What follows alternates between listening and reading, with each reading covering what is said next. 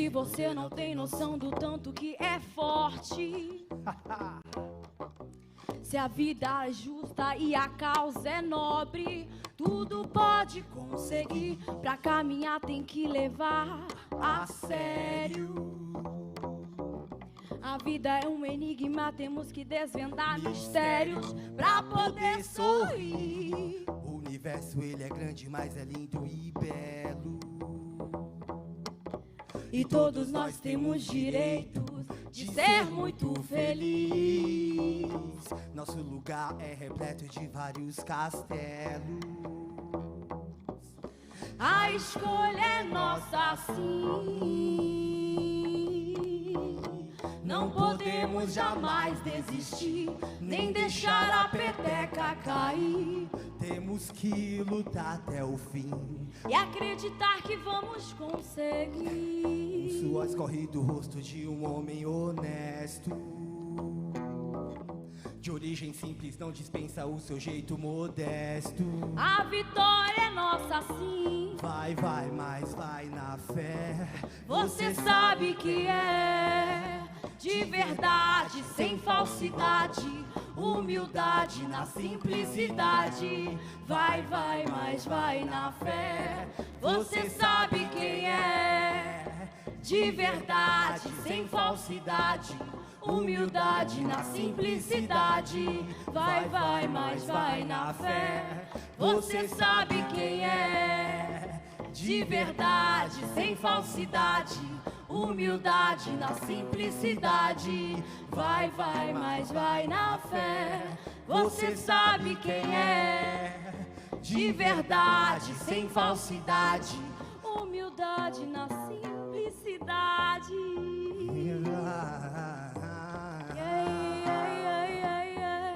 Ter humildade de verdade dá licença pra chegar no evento que aqui é o nosso lugar.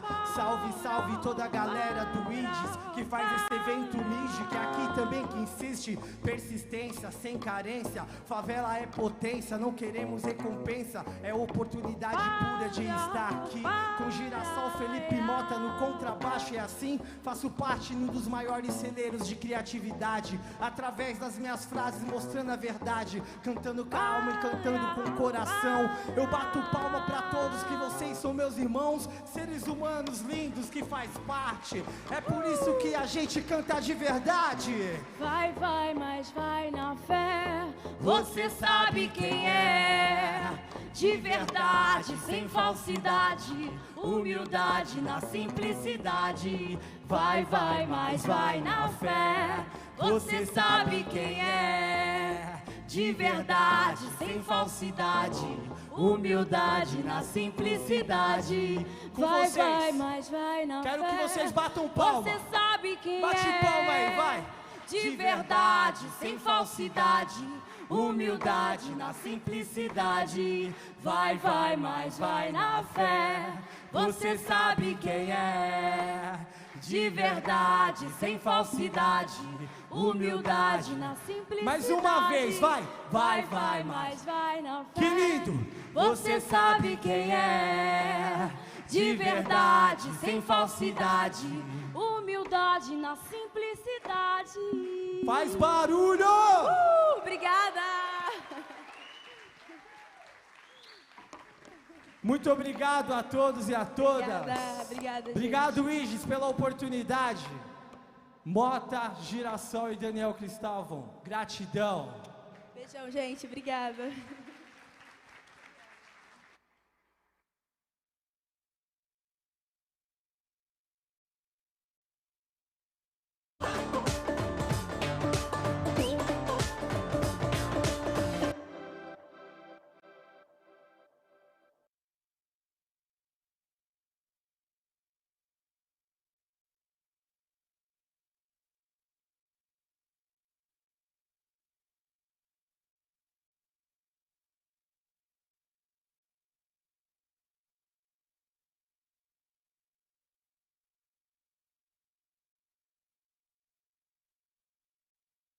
And it will be an honor to conduct this meeting once again, and we have prepared it with much love.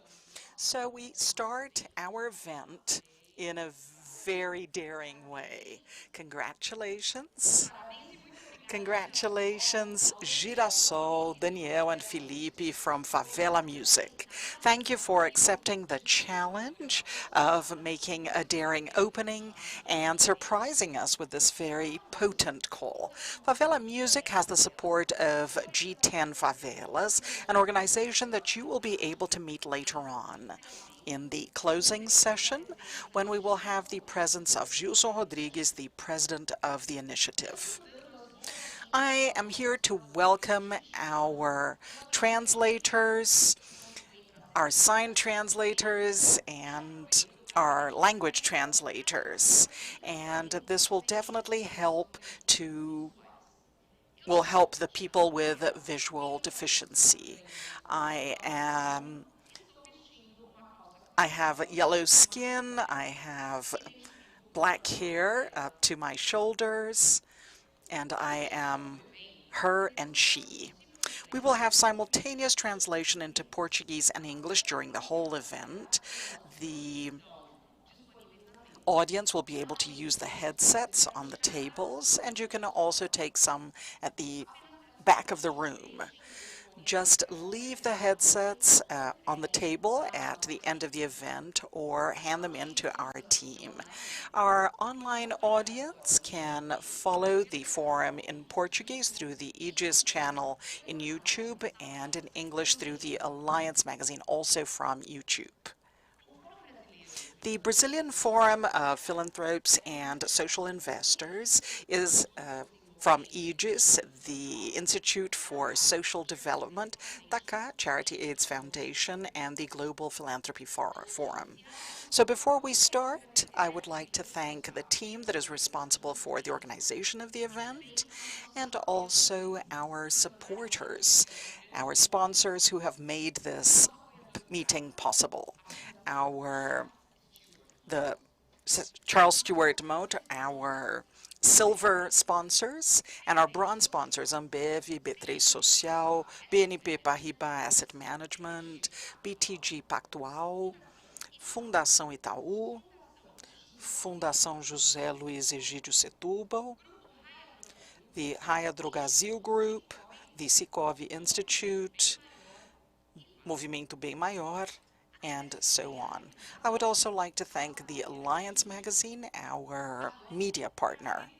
And now, to officially open the Brazilian Forum of Philanthropes and Social Investors from 2023, I would like to invite Luiz Sorge, the President of the Aegis Council and CEO of BNP Paribas Asset Management, Brazil.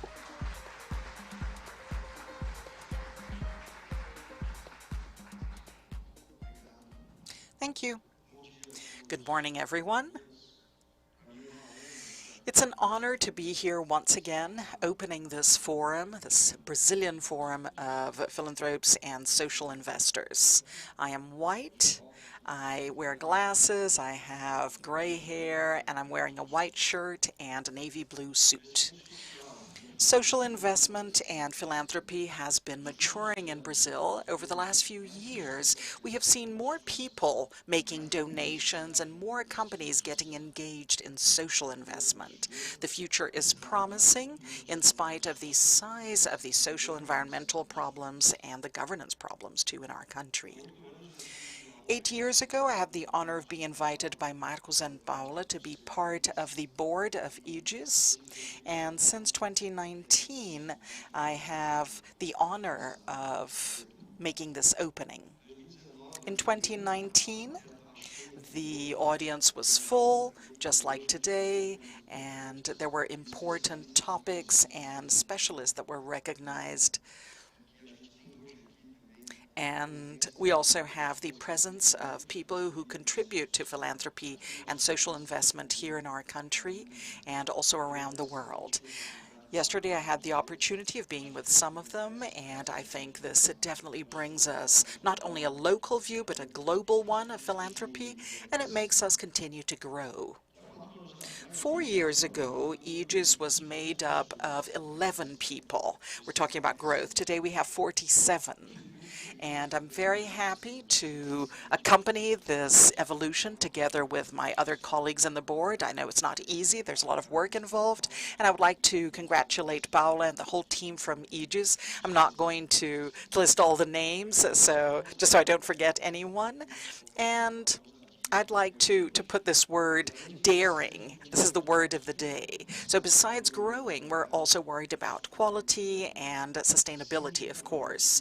Always committed to positive impact generated by our actions. So it's being daring, the quality, and the impact that this generates.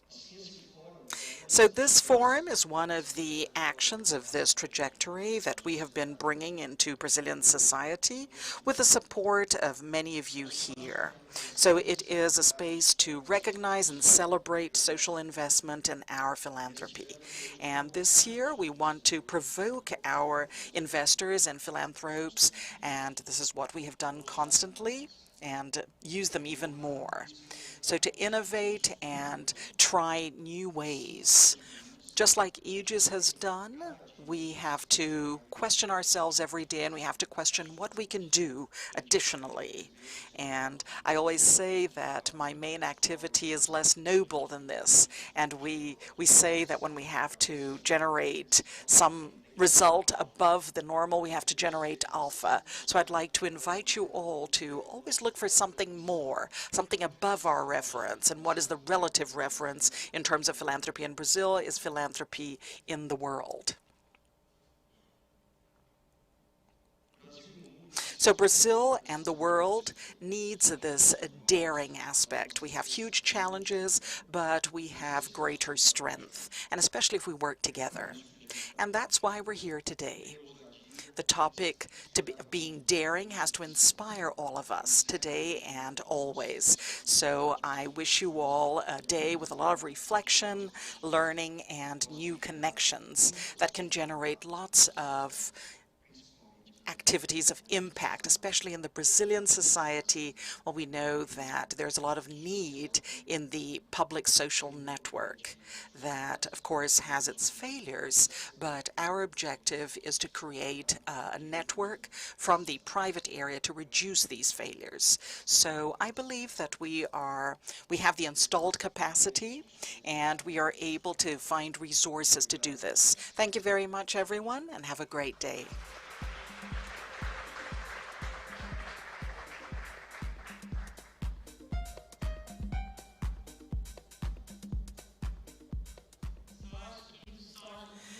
Soja, thank you very much for your words. And who's been daring this week? Raise your hand. Many people, right? and being daring, and it's always very daring for me to be up here. I get nervous. So good morning and welcome everyone.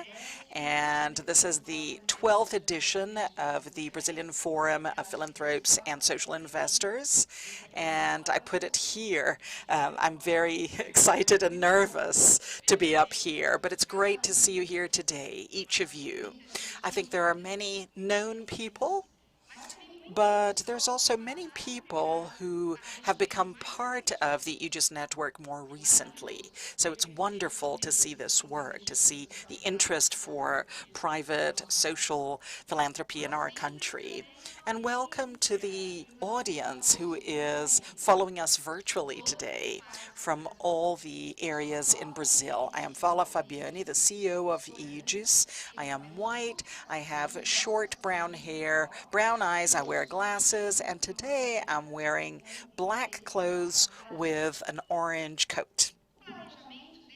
And the planning for this meeting started in 2022 when we started reflecting upon the topic that would conduct our conversations in this session.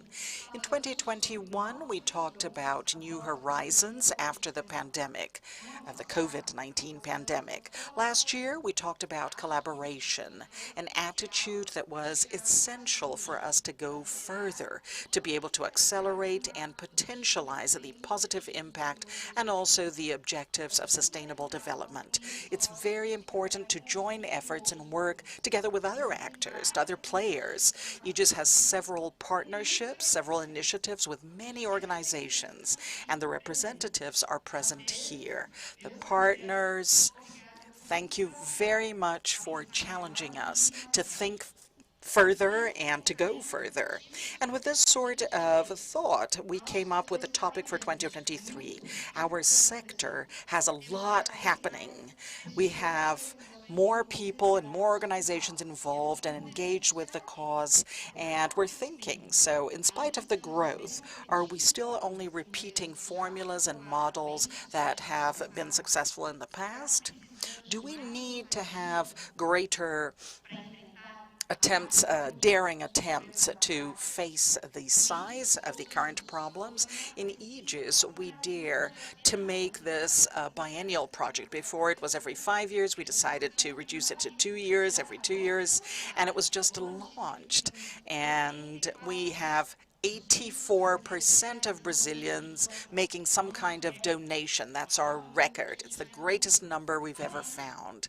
However, the percentage of donators for socio-environmental initiatives is still the same as from 2020. So what daring capacity is needed to be able to have our organizations donating?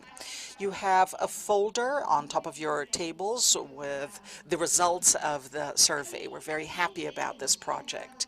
And we have also talked about the transformation of territories, supporting the development of community institutes, just with our partner, Fundação Motti. And we needed to be daring in this field. Brazil is gigantic, it's huge, and 3 years ago we only had 3 organizations recognized as such. Now we have 17 in 10 states, and the representatives are here with us participating in this forum. So I'm provoking you to dare to talk to them. And they're very inspiring stories. And we're going to do advocacy, so with the endowments, the so-called endowments. And that was something that was unknown to Aegis a while ago. But there was coalition and law 13,800, and we have now 2440 that is trying to bring us incentives to donations and improvement of taxes for these companies that work with these funds, equity funds, and they are investing their resources. And as I said, Sorge, our president of our board, we are daring to grow a lot.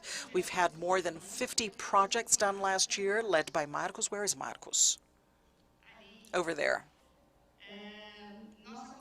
And our consulting company has worked with families, foundations, corporations, and institutions of civil society, supporting several needs, like, for example, in the ESG agenda, planning, governance, evaluation of impact, trainings. And we also look into donation, which is an important area, making a partnership with BNDES, the National Bank of Social and Economic Development. So we have better health care in the north and the northeast. So you're going to learn more about this project, a daring project that is going to be discussed after lunch. And you also find a folder on the table with some details about this project. And we're going to be even more daring with the launching of the 1% commitment. So the idea is, in partnership with the Institute, to promote at least 1% of the company's revenues.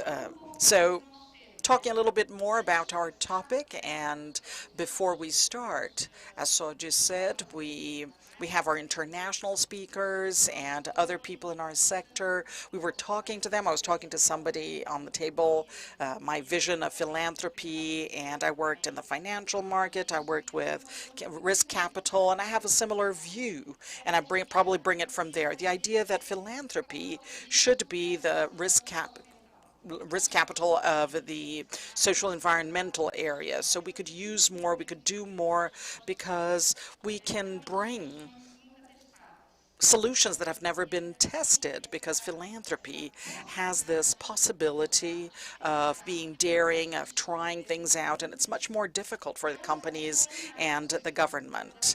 And it is something that is innate in human beings, but it has to be experimented, it has to be tried out. It requires a lot of courage, creativity, planning, and perseverance to be able to face challenges and run risks in a calculated manner. Being daring, we can create new methodologies, and we can establish partnerships, improbable partnerships, and provide significant changes, and assume mistakes, and this is something that our philanthropy should do more.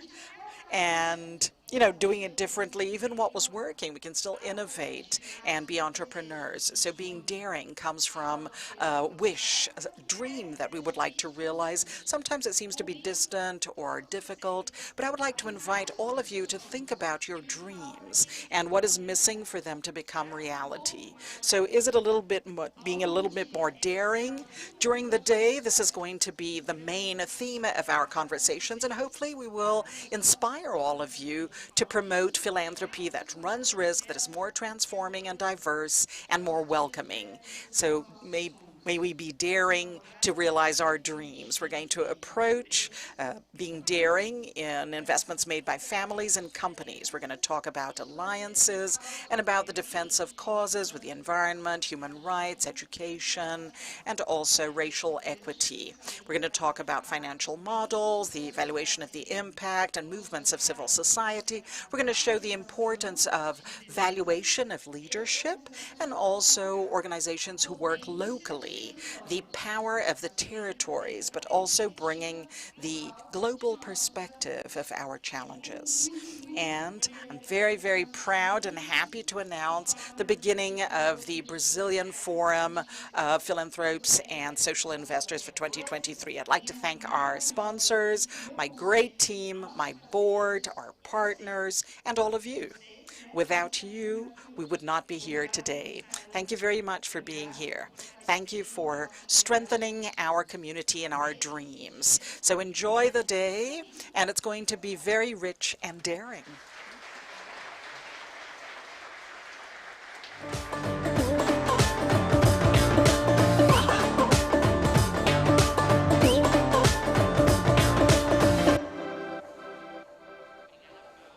Thank you, Paula, for this invitation to be daring. We really have to be daring. But let's start our agenda bringing a broad view on the meaning of being daring in philanthropy.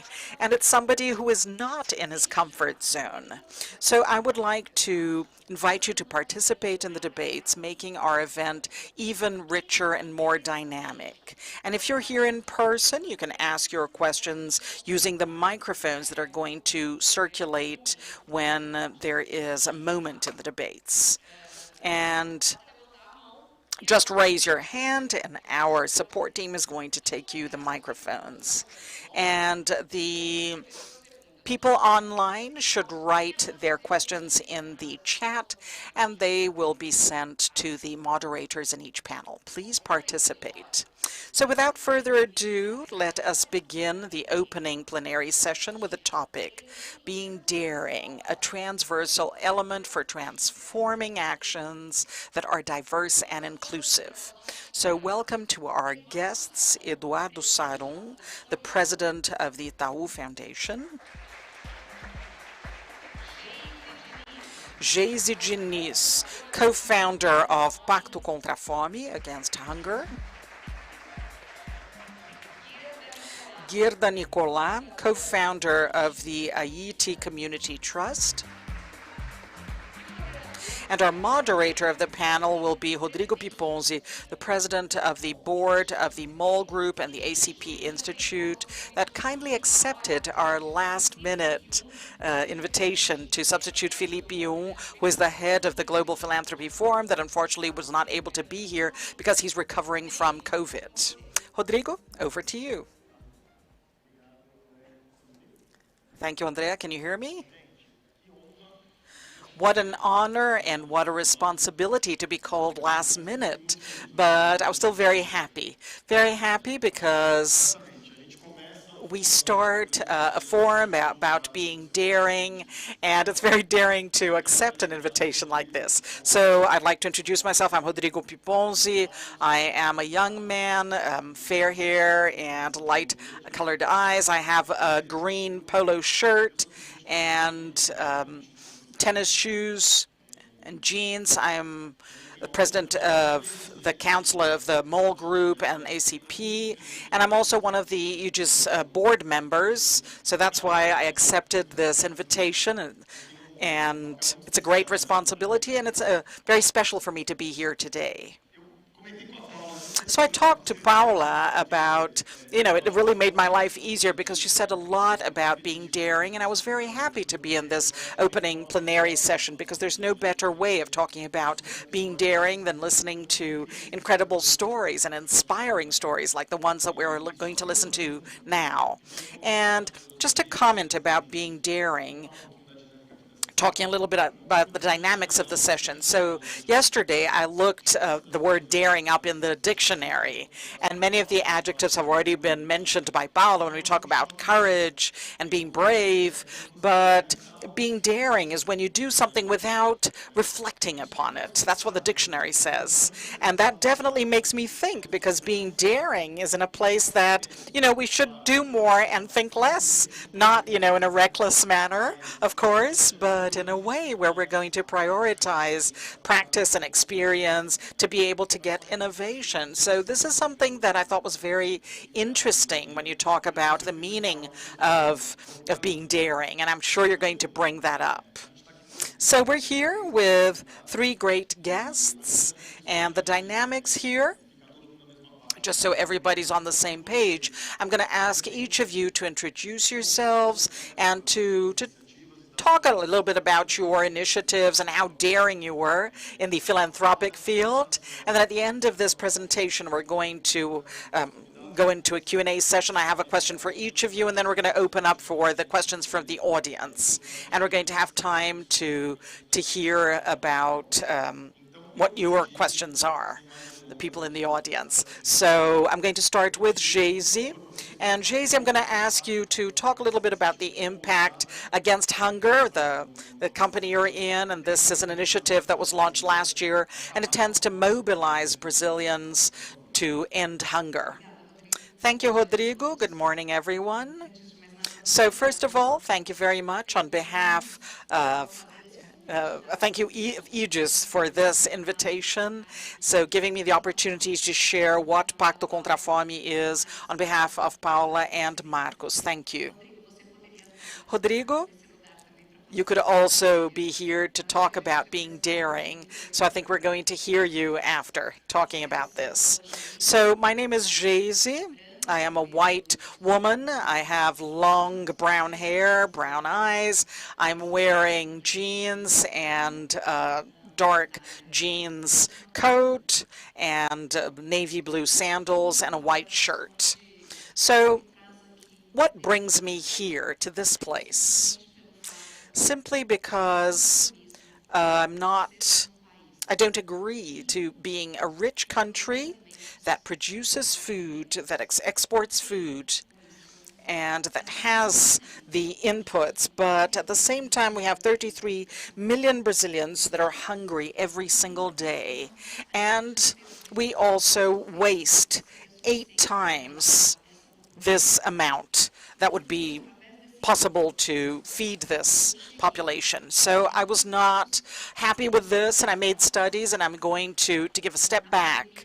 And during the pandemic, I got engaged in the distribution of food. I co-created a movement that is called União São Paulo that delivered food in the state of São Paulo, and it was 900,000 baskets in a year and a half. And then in March of 2021, I co-created a campaign that was called Panela Cheia Salva. And this campaign was a national one, and it benefited 3 institutes that worked on that with our support, União São Paulo and UNESCO support. So Agência África did a great campaign. In 10 days, this campaign was broadcasted, and in 4 months, we got 240 million reais. March of 2021, nobody donated anymore, a lot of unemployment, everybody was waiting for the vaccine, and at that moment I thought, what are we doing? What are we doing that is different? So we got together in a moment of frailty in Brazil. People were open to donating, and together we made a movement. So then I said, well, you know, we are doing something that is fundamental for the moment, giving food. What about hunger in Brazil? What is necessary to make structural changes? So I brought a consulting company called Integration. They made a 6-month survey, and it was full-time. It was qualitative and quantitative, and we got some data, very significant data. So one was the 33,000 Brazilians that were going hungry, the wasting in agribusiness, going through the suppliers, the industry, restaurants, supermarkets, your table at home, everything we throw away every day. It's 8 times what we could use to feed this population. And I got this study. There was a diagnosis, and there were ways of working with it as well. And I heard about 300 people, I'm not exaggerating, in all the different sectors. So I went to see if that really made sense, if that connected, understanding that food waste is not directly correlated to combating hunger. So we only have to think about our table at home, the food that is left over. It is not given to somebody who's hungry. So this happens here, but it's all immoral for us to think about this waste that we have today.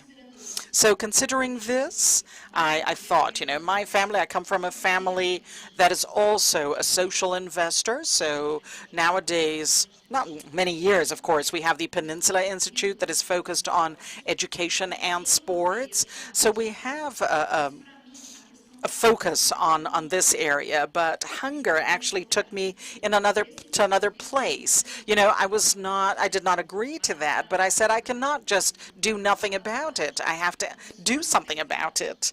So I heard many people on this subject, and then I said, okay, this cannot just be another institute. It's not going to be just another NGO, because otherwise I'm just going to do exactly the same thing. I'm going to have the same difficulties as the others. So I co-created this movement that is called Pacto contra a Fome, together with another 40 people. Today, we are 40 co-founders that created this pact against hunger. And it is a movement of civil society to work on combating hunger and against food waste. So we are super competition and super religious because it's hunger above everything else. And then we're also multi-sectorial. Everybody's working together. So we work in 3 great pillars, and I'm going to talk about our objective. In 2030, nobody in Brazil will be hungry. 2040, everybody will be well fed. So it's no use just coming out of the UN's map of hunger. We need to have nutritious meals for the whole population to develop. If we want to invest in education, we need to provide the least, which is food. If we want to invest in health, we have to look at food. And I think this is one of the great primary factors, looking at how our people are being fed. And we work by not reinventing the wheel. We want to promote synergies with everything that already exists. There are many initiatives in the private sector, in the public sector, in the third sector, but they don't talk. So today we've created a platform which is an initiative hub, and we bring these initiatives in so that we can promote synergy between them, and then we're able to view who can cause a greater impact, and we can even help these initiatives. So we launched the prize for impact against food, and it's UNESCO and FAO, and we give 100,000 to initiatives and also mentorship in terms of management and administration so that we can see who already does this. And this goes to all the sectors. So we're going to bring, do I have another minute? She said my time is up. Let me try and just conclude here. So we're going to bring the importance of the private sector in this area of combating hunger. So in the environment, everything is being directed to the environmental aspect, but when we talk about food waste, we go to an environmental issue as well. So one of the ways is to work with the S of ESG, and we've been working with B3 Social, we've been doing some work with Febraban, the financial institutions, and we're also going to launch the food credit, hunger credit.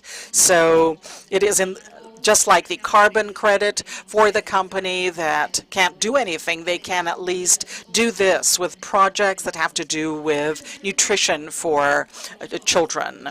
And then we're going to talk about public policies. And to do this, you need to have a basis. So this whole area of data and intelligence, that's extremely important. And we also make partnerships with coalitions and universities and research institutes to check what already exists so we can not waste time, because 2030 is very little time to get a structural change, but it's an eternity for those who are hungry.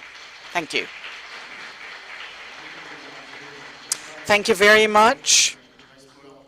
I think we're going to explore a little bit more about this initiative, this very powerful initiative. Now I'm going to give the floor to Eduardo Saron. I'm going to ask you to talk about the Itaú Foundation. Good morning, Rodrigo, Gueda, Geise. Good morning, everyone. It's great to be here.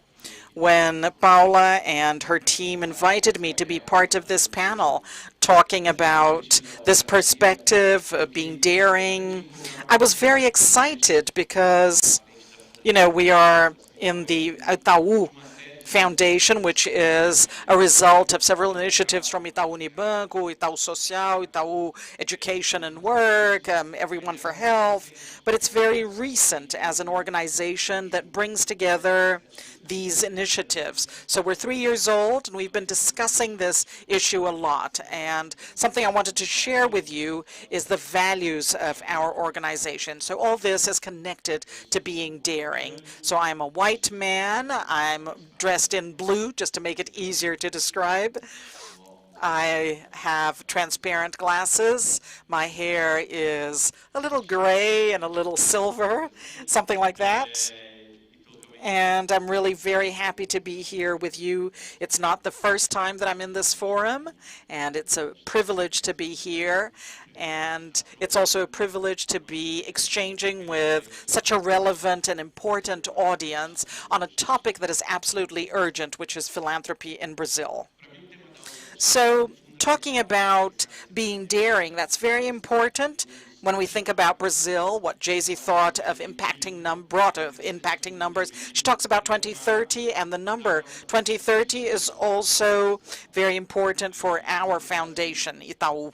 And 2030, Brazil is going to be technically a Brazil of that will be older. In 2030, we're going to have the second IBG, according to the IBGE, we're going to have more people over 60 and less people below 14. This has already started in Rio Grande do Sul. The last place, and it's going to be in 2040, is going to be the Amazon. But the fact is that 2030 is a year that is extremely transitory for a country that has forgotten to grow.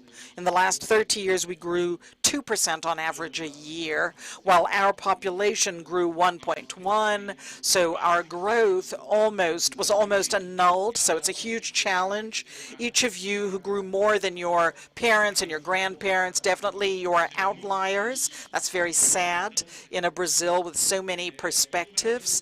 And it's a Brazil that forgot to grow and needs to accelerate its programs, its actions, its projects to create a social impact and to be able to do something.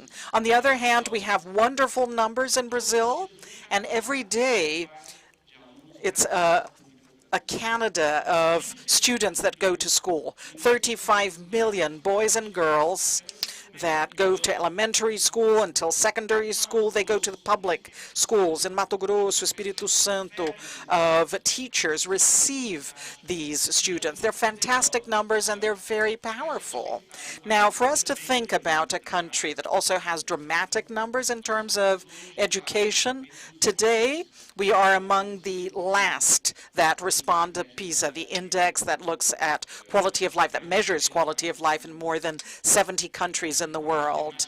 And according to mathematics, we're not the last ones, we're before last, right? We're penultimate in the list. And if we continue in terms of the acceleration that we have today, it is improving, yes, but the time and the focus, it's not focused on inequality, on racial issues. We're only going to be a medium-level country, medium level, which is mediocre, let's say, and this is 2040, 2043. We don't have time.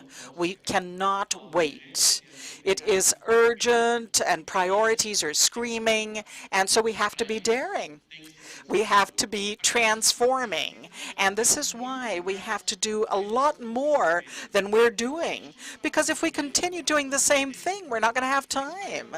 So this country cannot wait any longer. So I was in a seminar the other day, and a white man just like me, you know, and straight like me, he was talking about numbers and evidence, and then at the end of his presentation, it was a seminar about Brazil outside the country, everybody got depressed, and then a black girl, young, Brazilian, she said, "You white man, you can get depressed. You're a white man and you can lose hope. But I am a black woman from the outskirts of Ceará, near you. So I'm a black girl from the outskirts of the city. I cannot lose hope. I cannot lose the perspective on life, because what haunts me in the future is a future that you built together with your expectations and your hopes." And this touched me, and we have debated a lot on the challenges of the Itaú Foundation when we talk about this daring aspect, this transformation. So 4 things are essential to me. Value the people in your team. We are an organization that provides services, and we provide services, we make services for people to have a better life. So if I don't start putting people in the center of this transformation, there's something wrong, right? The second one is to do participating management. So it's not participating management. So we have the complexities, the governance, the necessary situations of compliance, but it is necessary for us to involve the trainees and the leadership in this participation. And the fourth point is that we need to be an anti-racist organization. We can't tolerate this anymore. We can't tolerate that our law only has one article and doesn't have anything about social development, life perspective, and so many other things in the racial field. And the fourth point, which is fundamental for us, is to be an organization that is inventive and exploratory and pioneer. And with the data, with the information, and with the models that we have, we're not going to be able to deal with the urgency and the priorities. We need to be inventive. We need to go beyond what we're doing so that we can actually do something different. And therefore, I conclude, because they've already told me to stop talking. So there's only one way of being able to connect everyone around this synergy, with participation and valuing people, anti-racial, being inventive and pioneer. It is connecting people to their values, to their purposes, and converging the values of these people with the value of the organization, the purpose of these people with the purpose of the organizations, because then it becomes easier, the impact on society and the feeling that you're really making a difference. Thank you very much, and hopefully I've shared our experiences with you.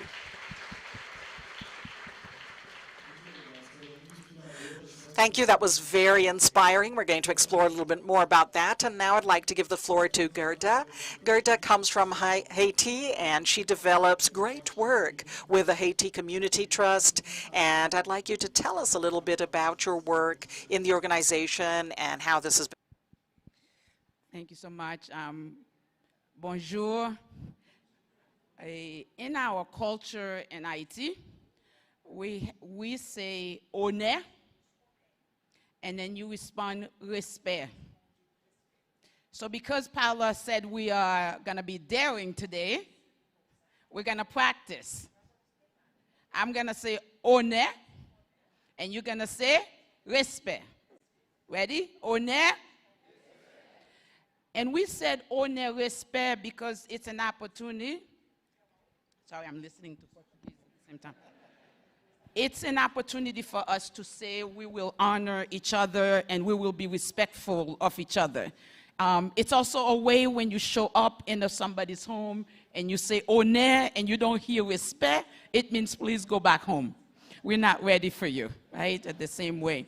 I want to say a special thank you to Felipe for being daring enough to hear me speak at an event and thought I could actually come and be a part of this forum here today, because he definitely is a daring individual.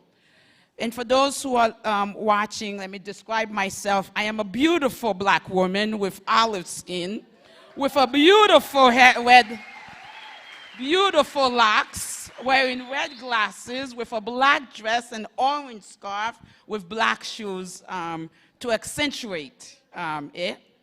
I want to say a special thank you to IDIS for being daring enough to really be bold enough to start this entity, which has been an inspiration to the work that we set out to do with Haiti Community Trust. I want to take the opportunity to honor my co-founder, very good friend of over 28 years, Pierre Jonas Imbert, who's in the room. Pierre, please stand up, who helped co-founded the Haiti Community Trust model. So thank you for being here. Haiti Community Trust has been a transformative force in Haiti, ushering in the era of sustainable and grassroots development.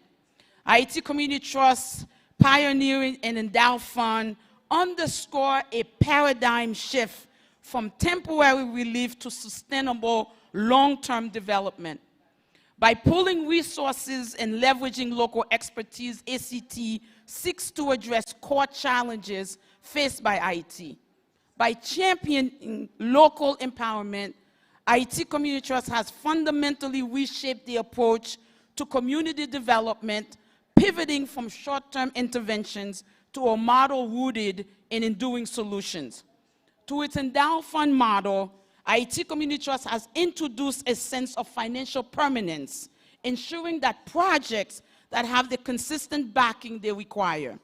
This has facilitated long-term planning and consistent resource allocation, which distinguish IT Community Trust from many traditional aid models in the country. At the heart of IT Community Trust's mission lies a firm belief in the potential of IT communities. By centering local voices and expertise, IT Community Trust has fostered a culture of ownership and pride, empowering communities to lead their own development projects. IT Community Trust's multifaceted approach addresses diverse areas such as civic education, the environment, and entrepreneurship. This comprehensive outlook ensures that community development is balanced, touching upon various facets of societal growth. Recognizing the power of synergy, IT Community Trust has actively collaborated with various stakeholders from local organizations to international partners. This has amplified the impact of its projects, creating a ripple effect throughout the country. The work of IT Community Trust not only oversees the present needs, but also lays a strong foundation for the future generations to come. Its commitment to building capacity, nurturing leadership, and seeding sustainable practices promises a brighter future for IT. IT Community Trust's model is brave and daring. Departure from convention, challenging the status quo of international aid by focusing on enduring solutions, leveraging local expertise. IT Community Trust is not just providing a band-aid, but it is aiming to catalyze a transformation in IT's development narrative. In essence, the boldness, the daringness of IT Community Trust vision, combined with its commitment to local empowerment and sustainable practice, has left an incredible mark in the country, paving the way for transformation change. Just in case you fell asleep while I was speaking, and you may have missed a few of the key items that I'm sharing, in terms of this idea about boldness and daringness, IT Community Trust believes that we can create our own ideas. Think about that for a moment. How daring is that? And it is, right, for transformational change in IT. Doing so with the legacy of the big donor, we're also creating a trust among the Haitian and international community. It's a trust that blacks can lead, that black nations can lead, that communities can lead, that in fact individuals can trust a black individual with a couple $1 million and believe that we can absolutely deliver. There's a belief in the fact that the people of the rural communities are the biggest asset of the country, as you were mentioning. The people are the biggest asset. Who can carve their own pathways towards economic, sustainable growth?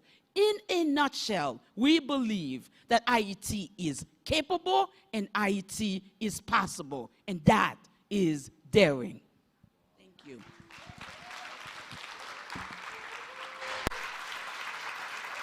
Wow, thank you so much. Muito obrigado. Thank you, Gerda. I think that we're starting with our right.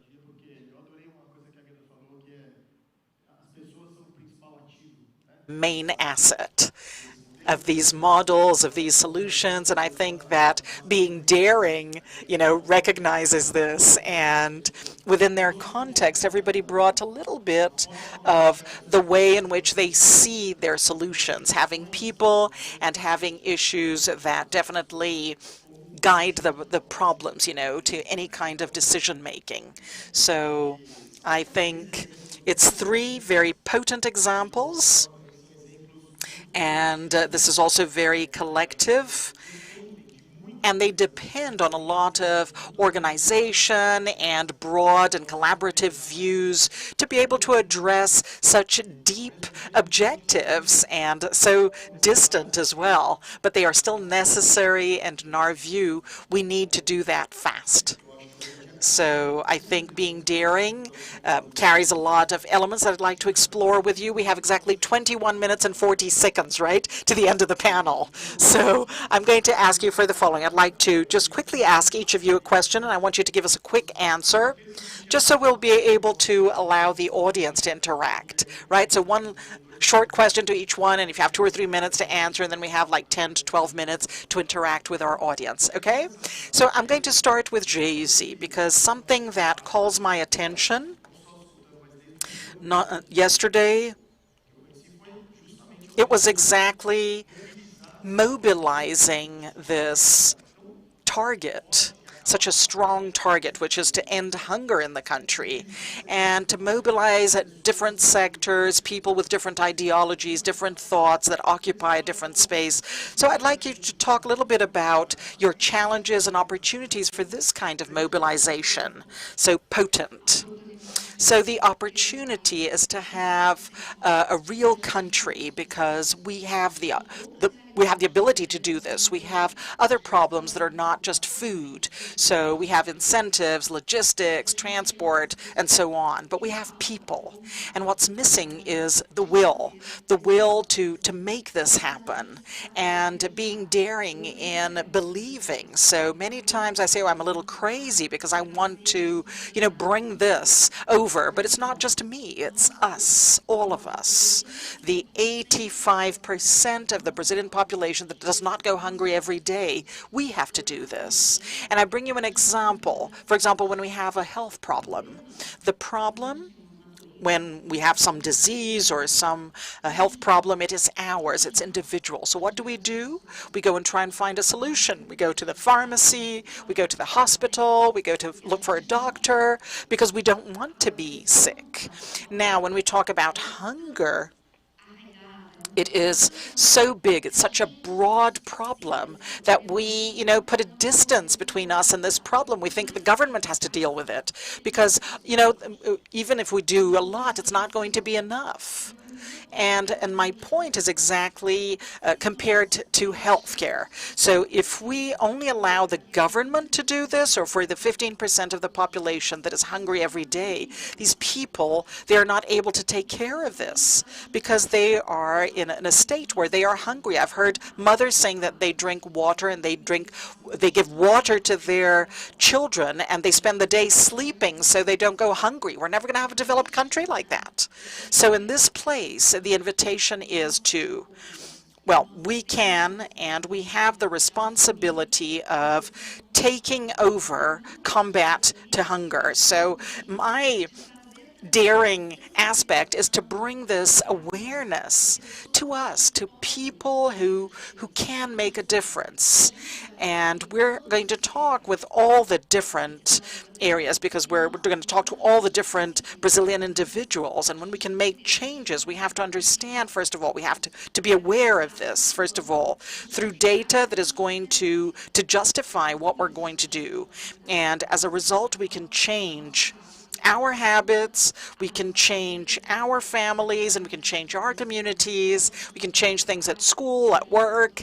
And over here, I'm talking about powers, right? If you're executives in large companies or medium and small companies, and we're going to be able to do this. So, my daring part over here is to make you aware that it is possible to solve this problem. I don't know if I did it in 2 minutes. That's fine. Okay, thank you, Jay-Z. And you're bringing something that is very important. So you're talking about believing, right? And that's a very important aspect for mobilization, right? And now I'd like to give the floor to Saguin, and you talked about the Itaú Foundation, and you talked about the challenge of bringing together different initiatives, social initiatives that already existed in Itaú. And I'd like you to talk a little bit, not about the challenge of doing this, but what was the motivation behind that? So what did you see as an opportunity in this place of putting everything under the same umbrella in the foundation? All right. Sometimes people think that the strategies are carried out in a very elaborate manner and then they are applied. So the strategies are built, throughout the initiatives, the dynamics, the discipline, the determination that looks at the strategies. So the first horizon after the study that we did was how can we increase the efficiency and the effectiveness of these initiatives that were in different spaces in Itaú Unibanco.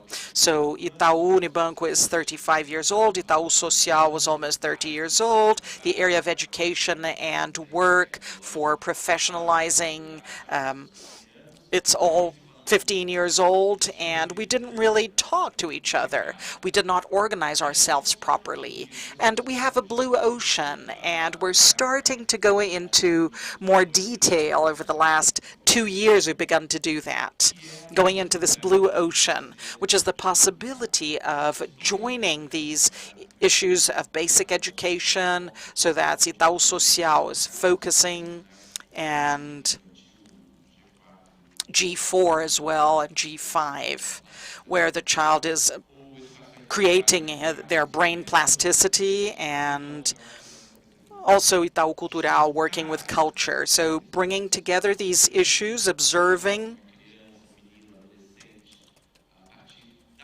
and then putting the young people together, teenagers together, and getting a strategy of a whole person. The whole person has to be treated, and that's something natural and it's necessary. And we talked about the first job, and we talked to 50 different companies. Out of every 10 people that are employed, they lose their first employment in the first year. Out of every 10, 7 lose their jobs. They are hired because of their CVs, because of their technical competencies in their CVs. And these 800 companies that we talked to, they said that most of this job losing was because of low social emotional activities of these people and the low capacity of communication. So where is this gap? So if there is something that can contribute towards this construction, and this was approved a short time ago in the Lula government, and the construction of technical competencies and emotional competencies. So Jay-Z also knows about this, and also in Elena from Bienal, I saw Fausto as well over here. This is because of the intersection between education and culture. So there's a huge power there. And sometimes we're talking about the possibility of this being a hub, of building this. So maybe this is one of the great challenges in Brazil, to look at the different initiatives and in the view of the hub. So we're doing this in the foundation, so that these initiatives can actually complement each other. They can interact, they can articulate, they're going to be organic, and we cannot miss these young people because there's no competencies, no social emotional competencies. So they're talking less, they're living less, they're having less connections, and at work, there's this whole cultural shock business. So that's important. It's important to join these experiences and to think fully. And this is one of the great challenges we have in Itaú. And once again, to reinforce, and it's a privilege to participate in this organization, we have the best professionals. And just like you have in your organizations, the solutions are there in different areas of the country. So looking at this and compiling this, building the evidence, and maybe one of the great challenges in this country It is in the third sector and also in the private initiative. And that's the issue of implementation. So looking at this and be able to create programs and models for implementation. And this is the great challenge, and that's what we're trying to do in the foundation as well. Thank you, Saron. So now I'm going to give the floor to Gerda. Sorry that we're really cutting the times, but I'd like to know about the endowment that you created, because when we talk about being daring, you have an organization, a community organization that places people in the middle of decision making, and that's funded by an endowment. So I'd like you to talk about all the challenges that you faced in this process, and also if you could talk a little bit about the results and perspectives. Thank you so very much. Thank you for the question. So the IT Community Trust, with the idea of the endowment, just to give you an idea, it's a process that took us, myself and Pierre, about 15 years to study. Right, to really understand IT, to really understand what has happened in the country, to recognize the international aid that has come in the country, that has not left the country in any better position than it was when the aid came in, right?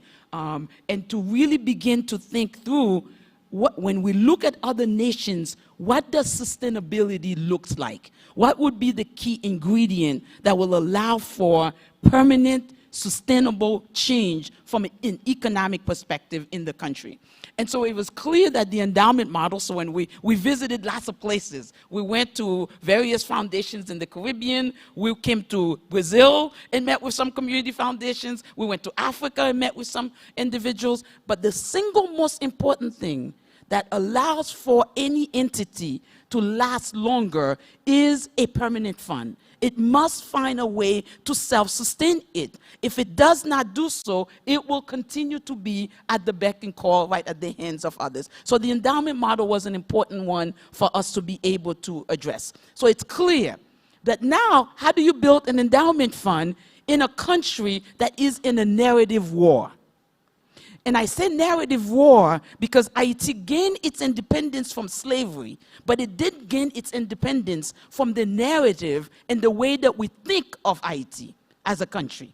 So as an example, right, Haiti, I say Haiti, right, because that is the indigenous name of the country, A-Y-I-T-I, not H-A-I-T-I, as it is seen internationally, because that is a part of that of the war in terms of narration. Well, we turned out that we thought we were special, that we were the only country that they actually changed their name, right? Because as you know, the name of countries is connected to identity as well, right? But it turns out we're not the only one. Philippines, it's not the Philippines, it's not their name as a country. It was named after the King of Philip. But they, they're actually known as the Pearl of the Orient. How different is that than to be the Philippines? Anyway, I digress. What I say all of that to say, the challenge in terms of building a fund is when the international community and others already see the nation as a nation not capable, as a nation who's corrupt, as a nation who has an array of challenges and difficulties. But we know, as individuals in the country, as we look at the work that can happen in rural communities in the country, that the idea of economic sustainability is possible. So it is my job and Pierre's job to convince people that, in fact, IET is, in fact, possible. In light of all of what you hear, in light of what you see and understand about the country, the opportunities for economic sustainability is possible in Haiti. And at the core of it, it is grounded on the people of the country. That is like a challenge in terms of building an endowment when we oftentimes see disaster relief work as being what I really want to support.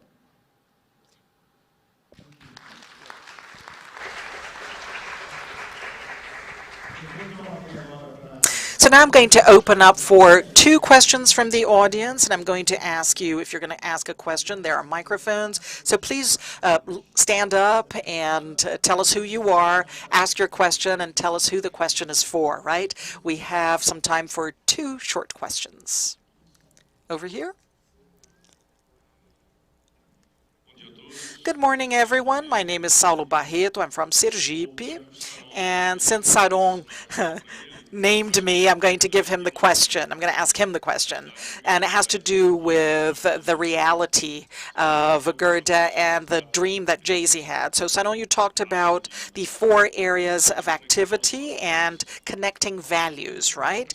But I'm going to provoke you because, in fact, we're talking about very distant worlds. There's the community, and I agree with Gerda that that's where the real energy for transformation lies. And there are people who want to invest socially, those who have the power, and in my view, they're even poorer than the people that want to help.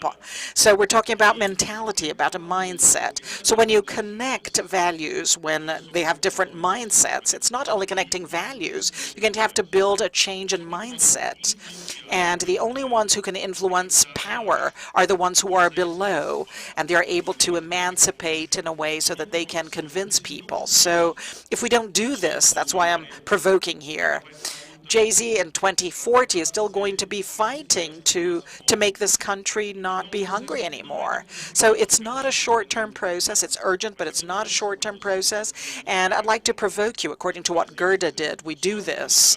It's only the community that is able to make the transformation. The rest is intervention, and there's an expiration date. So my provoking to you, and it affects the others too, how can you also not include or use the strength of the Itaú Foundation that has a history to start influencing the change in mindset of people who really want to help this country?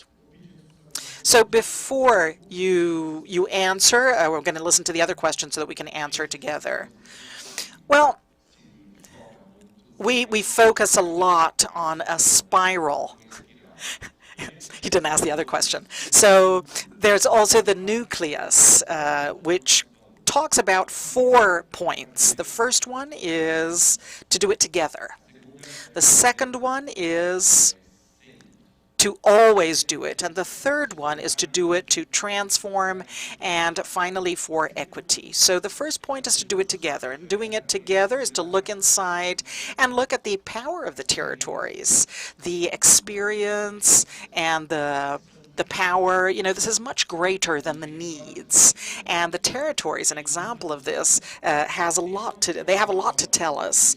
And basically, our organization is a private organization, but there is an essential characteristic in this construction. It is an organization that has a public spirit.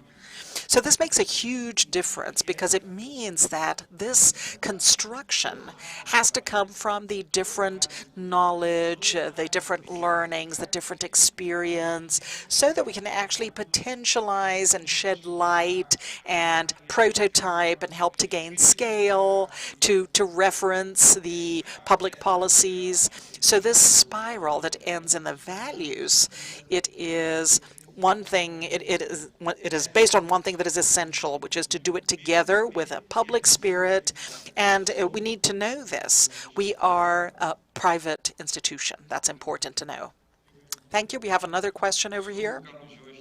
I'm Carlos Jorge from Alagoas, and looking at what you said, we notice the size of the challenge, because hunger in some aspects is an accessory, right? So I'm talking about the story of my life. At 9, I was already an alcoholic. I had been sexually abused. I was beaten every day, and I was still going hungry. So there are so many variables for you to restructure and regenerate the human soul. So besides feeding it physically, right? So in your opinion, how would you deal with this this variable, because hunger is a material good, right? So I can be here. I ate a lot these days here.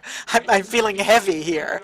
But this variable, the social emotional variable in this process, and thinking about the change of the mindset, this new paradigm for those who are, you know, at the edge and they're still trying to overcome the social trauma and this tragedy. How are you going to deal with this variable, the social emotional variable, until you get to the plate of food? Because eating will have a different contribution in cognition, improvement of education. So the child, first in childhood, will be able to create a social rupture, because, you know, nowadays they're still competing with Maranhão. You know, it's in education as well. We have very bad data. So how are we going to overcome this variable?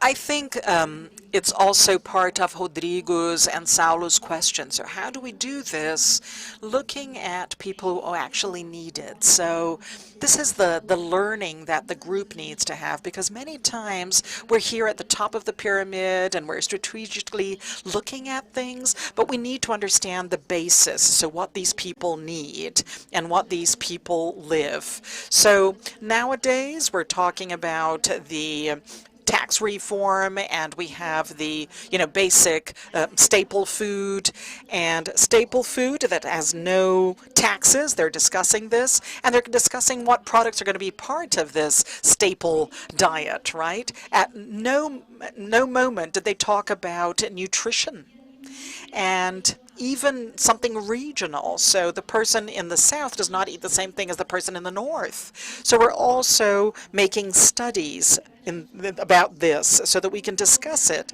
So looking at the community, so that's why we are concerned, and we're making a pilot project. Our pilot project is in the state of Ceará, one that has the most hungry people, unfortunately. We can't do this alone. We have to bring the government in, we have to bring the private initiative, we have to bring the third sector that is already acting there, that already knows the base. So it's only adding people with a joint effort will help. And I'd like to do some merchandising here. So you talked about the challenges. A great challenge that we face today, Saulo and all of us over here, the entrepreneurs, social entrepreneurs, is support. Is, you know, getting people to participate. I never thought it was going to be difficult. I was always on the other side. I was always the investor, and I thought, oh, it's going to be very easy to get people to participate, you know, to get a structure in this hunger. And when we saw how much we got in terms of assistance, and it was not that easy, even with all the KPIs, the deliverables, the products, the targets, it's still not easy. So I'd like to invite you all here. If you are interested in knowing more about Pacto contra a Fome, combating hunger and against waste, and please come and talk to us. I'm going to be here because we need to make this wheel turn. And when Itaú says they already support projects, that's what we need. To gain time, we need to support people who already do it. Thank you. Thank you for the question as well. And it's great to see you here today, having overcome everything that you went through. Congratulations. Thank you, Jaycee. They gave me a few minutes, so I'd just like Gerda to make some final comments and to send a message. You came from so far away. It's so rare to be able to receive you here, so I'd like you to send your final message to the audience, please. Thank you so very much. Thank you. What a pleasure it's been also to listen. Because we are dealing with a lot of our challenges, but when you come to a country like Brazil, who's also talking about the challenges that you're also facing in the work that you're doing, it also is a very incredibly hopeful for all of us. You know, our presence here today, your invitation to IT Community Trust and for IT to be a part of this forum today is a testament. You are sending a message that you also believe in the work that is possible in the country, and that is incredibly meaningful. We know very well that IT needs friends. There's a difference between friends and then there are good friends. IT needs good friends, and being a part of this forum today is an opportunity for us to build on those friendships. And we ask all of you to not just go by what you are seeing on Google. I had brought you a map, but it didn't happen as a part of the presentation, because so you can understand the country. So when we say IT is possible, that you can see what that requires on our end. But for us to be able to build an endowment, it means we have to think holistically. We can't just think about hunger without thinking about the systemic issues that we need to be able to think through. It's not just about feeding individuals, which the international community can do, but it's also about how are we supporting the growth locally that needs to happen so that individuals can also feed themselves, can also develop an economic opportunity, right, as a part of that as well. It is absolutely crucial for us to think about trust. This is going to be a central part of this daring piece that we're talking about. Trust is at the center of this. Somebody has to trust you, that you can take the funds and do what you will do with it in the right way. Somebody's going to have to trust us as IET Community Trust to believe that we have the capabilities and the abilities to think of local development in that country. And that, my dear friends here in this room, is going to require us to change our mindset, to shift our thinking about the way we think of certain communities, other communities, marginalized communities, so that we can begin to think about transformational change as putting the people at the center of that work. Thank you so much.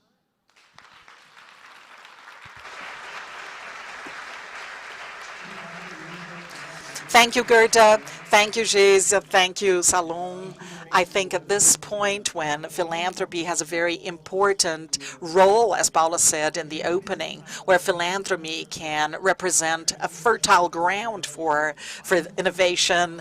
So this was a great panel, changing and believing, changing our way of thinking and acting as well. So that's a great invitation from this panel. Thank you very much. It was an honor to be here. It was a surprise, but I loved it. I loved the opportunity of being able to hear everything, and you three especially. Thank you, and let's keep going.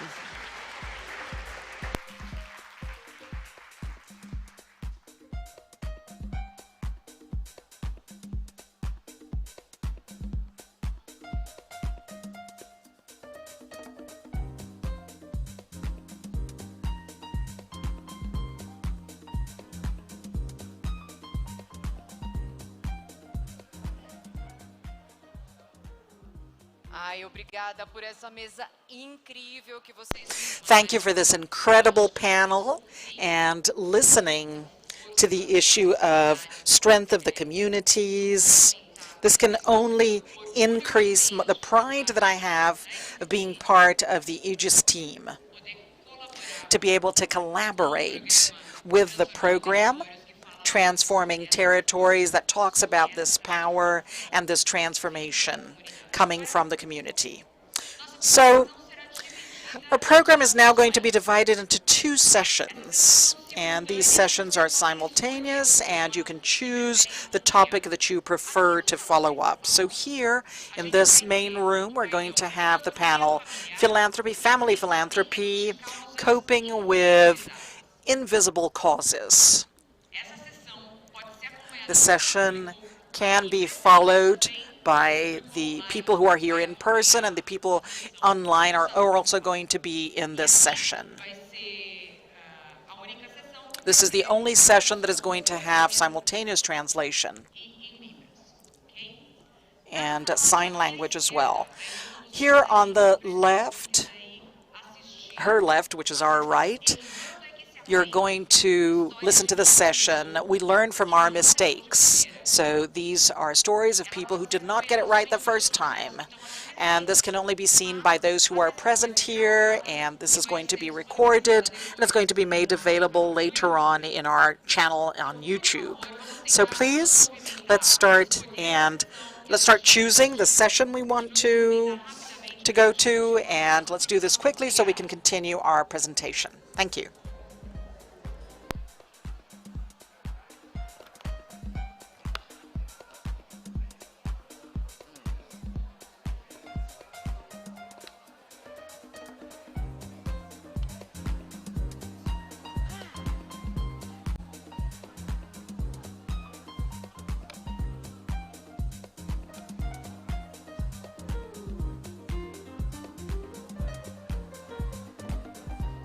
Não vale parar no meio do caminho. Vamos, vamos. Quem está indo para outra sala, por favor. Come on, everyone, let's move. Não posso começar, não dá para começar.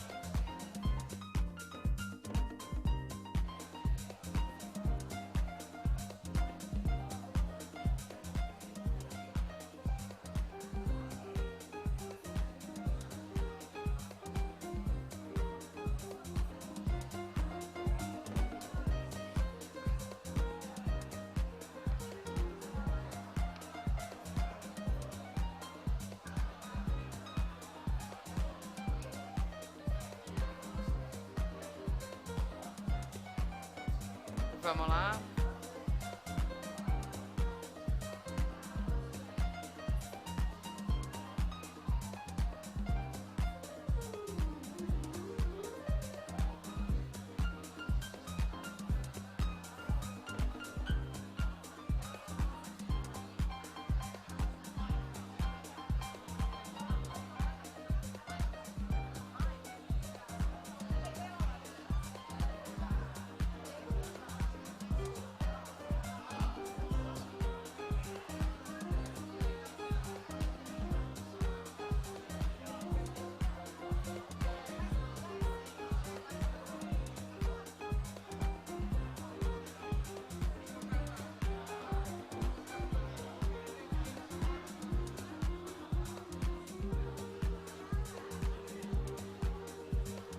Já selecionaram as mesas?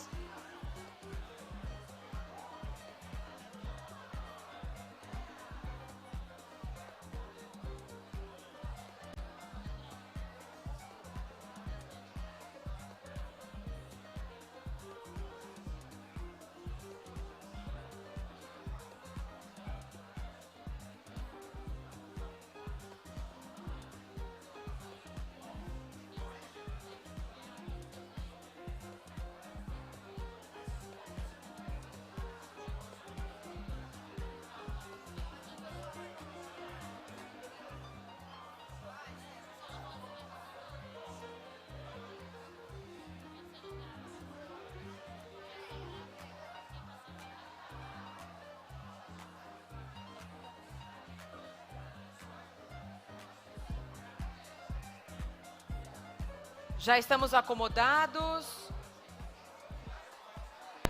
Are we ready to go? Let's settle down, guys.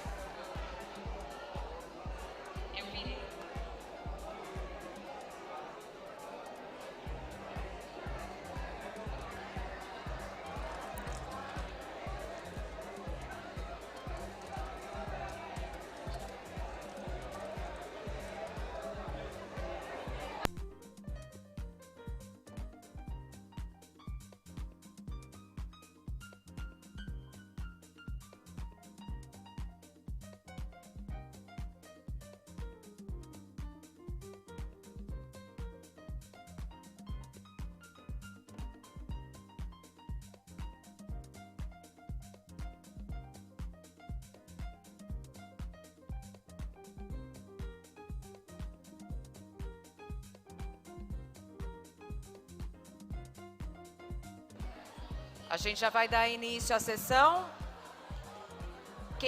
We're about to start the session. If you're at the back, I'm going to start calling people by their names. Felipe. Come on, let's settle down. Sit down, please, Felipe. I don't want to embarrass people, but I can call them by their names. So they sit down.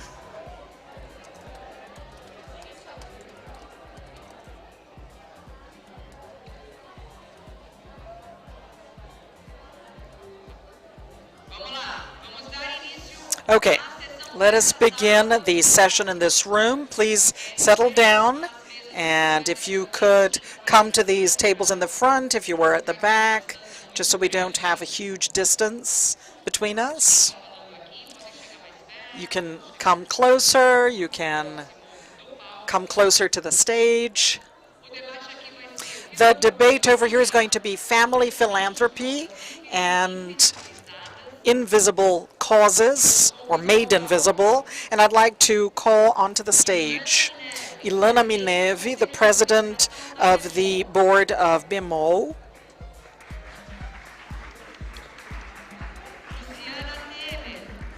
Luciana Temer, the acting director of the Movimento Bem Maior, Filipine Vernes, senior manager of Charities Aid Foundation, and the moderator, Luciano Cerqueira, the project coordinator of Samambaia Philanthropies.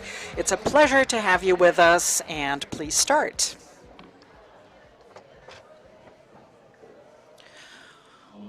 Hello. First of all, good morning, everyone. My name is Luciano Cerqueira, and I am the project coordinator of Samambaia Philanthropies. I am a black man, 1.72 meters, very few hairs, and I have turtleneck glasses, and I'm wearing a light blue shirt and a beige blazer and light colored pants, dark pants.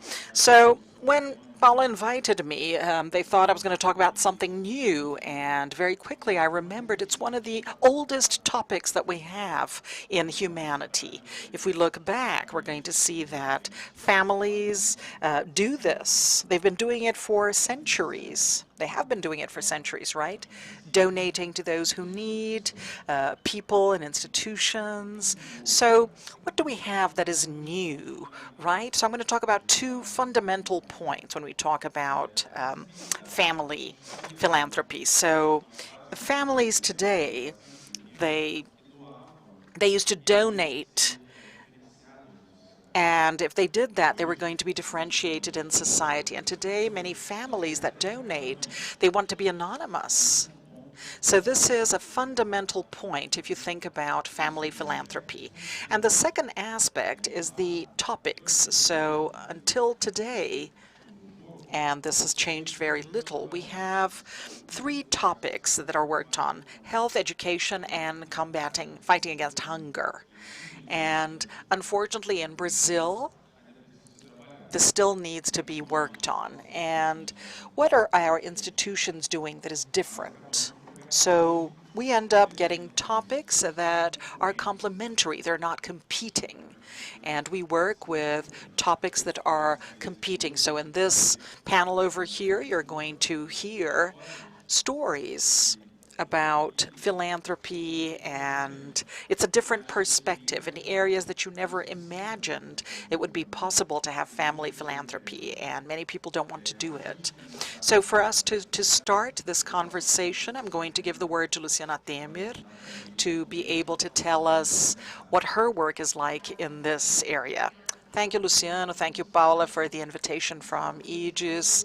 Thank you. Good morning, everyone. And I would like to start by what that guy from Alagoas said. And he said it so well. The issue of, yes, hunger is urgent, it's physical, and people are dying of hunger, but it's not only about hunger. There's also education. That is one of the greatest investments, social investments that we have in Brazil, and it's extremely important. It is made under a logic, a traditional sort of logic, traditional in terms of education. So you also talked about socio-emotional abilities. So now you're starting to make it clearer, but logic and education, it is still something permanent. So 7 years ago, I was invited by Eli Horn, a great philanthrope and an entrepreneur, to talk. So I was coming out of the secretariat that I worked in Haddad's mandate, and we were talking about girls who are sexual slaves. So he wanted to do some work to cope with this problem of women girls, right, who are explored sexually.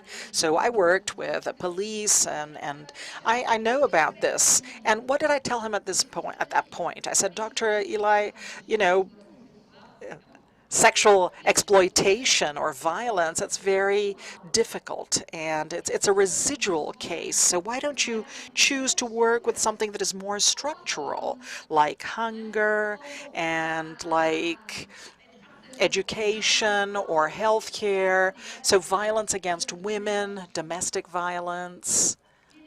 And he answered the following. He said, because nobody talks about this subject. And I loved this answer. And I accepted the challenge, and we opened up the Liberta Institute 5 years ago.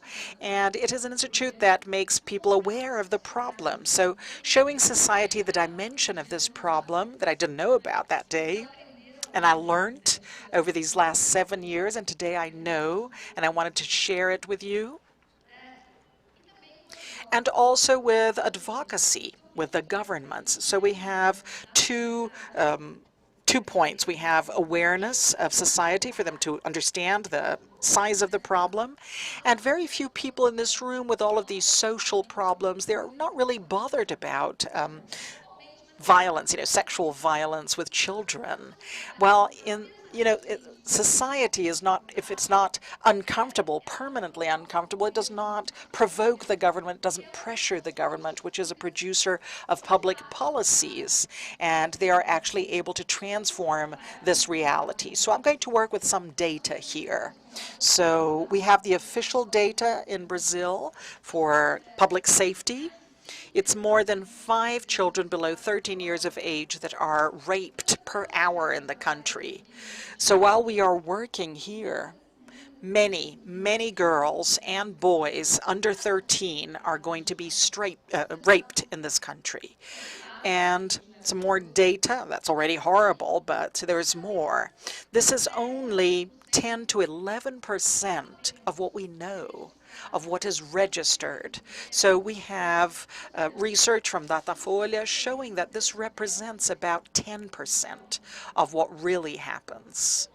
And there's some more important data, which is children playing truant. So there is a study from IBGE that shows that 6 among 10 teenage mothers, they do not study or work.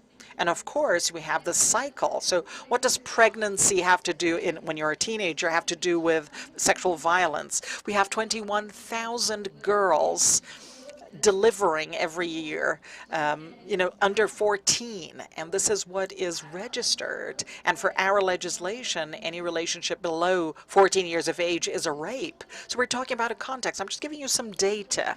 So there is a study from the World Bank showing that Brazil does not produce billions because of pregnant children. So I'm not talking about just a single problem.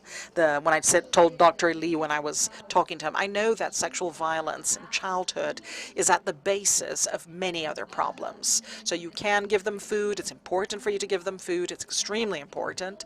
But there's a whole other side to this. And prevention to sexual violence in children, more than 60% of the cases happen in their homes. I'm not talking about homeless people. I'm talking about the houses of the victims. So it's violence that can be avoided. And Liberta works not to get to these rapists, right? Everybody wants to get them. We're a country, we have to be a country that does not allow this to happen, and this has to do with prevention and education and strengthening of children and teenagers. But this is only going to happen when this problem is actually, it actually makes people uncomfortable, and we all think about it before going to bed. So 24 hours, how many children were raped in the country? What is my responsibility? And your responsibility is to look at this with courage. Help to disseminate this and work on the prevention policies. Sexual education at the school is a minimum. the minimum we have to be able to help children and teenagers to prevent this inter-family violence in the families. And that's what we're doing. And with all of my lack of knowledge, I had the courage to accept this invitation. We've been producing data for 7 years and bringing awareness to society to transform this sad reality. Thank you, Luciana. It's great that you were daring to accept this invitation, and you brought data that that is really shocking, and the data needs to be exposed so that we can do something about them. So I'm going to give the floor to Elena, and she's going to tell us about what she does in philanthropy, and there's also the philanthropy in the Amazon. Good morning, everyone. It's great to be here. Thank you, Aegis, for the invitation to talk about being daring. And when I was thinking about being daring, and everything in the Amazon is daring, right?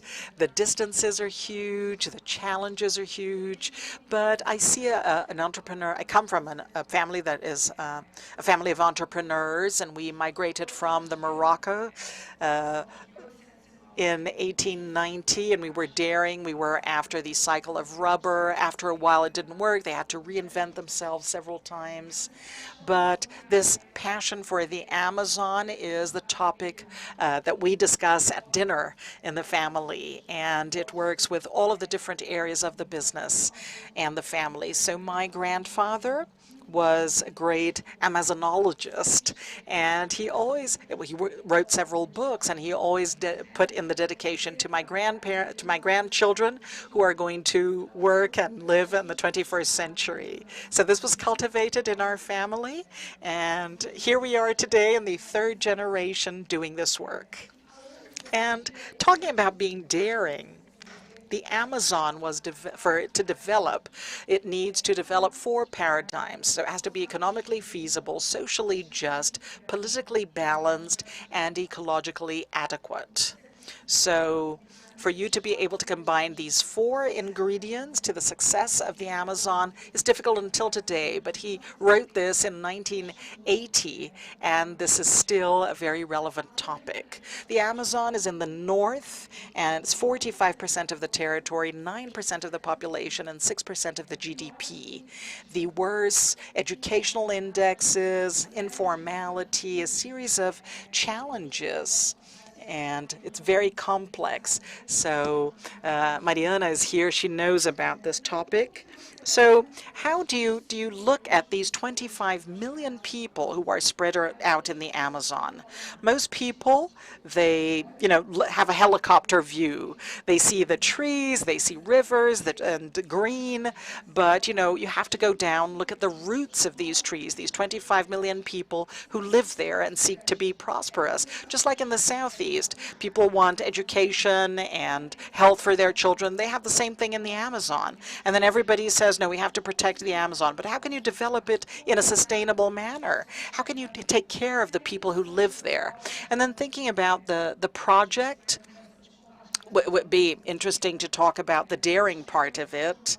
In the Amazon, we have about 500,000 indigenous people. So it's a very invisible situation, considering that the young population suffers in terms of low self-esteem, a lack of life perspective, a high rate of alcoholism.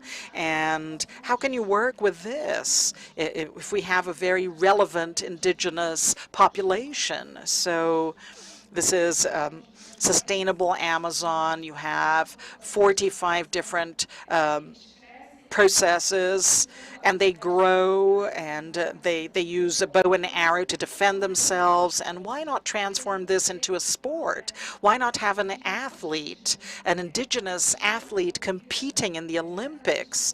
Definitely there is great symbolism for Brazil if one day we're able to reach this target.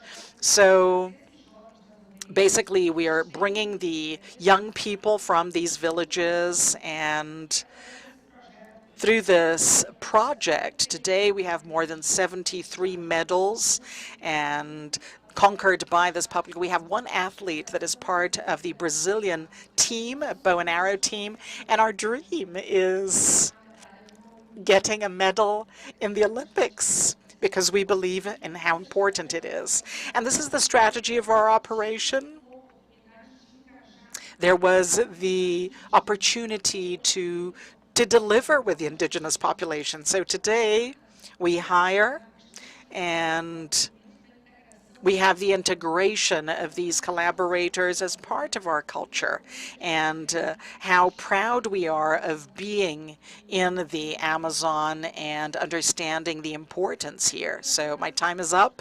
I still have another 2 minutes. So over here, I'm going to talk about the project and the family. So I have a son, and I'm proud of him. He likes bioeconomy, and he did some research with our greatest specialist in fungus in the region, and she told him that most of the indigenous students who did their masters were not able to write their thesis in their own language because the keyboards did not have the letters so they could write. So the people in their communities were not able to have access to information. They did not get the material, and they had to write in Portuguese, and they had to write messages through WhatsApp in Portuguese or record audio. So imagine the community in the middle of the Amazon community there, and you need to send an audio.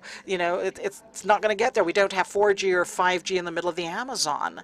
So two young people developed this digital technique, and with the indigenous populations, letters and alphabet, and this is circulating in all the communities, and this has provided greater connection and greater pride in the individual communities.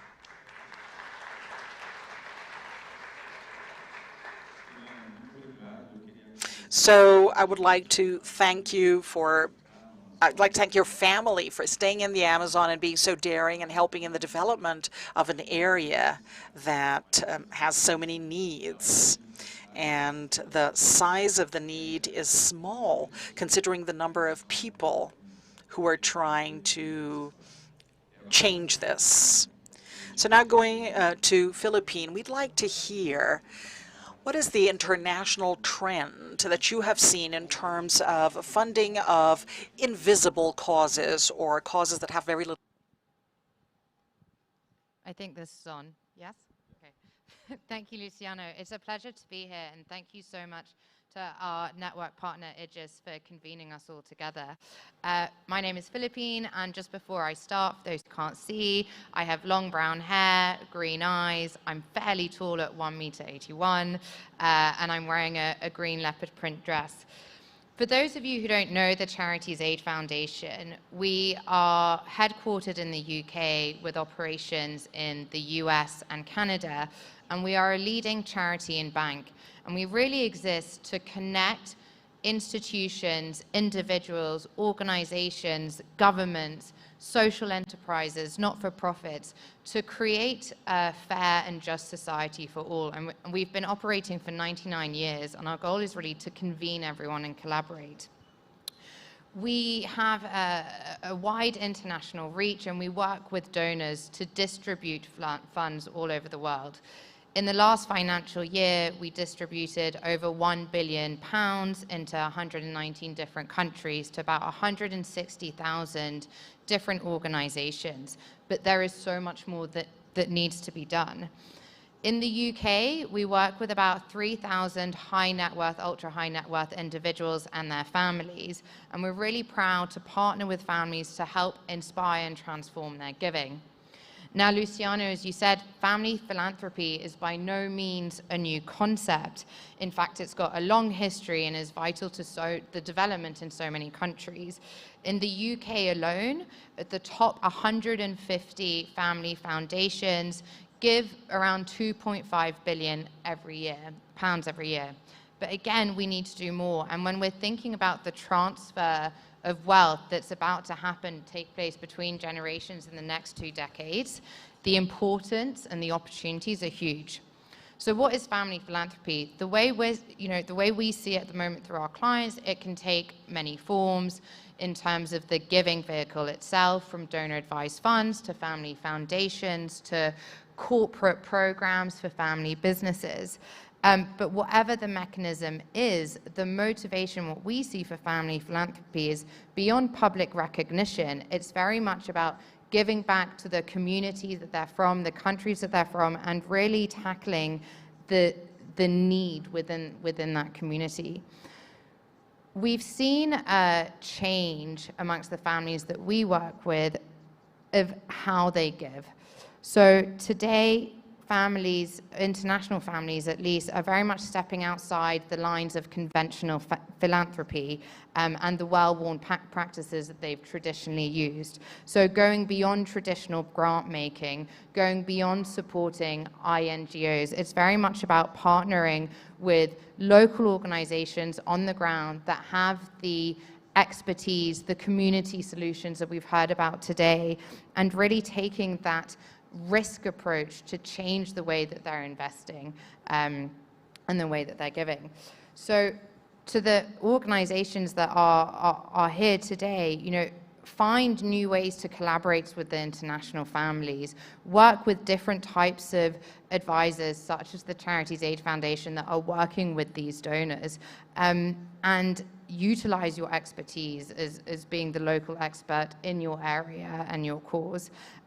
And we predict that this rising propensity for innovation and tolerance for risk is only going to continue, particularly with the next generation that are coming along, that are being included in the family philanthropic strategies, such as your son, listening to them. One of the benefits of family philanthropy are the generations being able to share their opinions, share their expertise, and actually have that discussion and conversation between the different generations, which if you're an individual philanthropist, you don't necessarily get that benefit.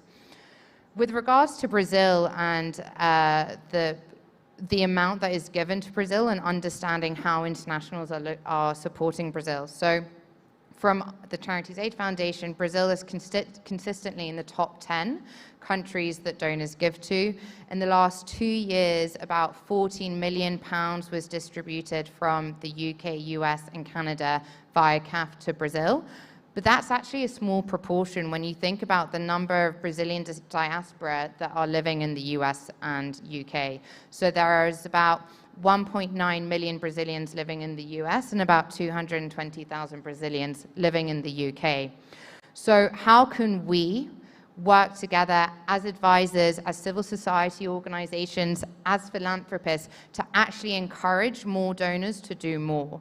And I think the answer is in two ways. One is, how do we access these donors?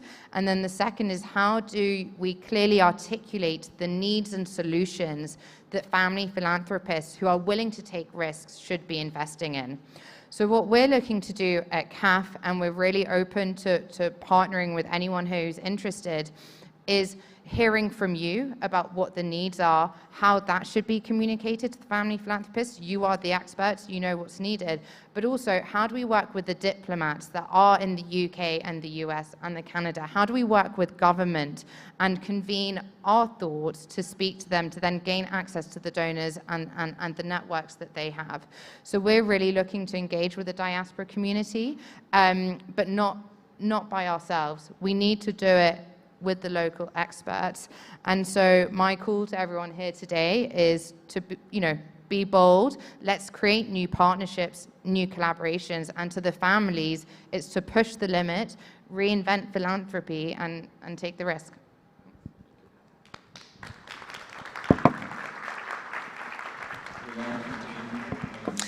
Thank you, Philippine.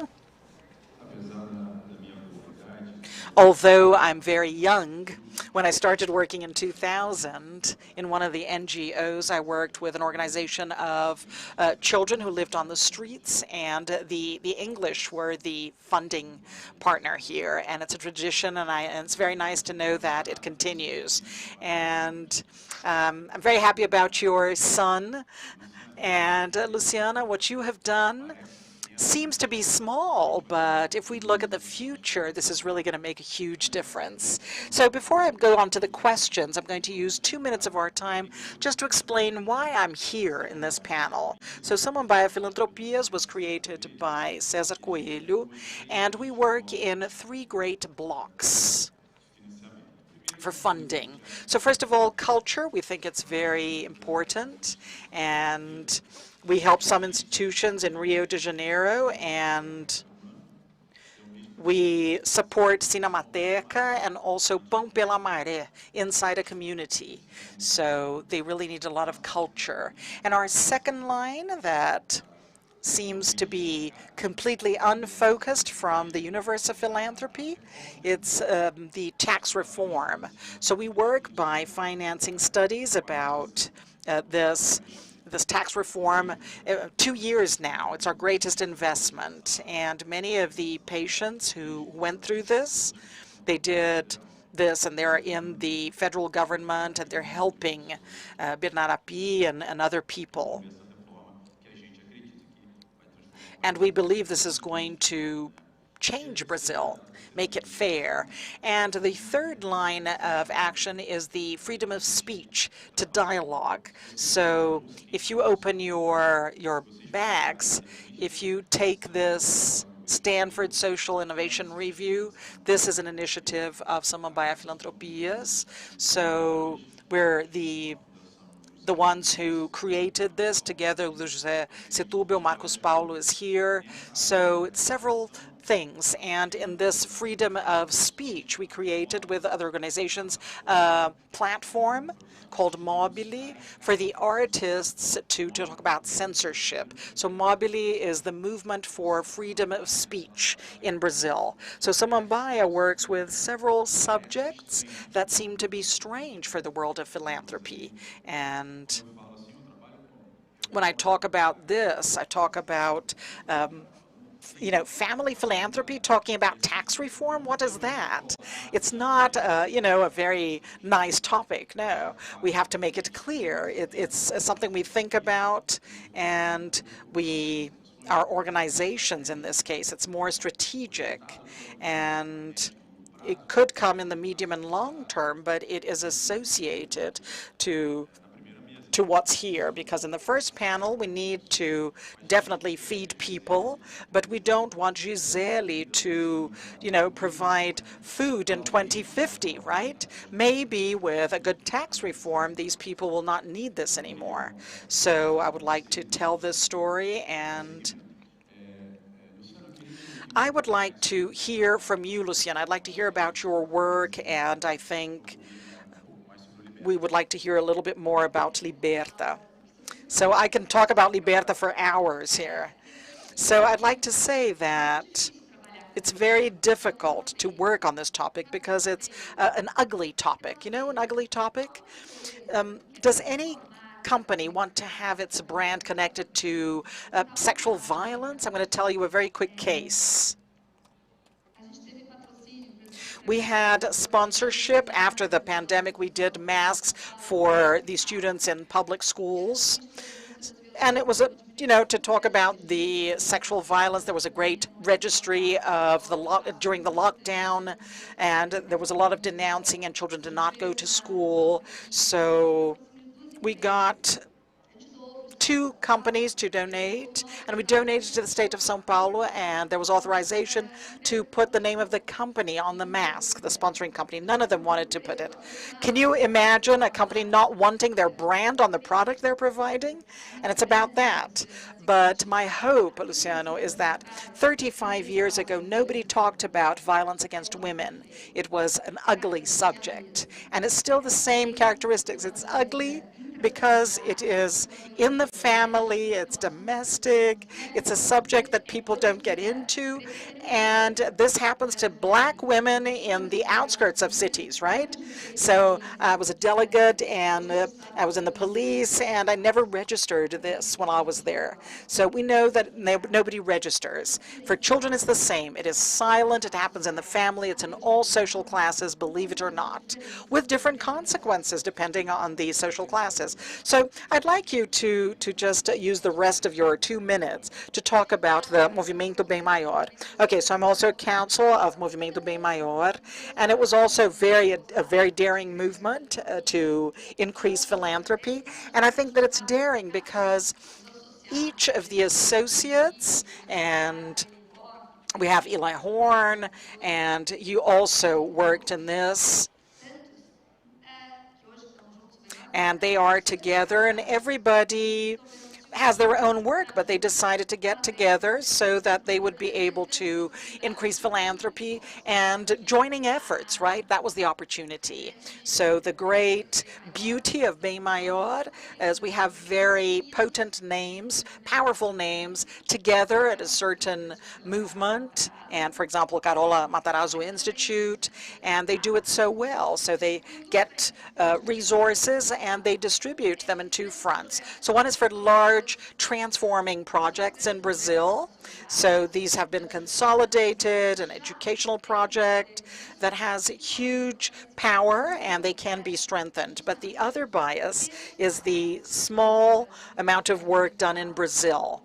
So we invite people, and it could be just, an individual that has a daycare center that takes care of 50 children. So they need some, financing. So these are small initiatives in Brazil, and we also work with this at Bem Maior. Thank you, Luciana, and the Movimento Bem Maior is also with us in Stanford. So thank you very much for believing in our idea. Ilana, I believe that in the Amazon, you have a problem that happens in different areas in Brazil, which is centralization of resources. So resources in Brazil is stuck, right? How can you work in the Amazon with this scarcity? When you look for a partner, are you able to overcome this difficulty? Can you tell me a little bit more about this?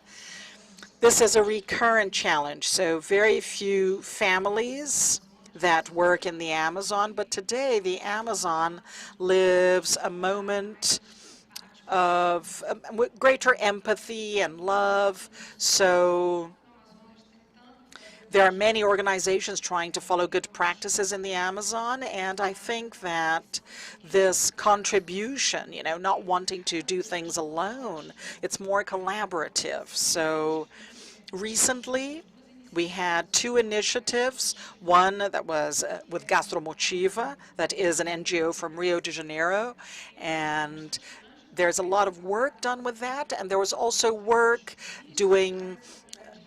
working with the riverside communities, and this is an indigenous community, and also working on food safety. And in these places, we also have less opportunities for fishing. So how can you provide protein for this population? So together with the Federal University of Amazonas and the socio-environmental nucleus, we're working on how to deal with this in the community so that they will not have problems with food again. So this is from the Federal University of Amazonas, and together with Gastromotiva, we've been working with them. So you have several initiatives, and I think this is something that has happened, and we are an entrepreneuring family, so we value entrepreneurship as well. So we also have in the north, we have very little training to be able to believe that they can be very strong leaders. So we also did work with entrepreneur women, and it's called Empreende Mana. Mana is like you say, hey love, hi love, something like that. So we did a project with our customers who had businesses, formal businesses, small businesses, and they wanted to grow. So there's a series of initiatives that I believe are being built, and they have partnerships with different institutions, and this makes us become more robust, because when you do it alone, you have limited resources, limited time, and engagement as well. So in this way, I believe that we can become broader. And I would like to invite people to know the Amazon. So there are a lot of interesting projects, good things happening, and an economy is there. There's very few investors, but there's a huge potential. So they need to look at the Amazon in an empathetic manner, and there is a potential that is not only environmental, but also economical. And this can bring a lot of results for Brazil. Thank you, Ilana. Philippine. So as I said over here, in 2000, I started to hear that the great international funders left Brazil because they saw Brazil as a rich country and unequal. There was money inside Brazil to invest in social causes. In 2004, I began to see this in a great organization that started to lose people because this money was leaving, money from international organizations. But this movement seems to have changed, and these thoughts have changed, and we saw that this can continue in Brazil, and we work in a partnership, right? Many of the organs, right, have come back to Brazil. And what do Brazilian organizations have to do? What do they have to pay attention to be able to get these partnerships, international partnerships? Thank you.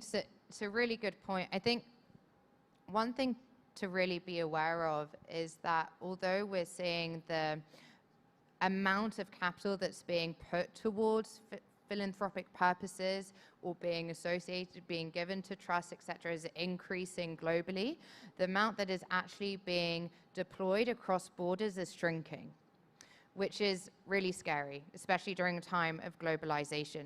And there are various factors which contribute to that enabling environment for philanthropy.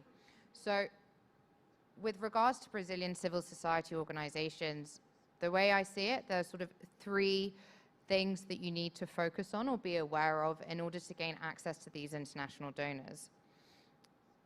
Number one is understand the regulatory environment of the country where your donors are located. Every country has different tax incentives to giving, has different regulations around whether funds can move across borders or not. It's not as simple as just approaching a donor and asking them for money. There will be either enabling factors or limitations around that. And working with an intermediary, and this is where partnerships are important, working with an intermediary such as CAF or with a local council that can help you navigate that is hugely important, because that will help you understand whether in one instance or not, donors are able to give to your organization. There are a few vehicles that can help you access that funding. So for example, at CAF America, we have a Friends Fund, which allows international organizations to fundraise in the States without having to set up a 501c3 yourself. And so we take on all of that administrative cost. The second is understanding the motivations of the donors that you're trying to reach. What we've noticed is that the culture of giving is actually linked to the country that the donor is from, rather than necessarily the country that they're living in. So something that we need to do is how do we encourage the Brazilian diaspora to actually give more and to contribute back to the needs that exist in Brazil. And then thirdly, it's during this time, the world is so turbulent, there are so many disasters, there are so many urgent needs. Donors, be they high net worth individuals, be it a family that's creating a legacy, being a corporate, they are being approached in so many different, through so many different ways. We see it within our own clients where people are becoming desensitized to urgent issues because it's just a constant demand. So understand what your USP is, understand how you're unique, how you're bringing in that local expertise, the solution that will help through if the donor invests in you, then they will actually be able to tackle a problem. And I know it's clear, but you need to clearly articulate it. And rather than necessarily focusing on impact, which is measured in so many different ways, and that's an entire different conversation, focus on the outputs. What we're really seeing donors be attracted to is, one, speaking directly with you as the organization and having that human interaction, if I can say so. And the second one is, what is your output? With the funds that they're going to contribute, how is that going to help the community that you're serving, or that larger, the secondary output? And also, don't be afraid to ask for unrestricted funding. Don't be afraid to be bold and actually say what you need. The power shift within philanthropy is shifting, and it's not, you know, the giving behavior has to switch, but it's not just up to the donors to change that. It's also up to the civil society organizations to request what you need. And intermediaries such as CAF are always happy to help that conversation along.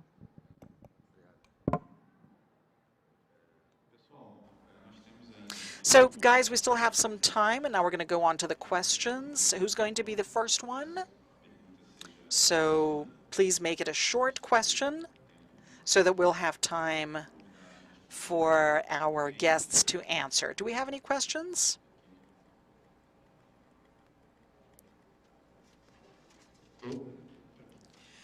Hi.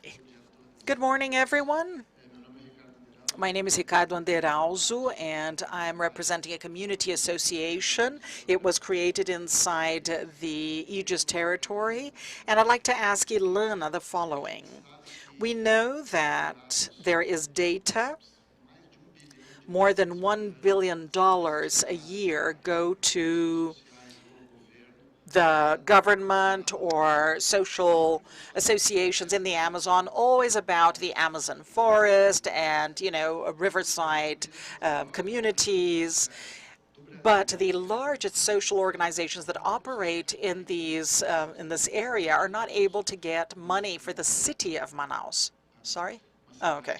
So it's a large city, more than 2 million inhabitants, and there's this, you know, tax reform scenario. They go through, you know, they lose their resources that are responsible for the growth of the city. So I'd like to know what you feel about this dichotomy, and that is they're very needy in Manaus. Well, I'm going to try and answer. And I think most people look at the forest from above, as I said, and the preservation of the forest is just a solution of the problem, not only for Brazil, but it's a policy for the world. So they feel the need to talk about the environmental production, and that's why many of these go to the forest. The city is going through a difficult moment because of the commercial zone in Manaus, and that's most of the economy. Most of the economy is in this industrial district, and they've tried to reinvent themselves. And then they can usually, Mariana can talk about this a little more, and how much this has brought in terms of PPA, bioeconomy, to try and strengthen this new way of bringing resources to the city. And also in the forest, developing who is in there. Now, the problems in the city are the same in any large city. That's what Luciana said. So that's very common. There's a lot of violence. And I think the Amazon is one of the greatest known indexes about the topic. And they're fighting in terms of economy to try and not have this commercial zone while, you know, keep it while you don't have anything else. And, you know, they just try to retain talent, because many of the talents, they are concerned about the future of the region, and they leave because, you know, this makes the region even poorer. I don't know if I was able to answer, but thank you, Ilona. Next. Good morning. My name is Helena Monteiro. I'm the director of the University of Harvard office in Brazil. I have a question. It's more of a comment, but I'd like to hear your reactions, including yours, Luciano. In my experience today, where I am, what I see is inequality in Brazil that is expressed in philanthropy, family philanthropy. And for some causes, it's a lot of resources very quickly, and there's a lot of concentration in terms of the donations and, you know, donators that support causes, that see each other, that know each other. And I see this panel, and I would like to thank Aegis because it's a daring panel that brings different perspectives. But I think that the picture of Brazil in the philanthropic area is the concentration. So do you feel this? Do you feel this concentration? And what can we do to deal with this, you know, to take this concentration out of donators, you know, giving to the same cause, or being, you know, very easy to donate to some names and organizations. And something that I wanted to hear from you as well is that I still miss data about family philanthropy, about the donations, how and when. Yesterday, in the meeting about the territories and transforming territories, we were discussing Econ, and one of the good things about Econ is the mapping and knowing the community, knowing the needs, and knowing what it's about. And I think we still need that in Brazil, especially for this sector. So I'd like to hear your reaction to this. Thank you.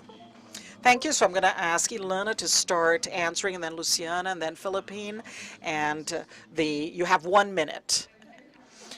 So the greatest difficulty is trust. And in the end, there's a lot of resources going to the right place. And, you know, there's no governance, there's no trust, there's no transparency. So in the Amazon, when you look at some institutions, you don't want to put the philanthropic capital of the family in these institutions. So maybe it's a lot of the same. And there's work here to make these institutions strengthen their governance, their data, this transparency to be able to attract to different causes. And very difficult to do it in 1 minute, but the cause of sexual violence. So I think they're not seeing this. Society's not seeing it. Why don't they invest in this? Because it's very, you know, very sad reality, and it's a police case, right? But in fact, there was a great partnership with Folha de São Paulo newspaper, and they produced articles showing, is it individual pain we're talking about here? Yes, it is, but there is a collective consequence, because it's not the individual pain of 1 or 2 people. I'm talking about thousands of children and teenagers who have their whole lives harmed in the future because of violence that happens when they are young.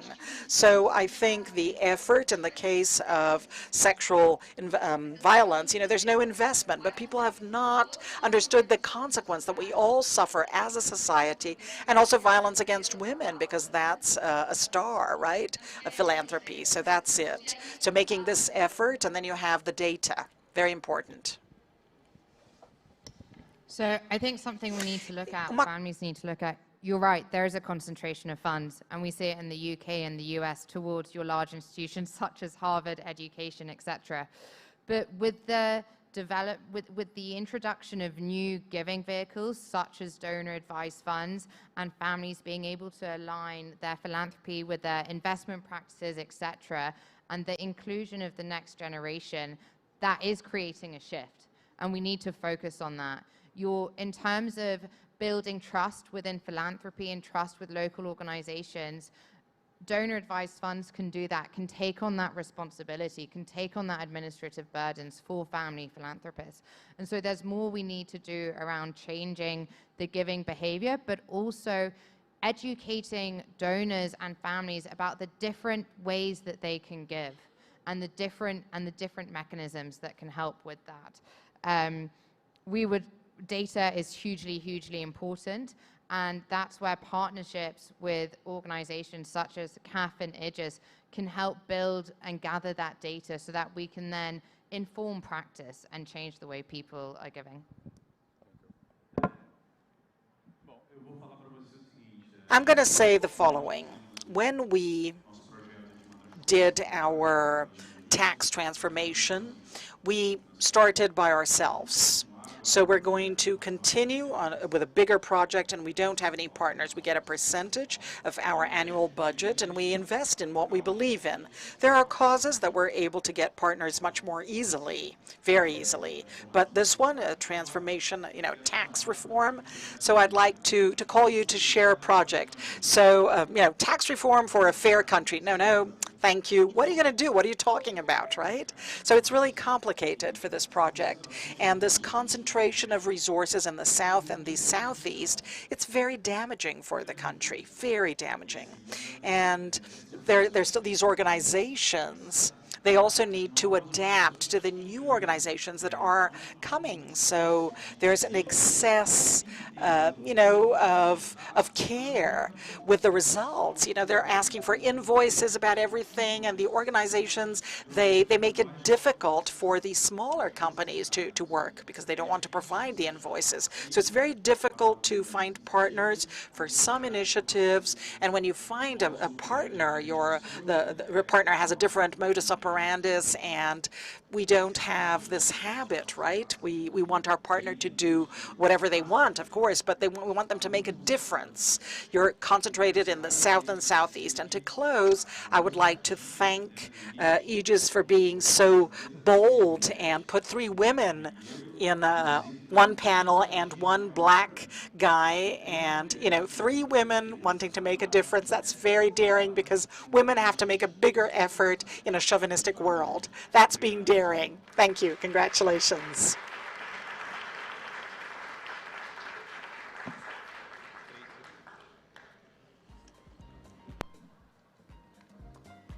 Obrigada por esse poder. Thank you for the power of this panel.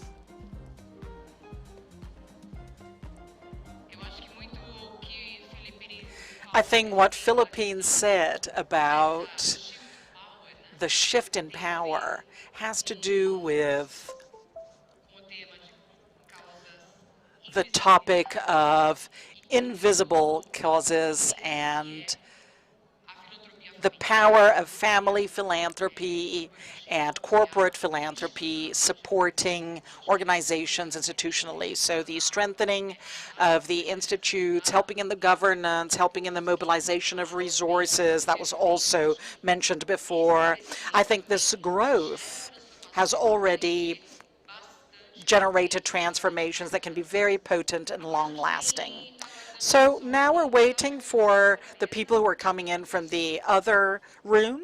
And meanwhile, we'll stay here with music, and in another 2 minutes, they will be coming in.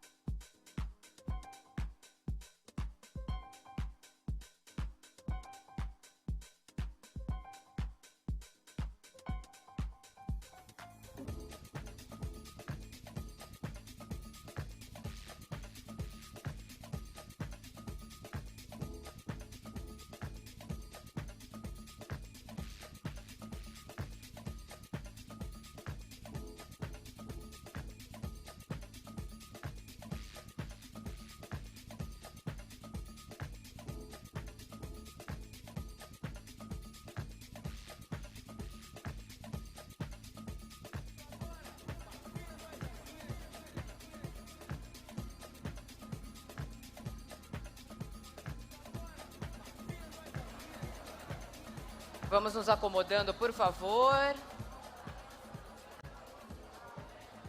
Onde estão os nossos empreendedores?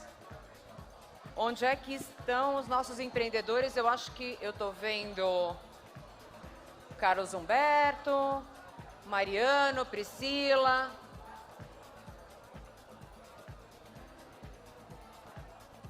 Cadê a Priscila? Tá todo mundo atrás da Priscila Cruz.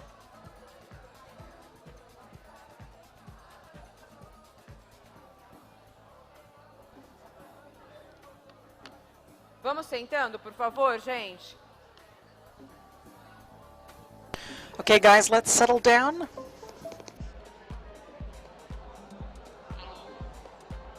Hello.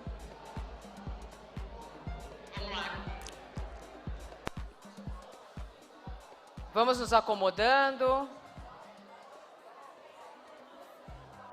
Please take your seats. We're going to start our next session. For you to know about innovative cases about entrepreneurship, social entrepreneurship. So these wonderful people were recognized by the Social Entrepreneurship Award. And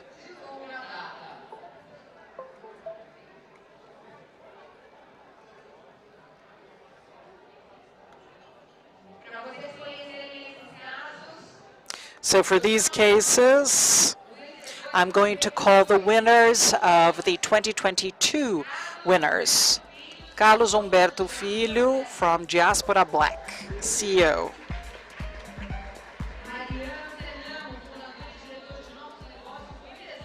Mariano Senor from IDESAN. Priscila Cruz, Executive President of Todos pela Educação. You also see Luana Genot in the picture, the founder and executive director of the Identidades do Brasil Institute. She is also a winner, but she was not able to be here today. So please take your seats, everyone. And now, this panel is going to be done by Eliane Trindade from Folha de São Paulo. Eliane.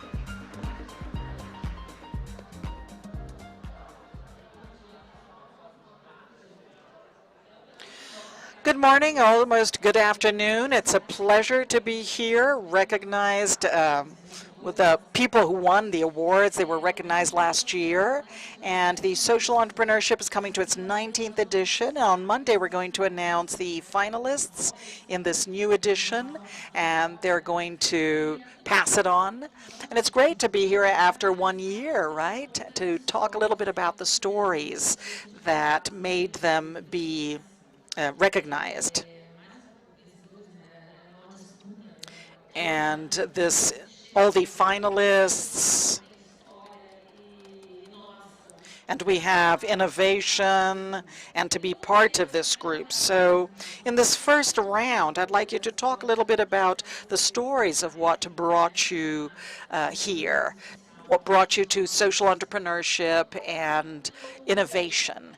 So I'm going to start with Carlos. So please tell us about Diaspora Black. So good morning. I'm a black man. I have dreads. I'm wearing a blue pants and a blue jacket and a white shirt. First of all, I'm extremely happy to be here on this stage because when they told me about the topic, being daring, being bold, I said, oh, I'm going. Because I'm a black guy and I won the award. I had to be very daring to get here, and so I have to be here. But anyway, I'm going to, I'm talking about diaspora, and I was very curious to know about what you understand to be bold. You know, what is daring for you? So sometimes we're talking about something obvious, but what is obvious? What is daring? So is ousadia actually part of the investments in your portfolio? Does your portfolio have people like us that are represented? Are you investing in businesses that are carried out by men, by women, by Negro people, black people, and trans people. Aren't we doing the same thing as we used to do 20 years ago in the last century? When I said in the last 20 years, our society changed. It changed completely, and sometimes it's easier to talk to a young 14-year-old than talk about many of them, because in these last 20 years, today it is not tolerated to have more oral harassment anymore and violence, and we had harassment and nobody said anything. And this kind of behavior is not tolerated anymore. So today, representativeness is something that is not just anything, it's an agenda. And if in each of these tables that have somebody and they don't have three, we have, your boldness that is going to be questioned because, poverty has color, sexual violence have color in this country, has a color in this country, and where is the boldness? And this is what I'm going to talk about, and my business is doing very well, so I can talk about this. We have overcome the second target of the year. At this moment over here, we are looking at the foundation, doing the structuring of the visit of the president, and we're going through 4 cities and the structure with these black people and looking at places where black people are. So we're producing encounters with more than 100 people, and the logistics is being done by a company that has black people. At this point, we've been working on the agenda of trainings, and we just did this. We just did an action plan, strategic action plan of the Ministry of Tourism and Equality and Investment in Afro-tourism. And this is for all of us to know the stories that were not told. And it's a moment of authority here because our business has been overcoming challenges, just like in the pandemic. And to get here, we didn't really have a lot of investment, a lot of opportunities. We did not sit at so many tables because, the levels were never enough for us. There were very few funds, and out of the few funds, I'd like to highlight 2. The Black Founders Fund, which is from Google, and we have received some support from them, and Next. Is there somebody from Next here? Anybody from Next? Because I would like to highlight Next. This was a result of this award. We started a dialogue with Next, and it was completely respectful. It was a diligence that is together with us, and they have the whole structure in opening up opportunities. We're going to be in New York in October, and we were invited by Embratur to talk about our work and represent Brazil. And in parallel, they are organizing a whole fundraising agenda, and this is very daring, and it's not an opportunity for many, and it's not many black women or men who have the opportunity to be here because it's very common to be in the slides.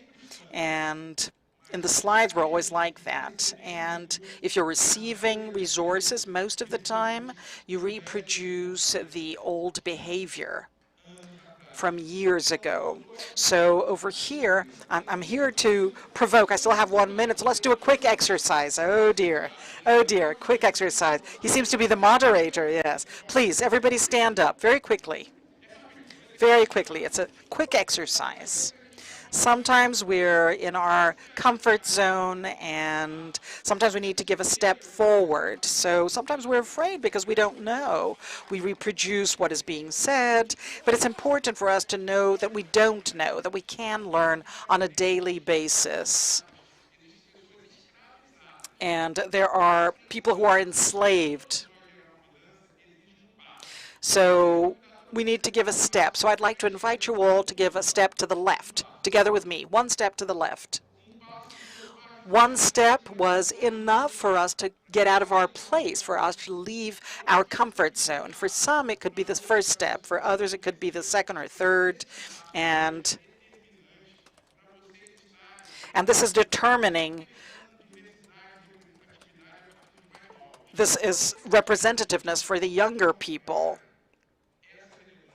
And this relevance is going to be left behind. So thank you.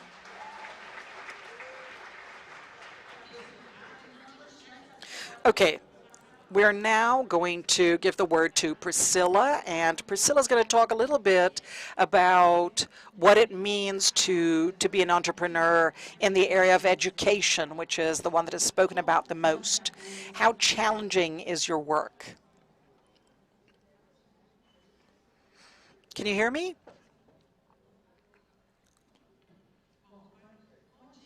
So good morning. It's great to be with you. I'd like to thank Aegis to participate in this panel. I think this has to do with people who are dealing with very difficult causes, and even if we're talking about education, it's very complicated to be able to advance in Brazil. And this is a fact. We just completed 17 years. There's still a lot to do, and we still have a long way ahead of us, and we have advocacy work.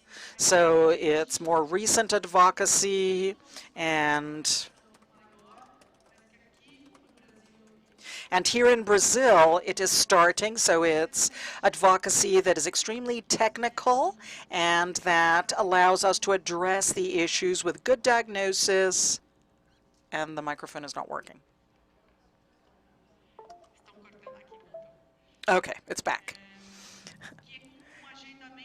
And we're talking about long-term for educational policies. So first of all, I'd like to highlight this point because, Eliane, we really have something that still has to be built in Brazil, which is an agenda about the priorities for Brazilian education. So in a way, we were able to put a few policies that are absolutely inevitable for us to make a great revolution in terms of the education we need. When we talk about opportunities, when we talk about a change in the composition of society, so inequalities are not going to persist, and it's not going to be the great market Brazil, because it's unfair inequality that we see in Brazil. So you really have to go through improvement in the quality of education and for everyone. And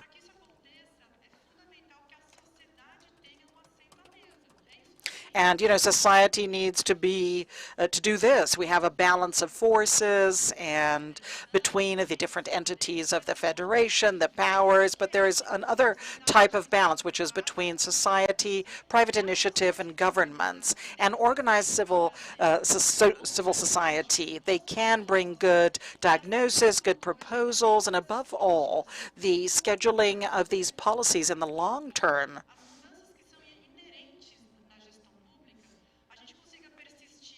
We can persist in full-time and a basis implemented, and the changes.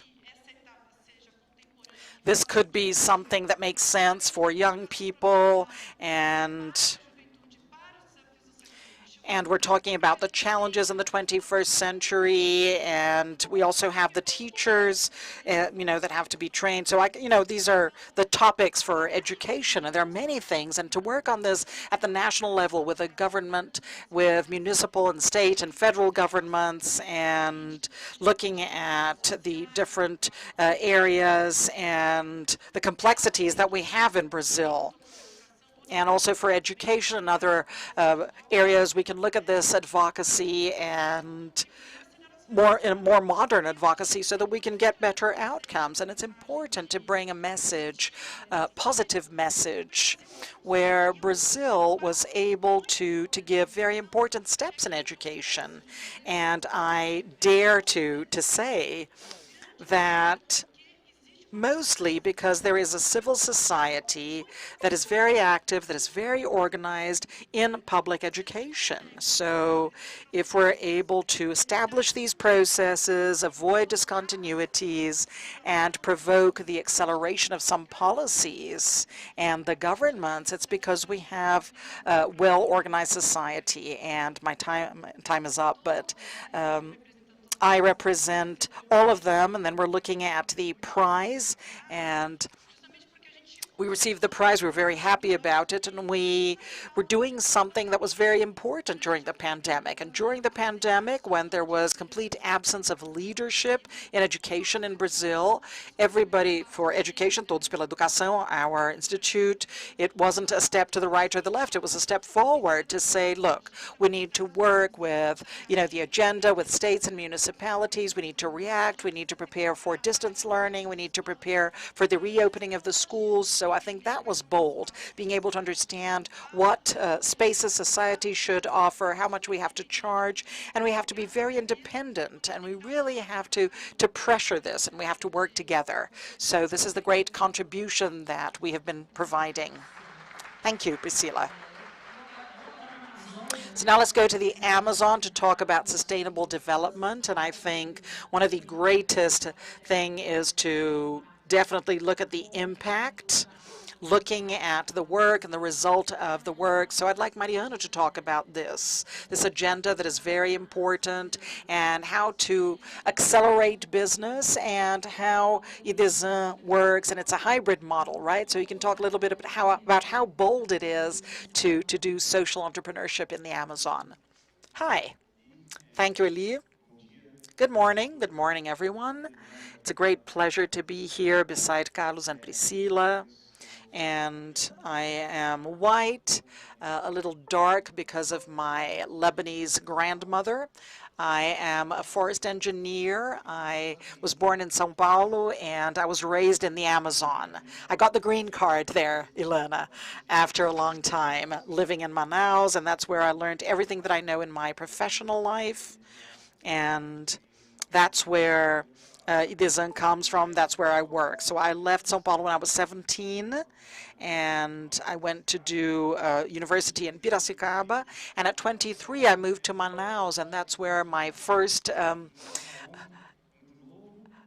bold thing happened. I opened an NGO, and it was not very valued in terms of philanthropy. I didn't really know where I'd be able to get money to finance the work, but it was a period of a lot of learning. It was a backpack, right? It was a backpack, right, your NGO. At the time, they said that we were not an NGO. We were an INGI, non-governmental individual. So I'm an NGI, not an NGO, because I took my documents in my backpack. But, that's how we learn. We learn to overcome with difficulties, and we learn to face the problems that we have. And more recently, we went through AMAS. AMAS is an accelerator of business, and our focus is to help entrepreneurs who have the intention of helping society, and AMAS wanted to provide hybrid funding. They have philanthropic investors, they have individuals. Ilan is one of our investors. It's a great pleasure. And Idesan is an organization from the Amazon. We are based in the Amazon. 60% of our collaborators are women. 62% of the leadership positions are also occupied by women.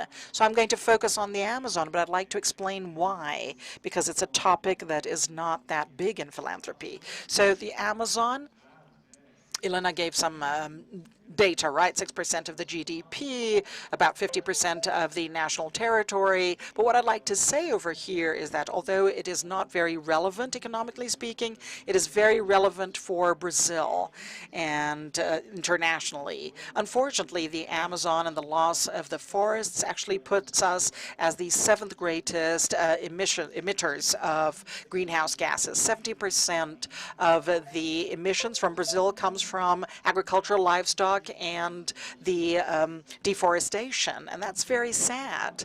And it's also a great opportunity for us to become relevant in terms of internationally. So if it's something that I believe that Brazil can occupy, it's the position of prosperity, solving the biggest problem that humanity has today, which is climatic changes. So we see this every day. So it's not an environmentalist who is talking about this. We're going through a complicated period, and I'm going to talk about boldness in a different manner here.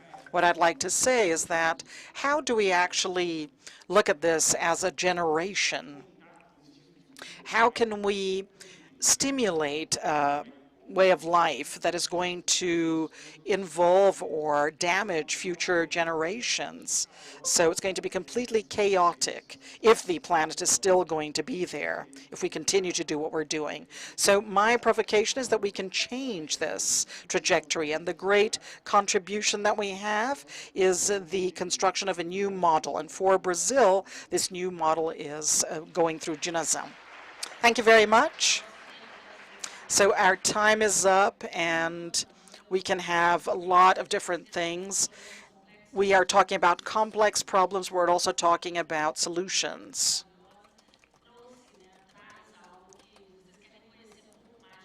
So you want to know more about these trajectories. If you want to do that, we have a lot of material about these organizations and the profile, so they are here to show that there is a way of doing it. We do have solutions, and they are daring to make these causes be seen the way they should be seen, as solutions.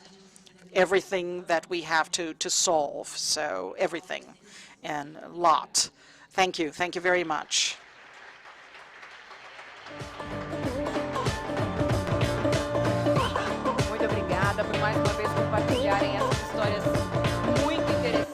Thank you for sharing these very interesting stories. When I see these winners of the award, I admire your work very much. I'm very touched. Congratulations. And now we have a special guest. Sir Ronald Cohen is an international investor, an entrepreneur, a philanthrope, innovative in terms of social issues, and in 2012 he received the Award of Innovation in Social Finances from the Rockefeller Institute, and between 2013 and 2015 he presided the working group of social impact in G8. In 2022 he launched the book Impact, a new model of capitalism to generate true changes in the world. And he is considered today one of the popes in investment, impact investment. He is a daring personality, and we're talking about evolution of the impact. So unfortunately he could not be with us in person, but he sent us a video, and hopefully it will inspire you. It's a great pleasure for me to join you at the Brazilian Philanthropy Forum in São Paulo. I wish I could be there in person with you, but I'm speaking to you from France. Philanthropists have a major role to play in the impact revolution which is underway.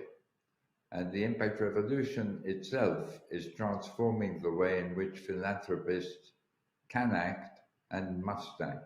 What is the impact revolution? The impact revolution is basically shifting our economic system from measuring risk and return to measuring risk, return, and impact, created by companies and by investors. And the pivot point for this revolution is transparency on the impacts created by companies.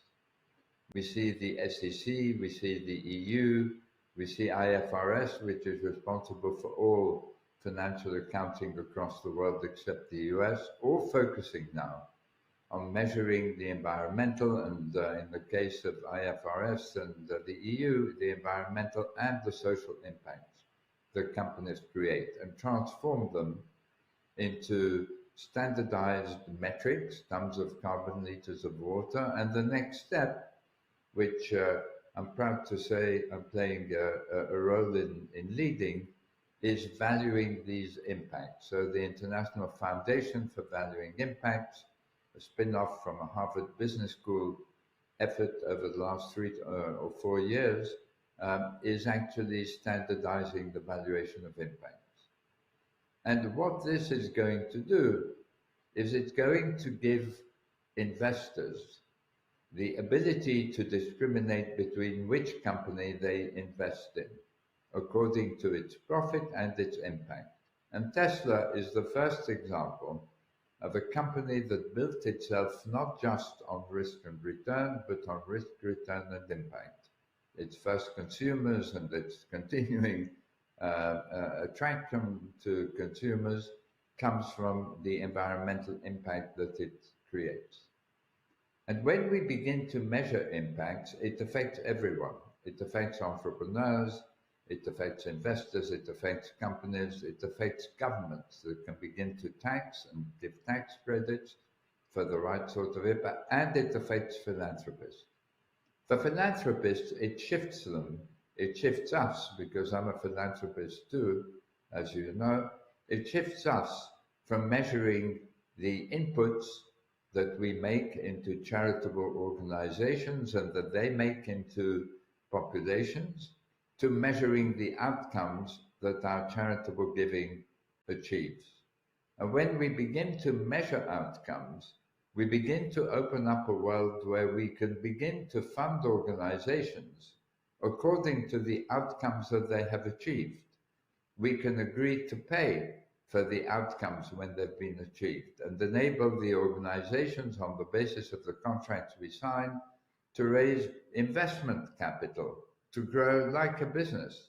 And the more impact they deliver, the more lives they improve, the better the returns to investors, and the more money investors can raise. And the other thing that it leads us to do as philanthropists is to align our investment activities in the endowments of our foundation with the aims of the foundation.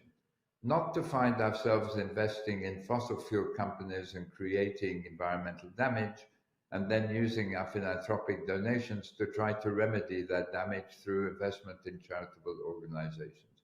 So those are the ideas I wanted to share with you as you debate the future of philanthropy in Brazil. And my bottom line for you all is this impact revolution is something that philanthropists are leading in many countries now.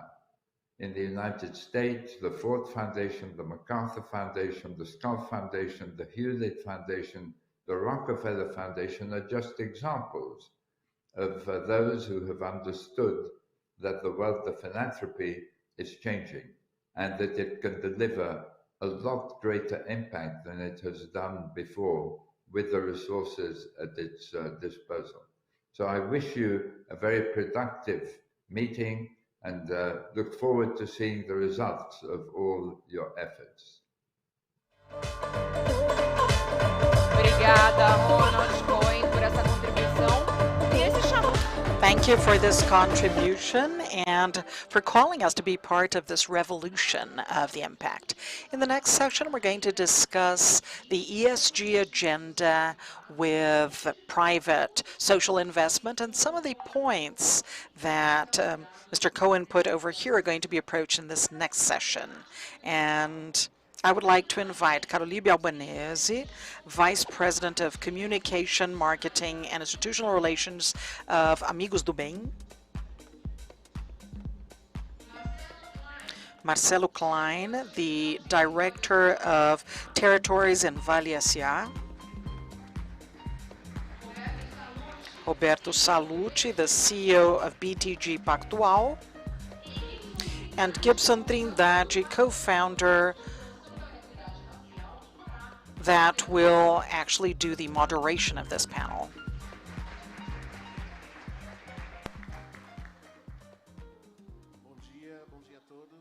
Good morning, everyone. It's an honor to be here today at the invitation of Aegis, discussing such an important point, boldness. So I have to provoke you, and I'd like to thank you. So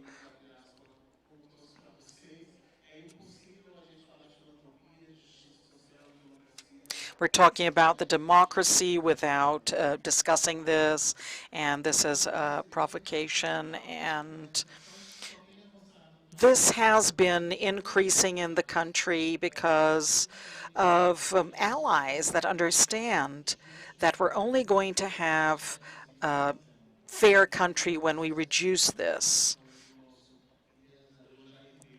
So this is Jair Ribeiro, who created and had the great idea of creating this protocol and, putting in companies the perspective of greater racial equity in the market. Thank you, Jair.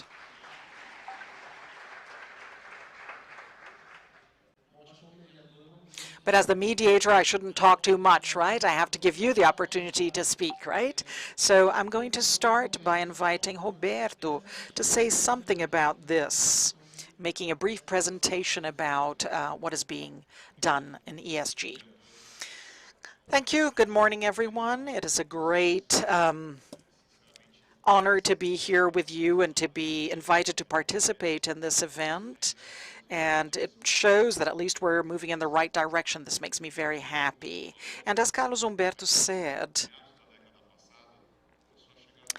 we started getting the ESG demands. So if we're talking about clients or investors or regulators, and we looked at that and we said, we can see this in a bureaucratic manner. We can do the, checking of all the boxes. We're going to do the due diligence. Fine, or we can actually accept this provocation, we can accept the challenge, and we can take advantage of the opportunity to transform the institution. And that's the agenda we decided to follow. And there's great impacts in terms of the image, in terms of talent attraction, the engagement of employees, but mainly this has great impact in the creation of value for the investors. So when we just need to open up, if a person needs to open up an account, if you have slavery, if you have environmental damage, if you do any of that, you're not able to open an account. And this became part of our rules. And then our ESG team and all of the credit committee, we had the same power of the risk of credit or of the legal aspects. So our ESG team could block any credit operation if it did not follow the criteria, and this is becoming regulatory as well. And this could become something bigger, and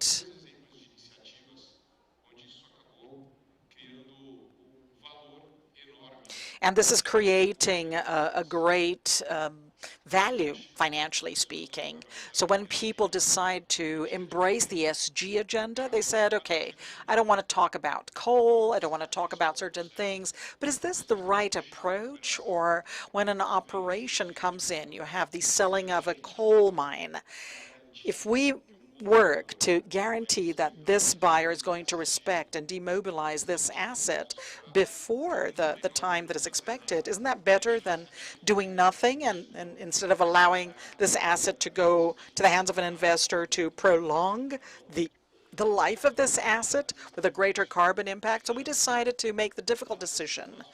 Not the easy one of I don't want to come close. We're going to vary, and we're always going to act to be able to improve the environmental impact, the social impact, even if this gives us more work. And there was an example of a transaction involving a coal mine. It was the first time in the history of Brazil where they negotiated with ANEEL the reduction of the PPA deadline so that it would be decommissioned before the expected time, and the investor committed in research in the capture of carbon. So it was much better than not having done anything and allowing the investment to come over to the investor, and that would elongate the price of the PPA.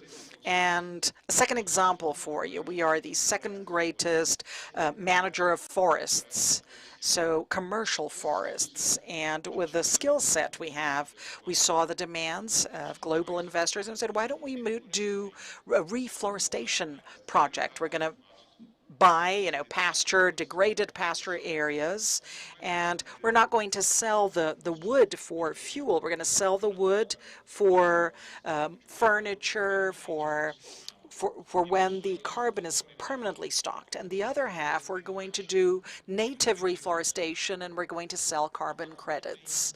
So there is a line of investors, and over the next 5 years, we're going to plant 200 million trees.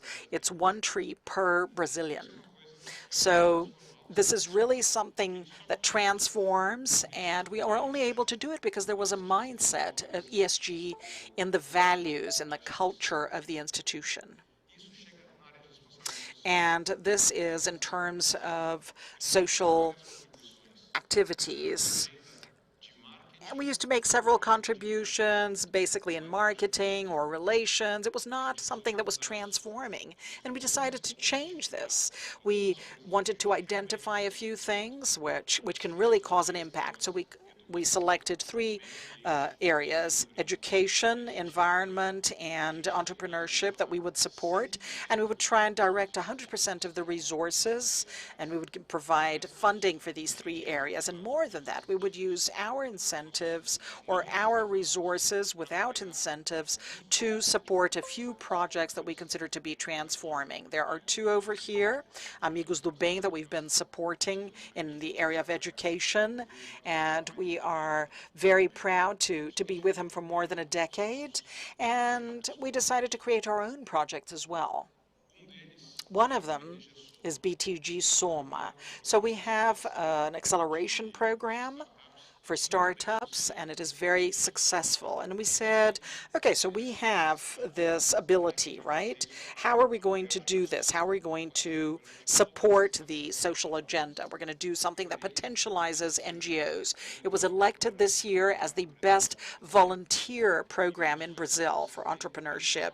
And you see the impact of who is there, able to generate a lot more results. And then you say, and Aegis is a great partner in this project. So we anchored the scholarships from Intelli. So any student that passes the selective program in Intelli and cannot pay for his studies, he will receive a scholarship that includes also food and residency, English, computer classes, and diversity comes naturally because in Brazil, talent is not badly distributed. It's the opportunities that are badly distributed. So we have two new pilots of projects that we're going to scale up. One of financial education, because we believe that the more financial education the Brazilian population has, the better the quality of life.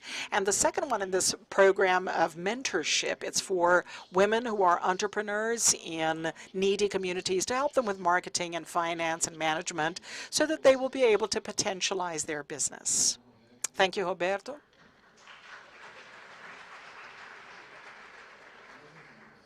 Very good examples. Carol, I am a fan of Amigos do Bem, and we know that you are a great reference in the subject in terms of strategic relationship. I'm from Pernambuco. I know your programs closely. I had the opportunity of being in some of these places, and I'd like you to talk about the relationship of your experience in this very positive contribution to Brazil. Good morning. First of all, thank you very much. Amigos do Bem is done by many people, many friends, and I am the daughter of the founder, and I've been a volunteer since I was very young. And I like this topic of boldness because, you know, people do it within their context, in their way. We come out of our comfort zone to generate impact and transformation. And when we talk about Amigos do Bem, we're talking about the boldness of somebody from São Paulo with 20 friends 3 decades ago from São Paulo, from the center of São Paulo, going to the Northeast, because we had seen something on TV, and we know that's where the focus of poverty was in Brazil and where few people really tried to help. And they were really abandoned in Brazil. And we went, and it's bold because it's bold to work in this very distant region, distant from São Paulo, different from urban centers, and we have 150,000 people in 300 different villages in Alagoas, Pernambuco, and Ceará, and we have a huge challenge, logistics challenge, to make these resources get to these regions. So we're talking about the place where you have the biggest drought. Many animals don't survive. Imagine the human beings. They don't know what a shower is. They've never seen a bathroom. They've never seen a TV. And they didn't even know other people aside from their family. And that's where we're working. So I think it was bold to get to these people. And in second place, I say that we work 360 degrees. Look at the challenge. There are several projects inside a project. So many people, they work with great initiatives, and we're in all the areas. And we had to learn how to do this. We didn't have the specialty, everybody for the education, and we had to learn. We had to learn about health and water and food, and this was developed because it was a region where we didn't have anything. We had to develop the basic things, and we had to create opportunities to rupture this cycle with transformation, education, work, and profit. And we were also bold to tell human beings, you're never going to be hungry again. And when we work with a family in this area, we have a commitment. So we bring opportunities and resources for them to transform their own reality, and we help them to come out of this very deep well, difficult well, and they become a multiplier of what's good. Not only helping once in a while, but make them multipliers. And there are daring things in many aspects, because in a project like this, we're developing a large project, and Amigos do Bem has a business, a social business, and we're talking about education, but where are they going to work, right? We had to take productive units, and imagine creating 15 units in the middle of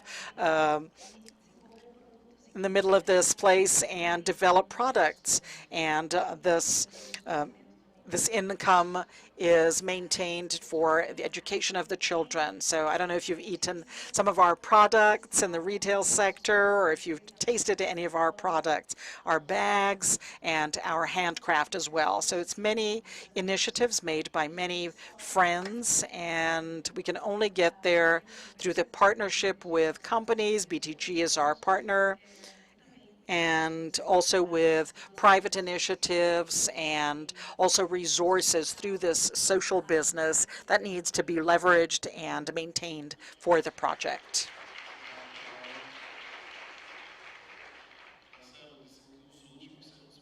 So the last ones will be first, right, Marcelo? So how has Vale seen boldness in their private initiatives and associated to ESG? So good afternoon, everyone. Thank you, Aegis. It's great to be here with you. Vale is a great mining company, and our acceleration in ESG over the last 5 years was based on a lot of pain with what happened in Brumadinho in 2019. So I was in this project for 4 years and 1 month in the recovery, and we looked at the management of territory. The only thing I see is that territories is very challenging, and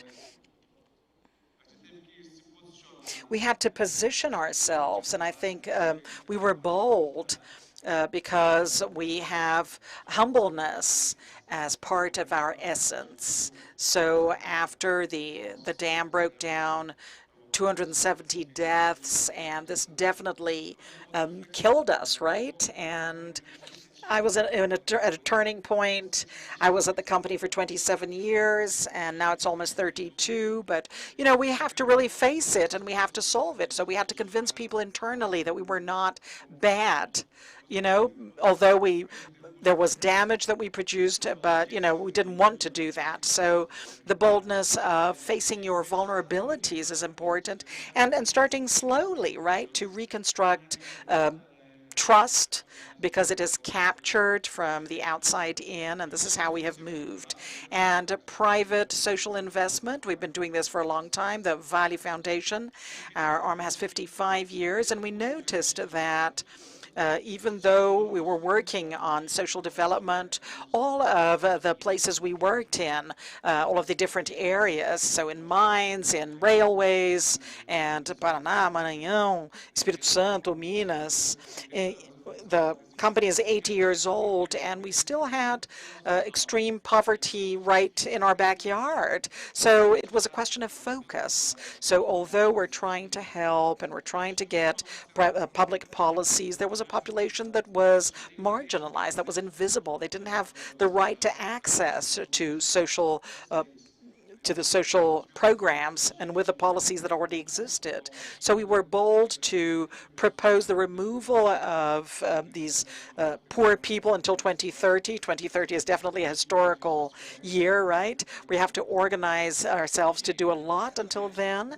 And this public target that we declared in New York for the investors, it also brings a lot of boldness in terms of the capacity to carry things out and adjust the flight plan with the plane flying, right? We don't have a methodology that you simply implement. We are building a series of partnerships with the Oxford methodology and listening to many people here in Brazil, and we're very humble to realize that the pain of those who feel is different from the pain of those who study. So you have to balance the best of knowledge and the best of those who live because of knowledge of life and because of suffering and experience, different from the formal structuring. So we have to bring these two worlds together. Accreditation. So how are we going to prove that we're able to do that?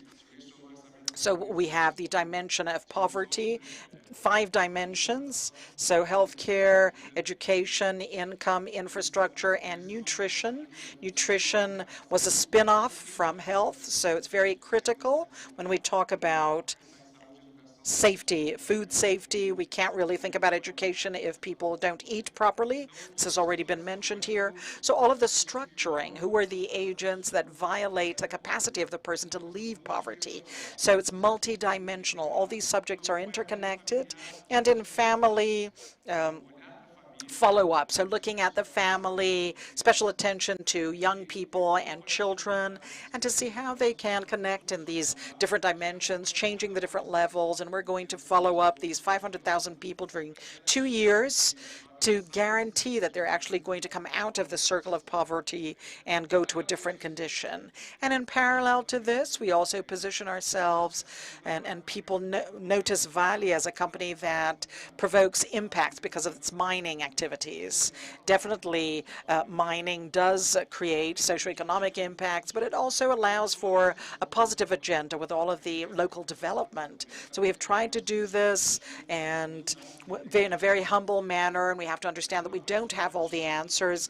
Everything is very big and everything has to be overcome. We're an elephant with an X on our backs, and we have a target on our backs, and we have to work a lot on the people who have a direct impact. So we are perseverant, we are trusting, and we're following this path.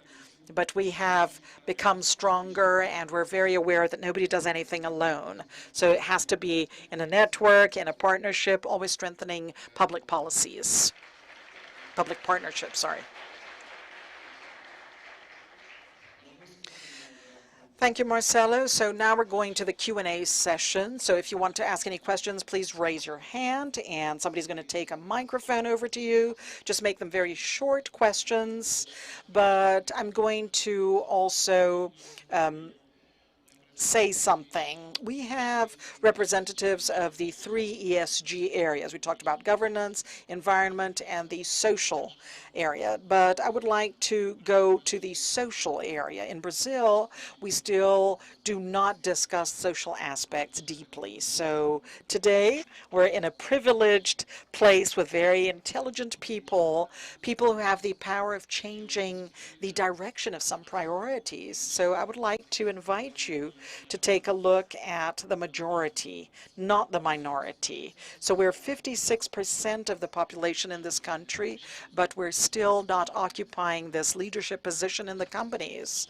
We're 56% of this country, but we are the majority of the people who leave school, of people who go to prison. We have the highest rates of mortality due to violence. So we are a majority in all of the negative indexes. And this is not something random. It's not disconnected from the historical and cultural aspects of the country. So you have the responsibility of changing this history. So I hope that in the next forums, instead of talking about problems, I hope that we will spend our energy talking about advances and what we have conquered every year with regard to the change in these terrible agendas that we still have in Brazil. So racism in Brazil exists, it is still being fed, and we have the obligation of combating this.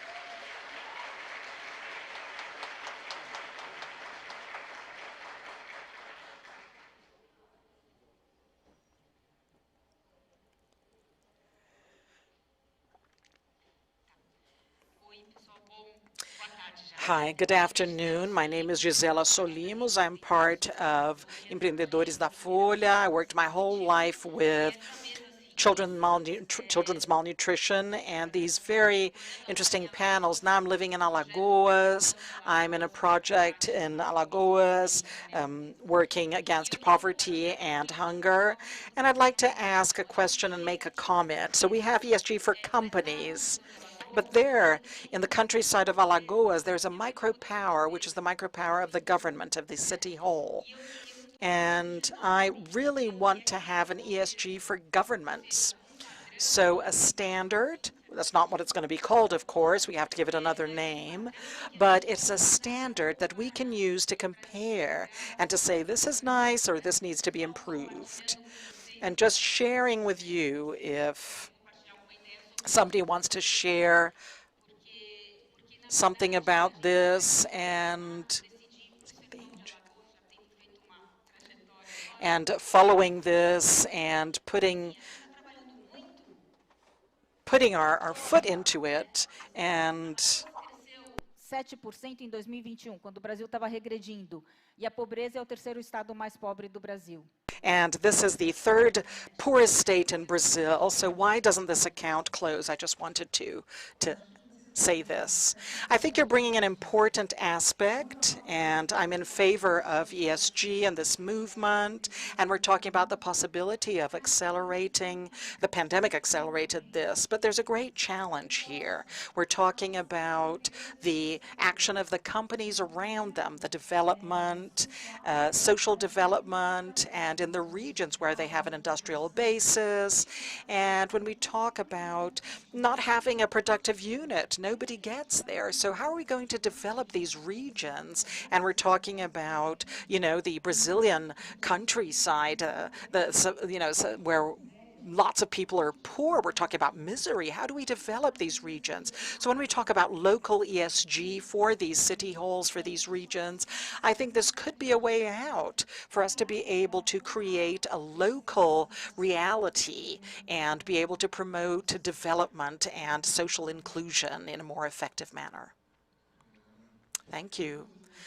I'm going to add on to that. So in a way, when we talk about social problems in territories that have a very complex agenda, so historically we bring a lack of data, a lack of information, lack of statistics, and I'm going to continue talking about the racial aspect as the deepest of everything. So we have a tool that helps companies to understand their racial inequality, not in a punitive way, but in an educational manner, because it is a strategy, it's an action plan to correct this problem. And this has to do with, the community. So the company is not isolated, as we said, and making the company understand how unbalanced it is, and that also provokes it, how unbalanced it is with regard to the the sector. So we also have an index per sector according to the classifications of the IBGE. So you're in the mining area and you can't really compare to the retail sector, you know, and health and education. So it's important for you to know that today we have tools, we have technology, we have alternatives to help the companies to conduct this us in this path, which is to have greater equality.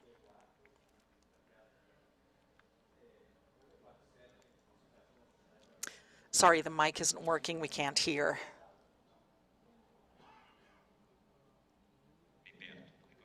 Okay, now it's working. Eduardo Settling from the Associação Nossa Cidade in Belo Horizonte.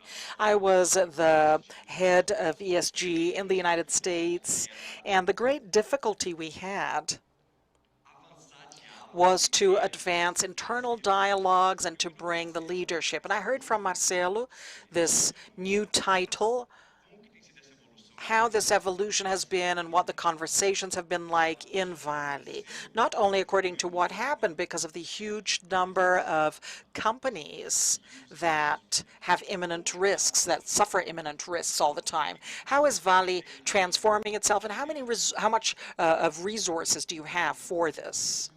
Thank you for the question. This has been a challenge, and the main positioning has been sustainability, and this ESG agenda is not a little box or one person who's responsible. It's something that has to permeate, and our target is everything that we do has to have the principles of sustainability as an anchor. So we have behavior that we share with the employees. We have the issue of open dialogues, transparent dialogues. It's listening. Is the community, is the society. So this connection between the citizen that feels the climatic changes, that feels the social pressure, racial pressure. So this is not part of him. So he comes to the company and he feels this. He's a victim of this. So you can't really be disconnected. So the great challenge is, or the great effort is to create this so that everybody can share this, so that every employee can be part of this transformation. And from then on, a big connection with the territories. And I've been in the company for 32 years. I'm a chemical engineer. I have technical patents from Vale, so I've never been in the social area. And I was thrown into this situation in the worst moment of the company, which is when the Brumadinho Dam ruptured. And there were thousands of victims, and I was in an environment that nobody wanted to be in. So I needed to have the courage and the boldness to be there when, you know, when you're not seen very well, when people don't like you. You know, we have to take care. We have to take care of these people. So this was the turning point for the company. We're noticing that it's no use. We're never going to have sustainable development if you don't have something around it, and this has to be broadened. So we have social actions, just like we do in Maranhão. We have a substrate that is huge for our activities, but we also have a lot of support in the national view as well. So the great effort has been internal, so taking every employee. This is part of the agenda of the company, and we're also working on decarbonization, and in energy we are providing ores that are going to be able to do this. So the balance of different areas that allow us to have the internal and external communities to realize that it is possible to reconcile and to make these changes, social changes. Thank you, Marcelo. Roberto, I'm not going to allow you to escape, Roberto. We know that the companies have been advancing with regard to ESG and indicators, monitoring of data, but when we talk about private social investment, how do the investors look at this? How has this been moving inside these groups?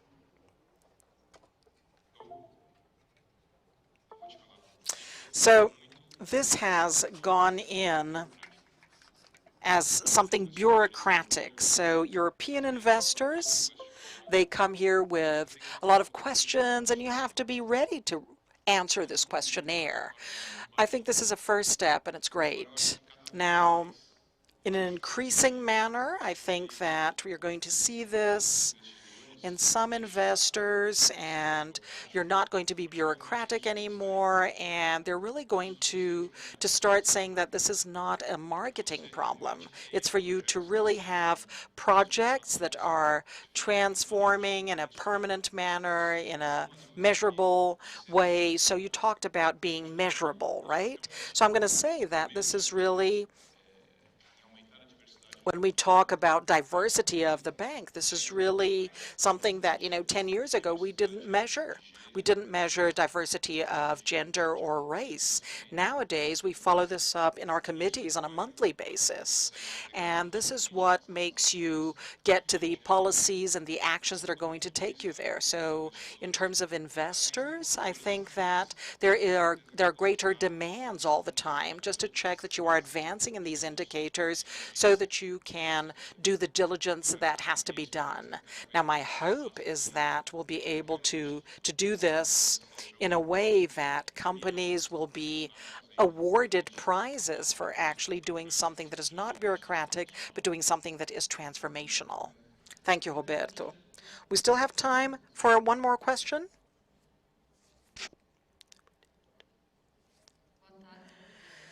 Good morning.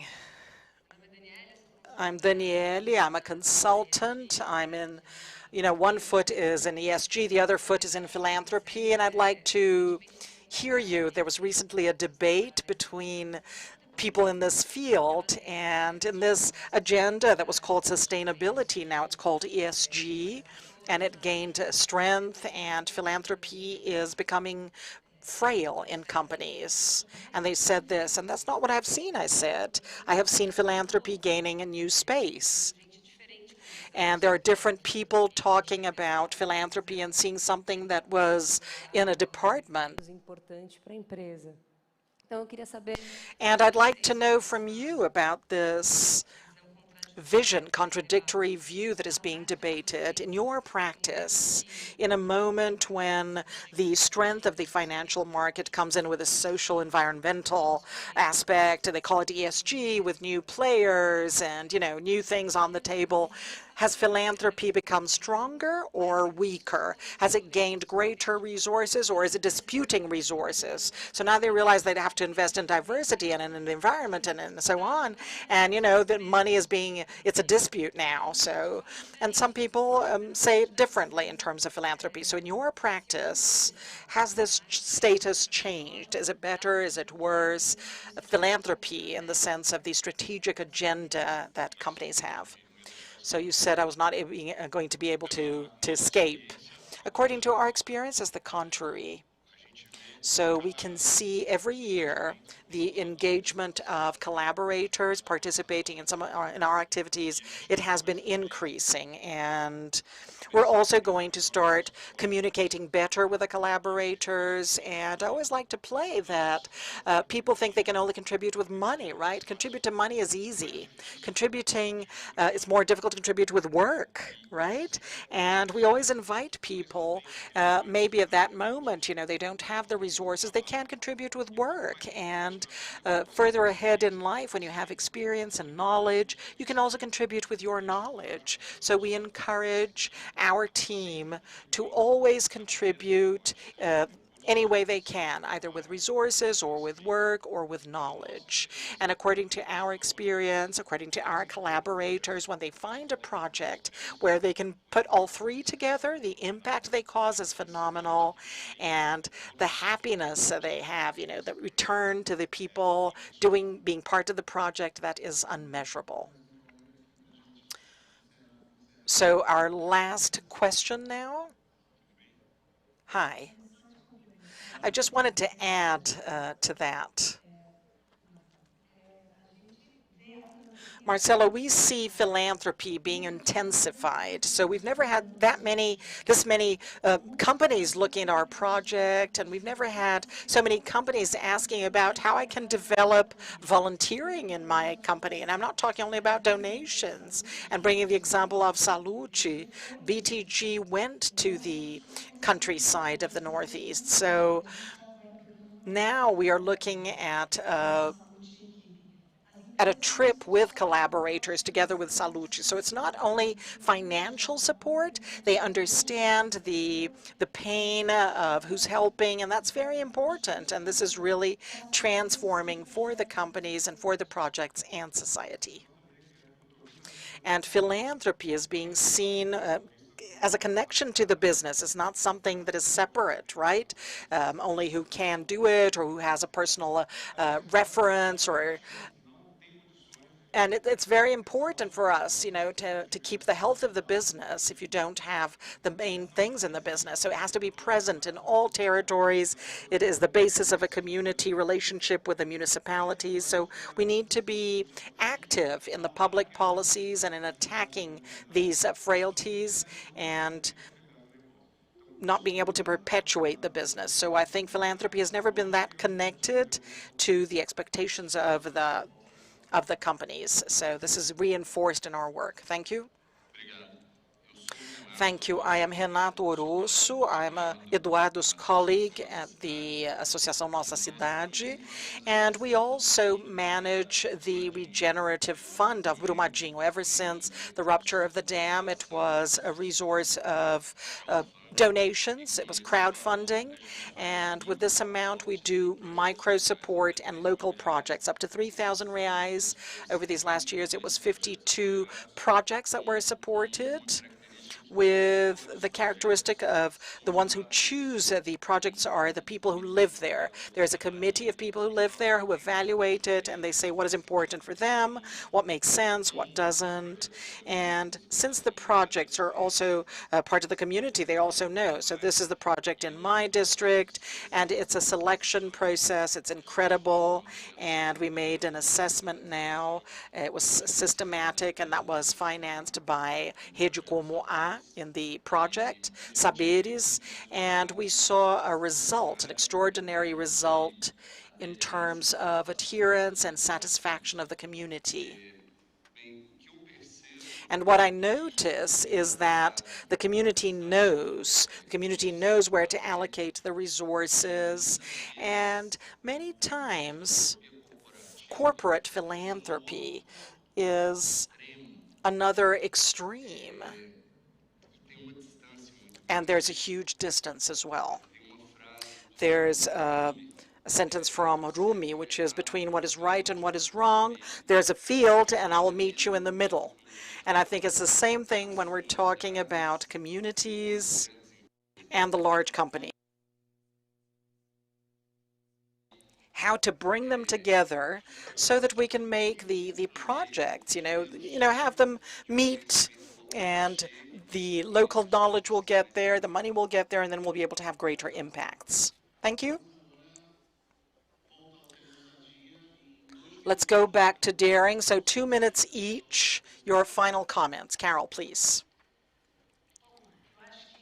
Well, I think we're going to continue using it to transform. It's important. I think that everybody, when we talk about a social project, many people who are in this position, like Amigos do Bem, we have to help the companies to change their culture. So we have done this. So sometimes the companies say, oh, I have financial resources to donate to housing. No, but that's not what the region needs. They are hungry, and we need to develop the generation of income and water, and we do this with Amigos do Bem.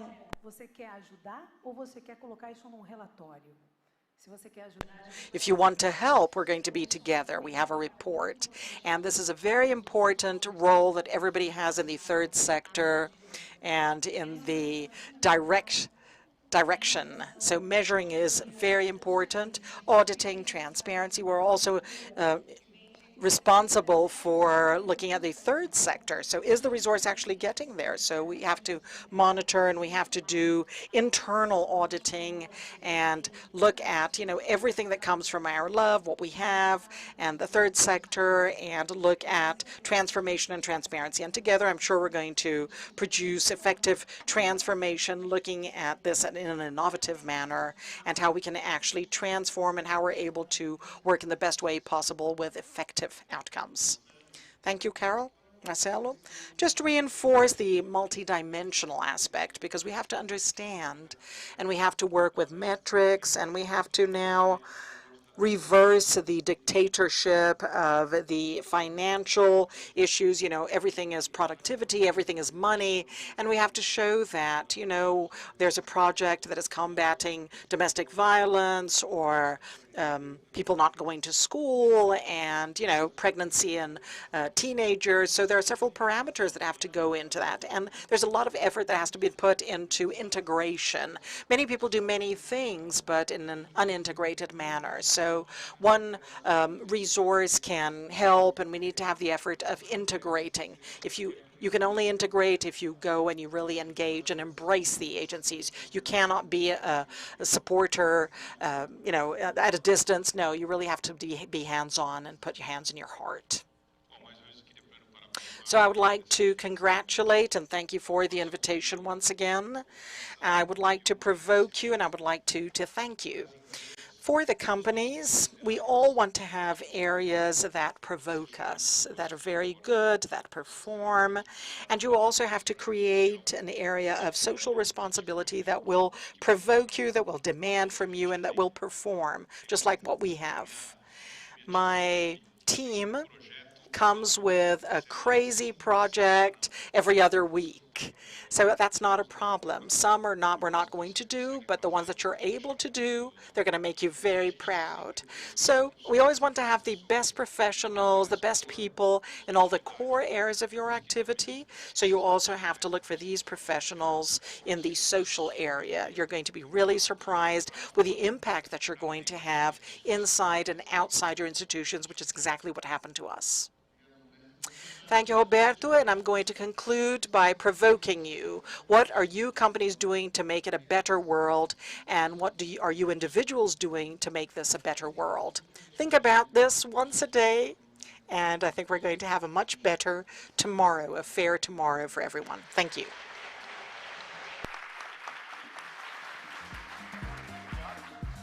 Obrigada por mais esse painel. Thank you for this panel. This week I heard an expression that translates what has been discussed here. Before we talked a lot about the borders, the borders and,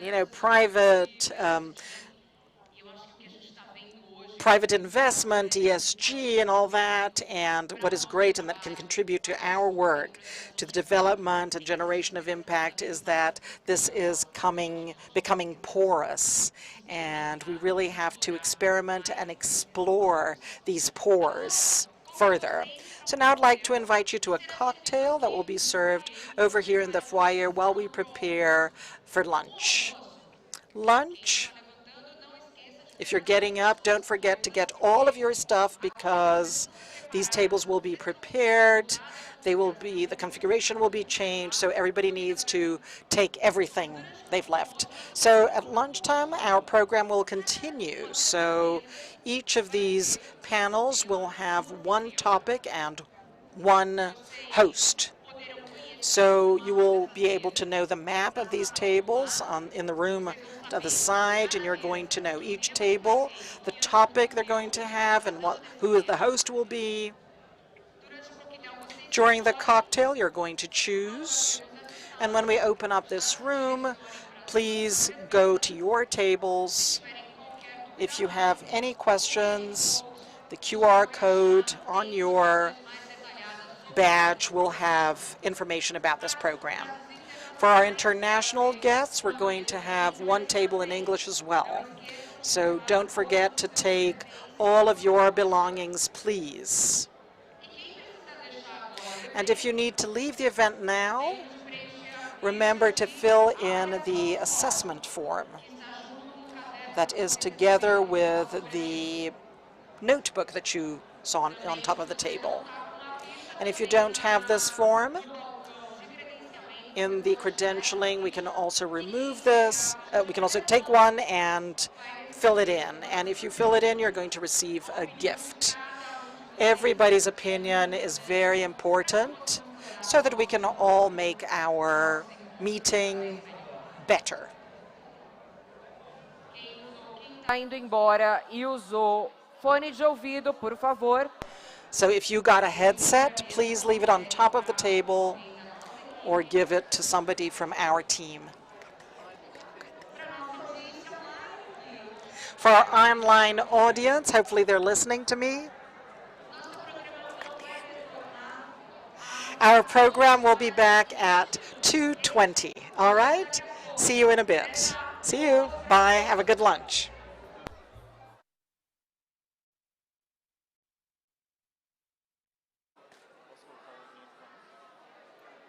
Por favor, dirijam-se ao salão ao lado, onde o coquetel está servido. Ao sair, não esqueçam seus pertences.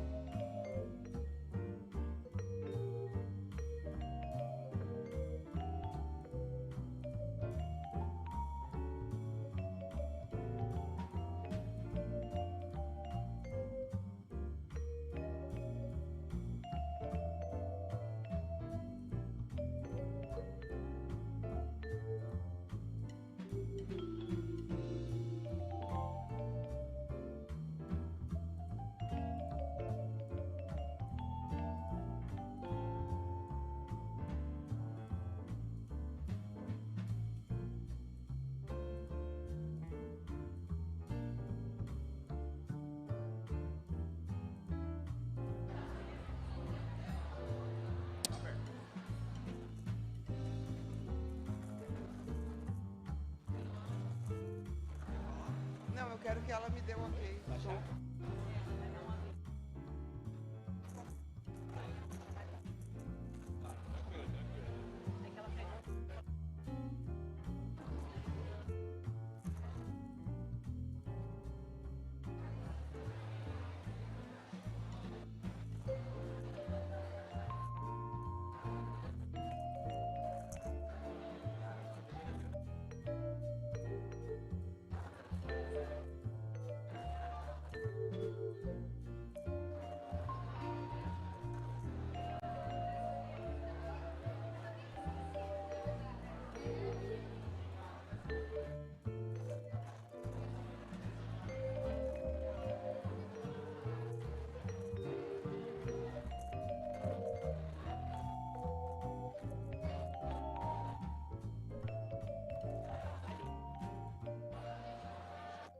Senhores participantes, podem retornar à sala principal. O almoço já será servido. Falou pra caralho.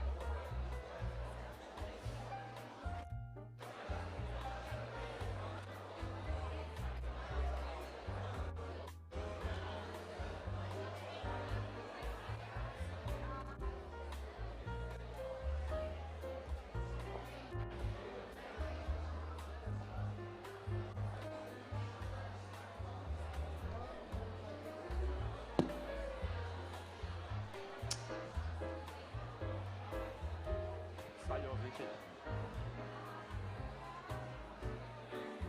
Agora estabilizou. Vai lá no fundo lá de novo lá.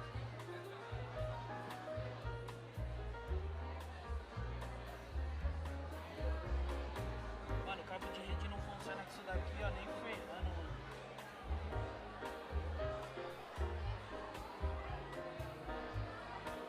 Cabo de rede não, né? O rádio de microfone.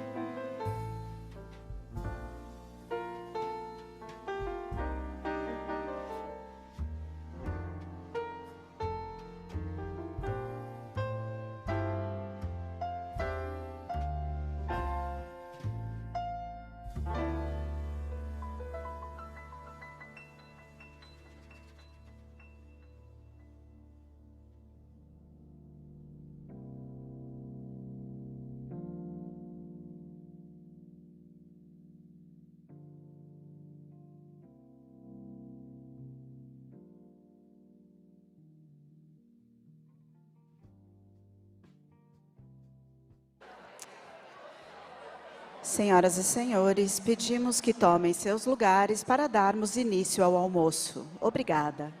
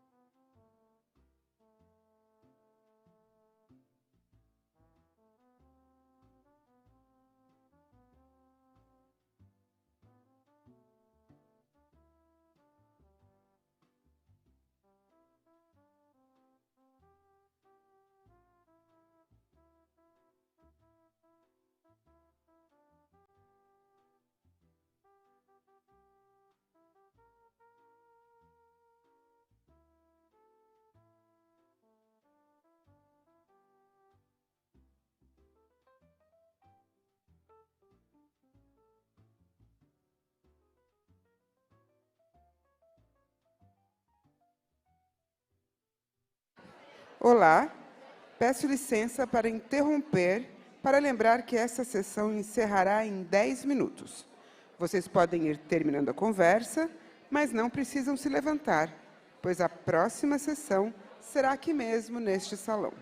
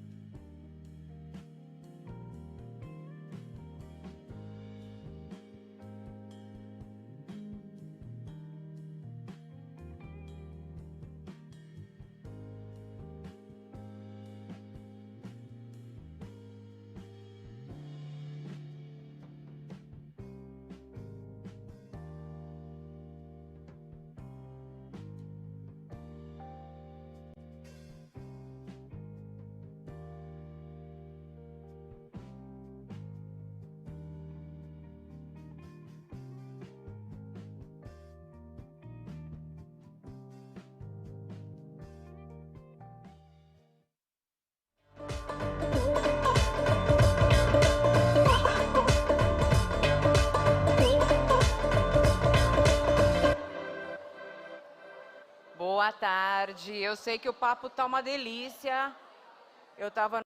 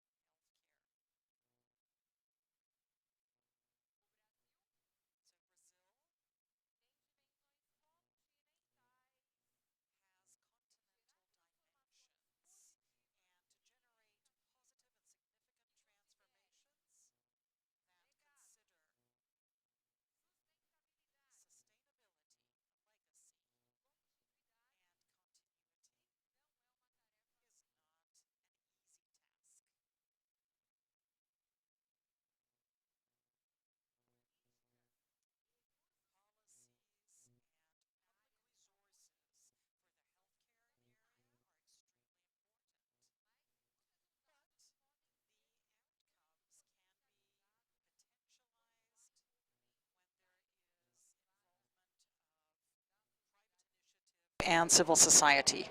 Oops.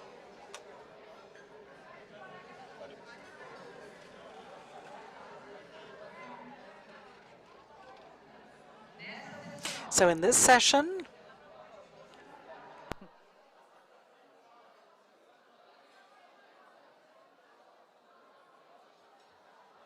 Dois segundos, já volto. I'll be back soon.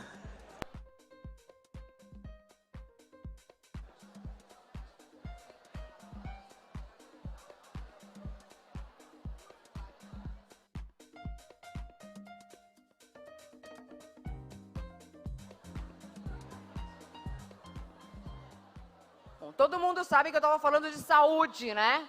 E da importância.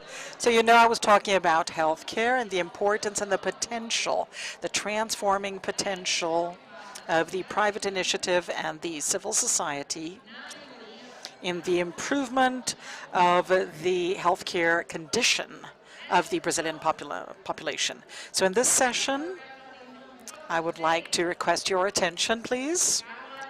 Carla Reis,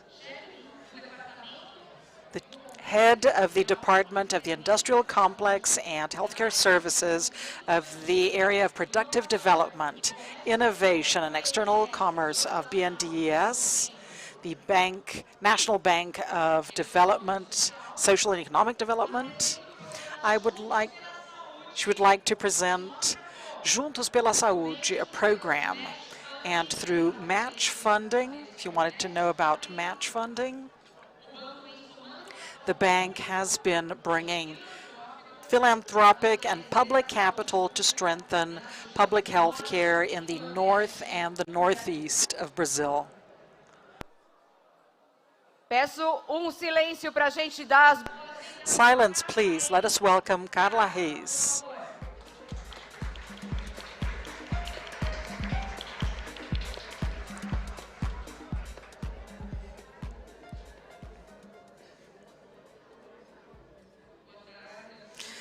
Good afternoon, everyone. I know people are still being entertained with a lunch. My name is Carla Reis, and I am the head of the Department of the Industrial Complex of Healthcare Services in BNDES. And I would like to thank Aegis and the organizers of today's forum for the invitation. And I'm going to talk about the context of the BNDES and our match funding initiatives, and also highlighting healthcare. So in the BNDES, we have an integrated view of health. And there's an understanding that we cannot think about the healthcare services without thinking about the discussion of the industry, so that we can actually promote growing access of the population to quality healthcare services. And in BNDES, we work especially with credit instruments and variable and reimbursable income. And until recently, we did not have any experience with match funding instruments and with mobilization of private social investment. This was something new that came up in BNDES since the pandemic, and they asked me to say, and talking about today's topic, which is boldness, or being daring. So for us, we were very daring in being able to very quickly in 2020, in the middle of the chaos, our first match funding, and we were able to leverage 140 million reais, bringing the resources of the BNDES and the resources of private initiative. And our model, for every 1 real that was donated, BNDES would provide 1 real from its budget. The resources that are used for this kind of action, they come from the profit of the bank. So it is a specific separation, and at that moment we work with the Cital and Bionexo partners, and then we also have the Santa Casa de Misericórdia in Brazil, and these partners worked pro bono in this project. And with this project, we were able to mobilize, as I said, 140 million resources. It's more than 90 million individual protection mechanisms that were donated, 20 units of oxygen, 270 cylinders, and over 600 coolers for vaccines. More than 2,000 hospitals and about 9 million people benefited with the use of 73 partner companies. And during the pandemic, we became very excited about the model and the capacity that the match funding has of leveraging resources. And before the non-reimbursable and BNDES, we worked with a lot more internal resources from the bank compared to the possibility of getting private resources for this partnership. So as from the emergency situations, we thought it would be important for us to have more match funding and with a more structured bias. And we made a diagnosis of regions, more needy regions, and looking at some basic indicators like life expectancy, child mortality, the number of doctors per 1,000 inhabitants. And we defined the scope of activity of this initiative, Juntos pela Saúde, Together for Health. And this is for structuring projects in the North and the Northeast. And the idea is for us to work focused on municipalities that have less than 1 doctor in 1,000 inhabitants.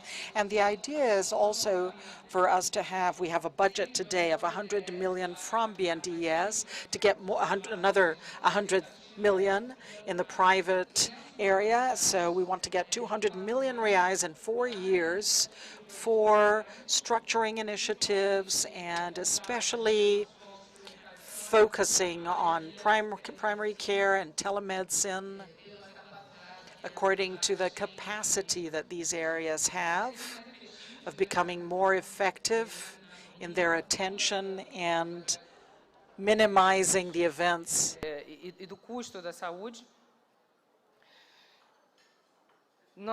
A gente fez então a gestão do So we did the selection of the manager, and our manager is Aegis, also the organizer of this forum.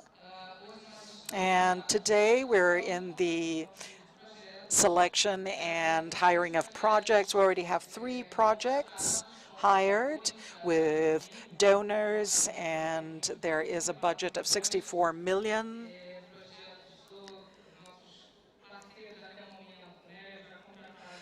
And the partners that we have already done, we have Dynamo, Fundação Vale, Wheaton, Drogaria Raia, and we hope to have more projects, more donors, and we count on all of you being present with your donations. And if you want to have more information, we can actually look for information here in the site, here on the screen, as well as over here at the event. Look for Guilherme and Luisa and Aegis, and they can give you more information. Thank you very much, and have a good afternoon, everyone.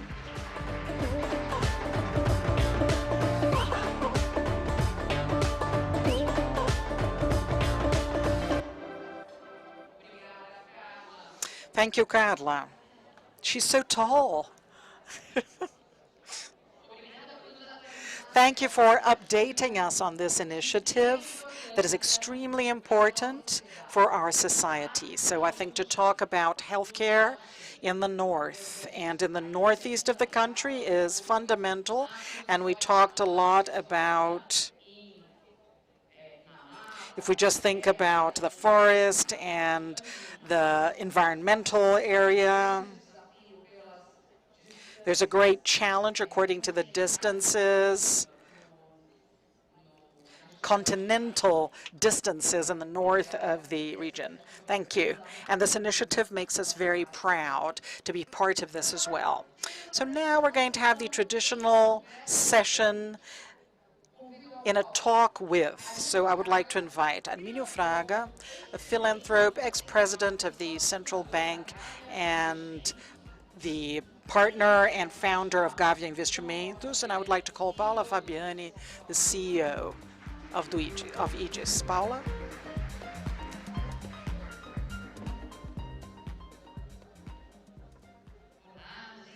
Hello. Isn't it excited? I'm also an economist, so for me it's an honor to be here. I'm even more nervous than I was this morning when I opened the event, but anyway. We always have this session and a conversation with in the forum, and we have to talk to inspiring celebrities, right? So explore, it's an informal conversation, explore motivations, and also show paths for those who decided to dedicate resources, time, and influence to this. And I have the honor of sharing the stage with Arminio Fraga, one of the most influential economists in Brazil, ex-president of the Central Bank of Brazil, and a partner and a partner of Gávea Investimentos, and he's also being solidary to people. Basically, that's it. And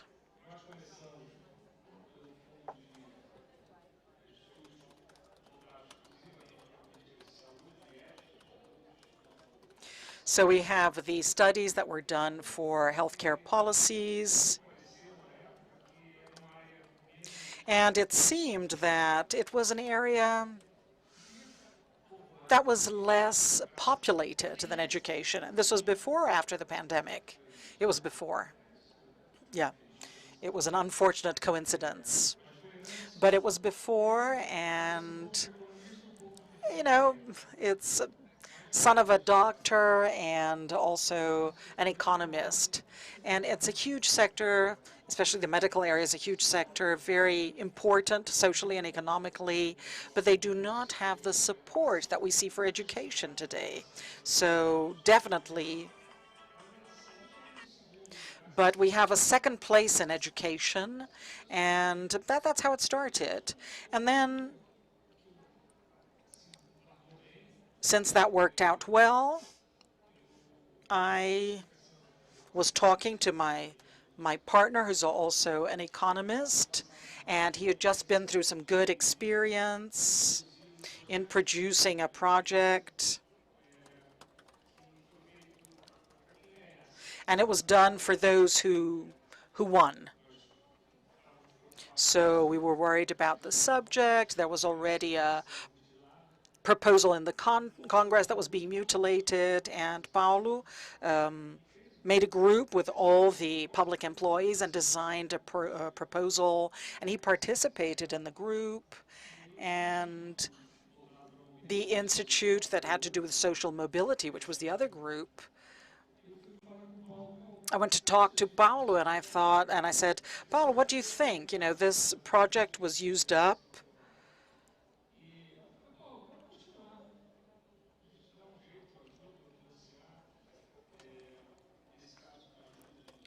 And then I can help you to, you know, I can help you. And in terms of healthcare, it was risky, so I started on my own. And that's basically what happened. And we focus basically on public policies. And I think the idea that is part of the project of the third sector, which is to scale up. So defending ideas, and this could become a public policy. Yeah, we've already talked a little bit about this when we talk about the development by the government, right? Testing models that can become public policies and that can definitely benefit most of the population. I think that's the dream, right? Dream of an institute or a foundation that is proposing to make a positive contribution, right? And it's great. So we talked about healthcare, very interesting, the influence of the family in the decision, so having children who are doctors and trying to make this contribution, and also about the, you know, social development and mobility. It's very interesting to think about this in a country like Brazil. But I wanted to ask you, so we had a video before by Sir Ronald Cohen, and he talked about the revolution of impact, the idea that all companies should have positive social environmental impact. They should contribute to society, and they should measure this impact. And what he called the revolution of impact, the risk and return and this social environmental impact. So we were looking at your investments, and you also supported ReGreen, right? That has, it's a profit company, but it also wants to generate positive impacts. So how is this process? You have philanthropy, you have investment, impact, and, well, I basically got a ride here because the original idea was that, you know, it's public, and it was João Moreira Salles, who is our colleague, and he founded the Serra Pilheira. It's an institute that supports science, and then he met Bernardo Strasbourg, which is a fantastic scientist who writes articles for Nature about environmental subjects, and they came to the conclusion that it would be possible to explore ideas, and two people set up the business, and then soon after they got a few partners at this moment, but this was born as from science, and it came from something that, in this case, it's a company, but I think it's also valid for the third sector. The third sector is an area of risk, and I know we're talking about being daring, right? But this is something that I wanted to fit in here, because in the government, it's very difficult to run risks, very difficult. You know, public employees, they have, you know, a risk function that is very asymmetrical. So losses are very serious normally. And in the private sector, statistically speaking, you're able to work with losses, and individually, the people do it. So in the case of ReGreen, it is a profit organization, because what you do over there requires a lot of efficiency for according to what we would like. And Brazil today has huge areas that are degraded, and what a company does in 30 words or less It buys degraded areas, pasture land full of ant hills and things like that, so soil that has been wasted. They restore the land, ecologically speaking, so with biodiversity. They sell the carbon, and they transform the soil into a reserve. You don't sell anything.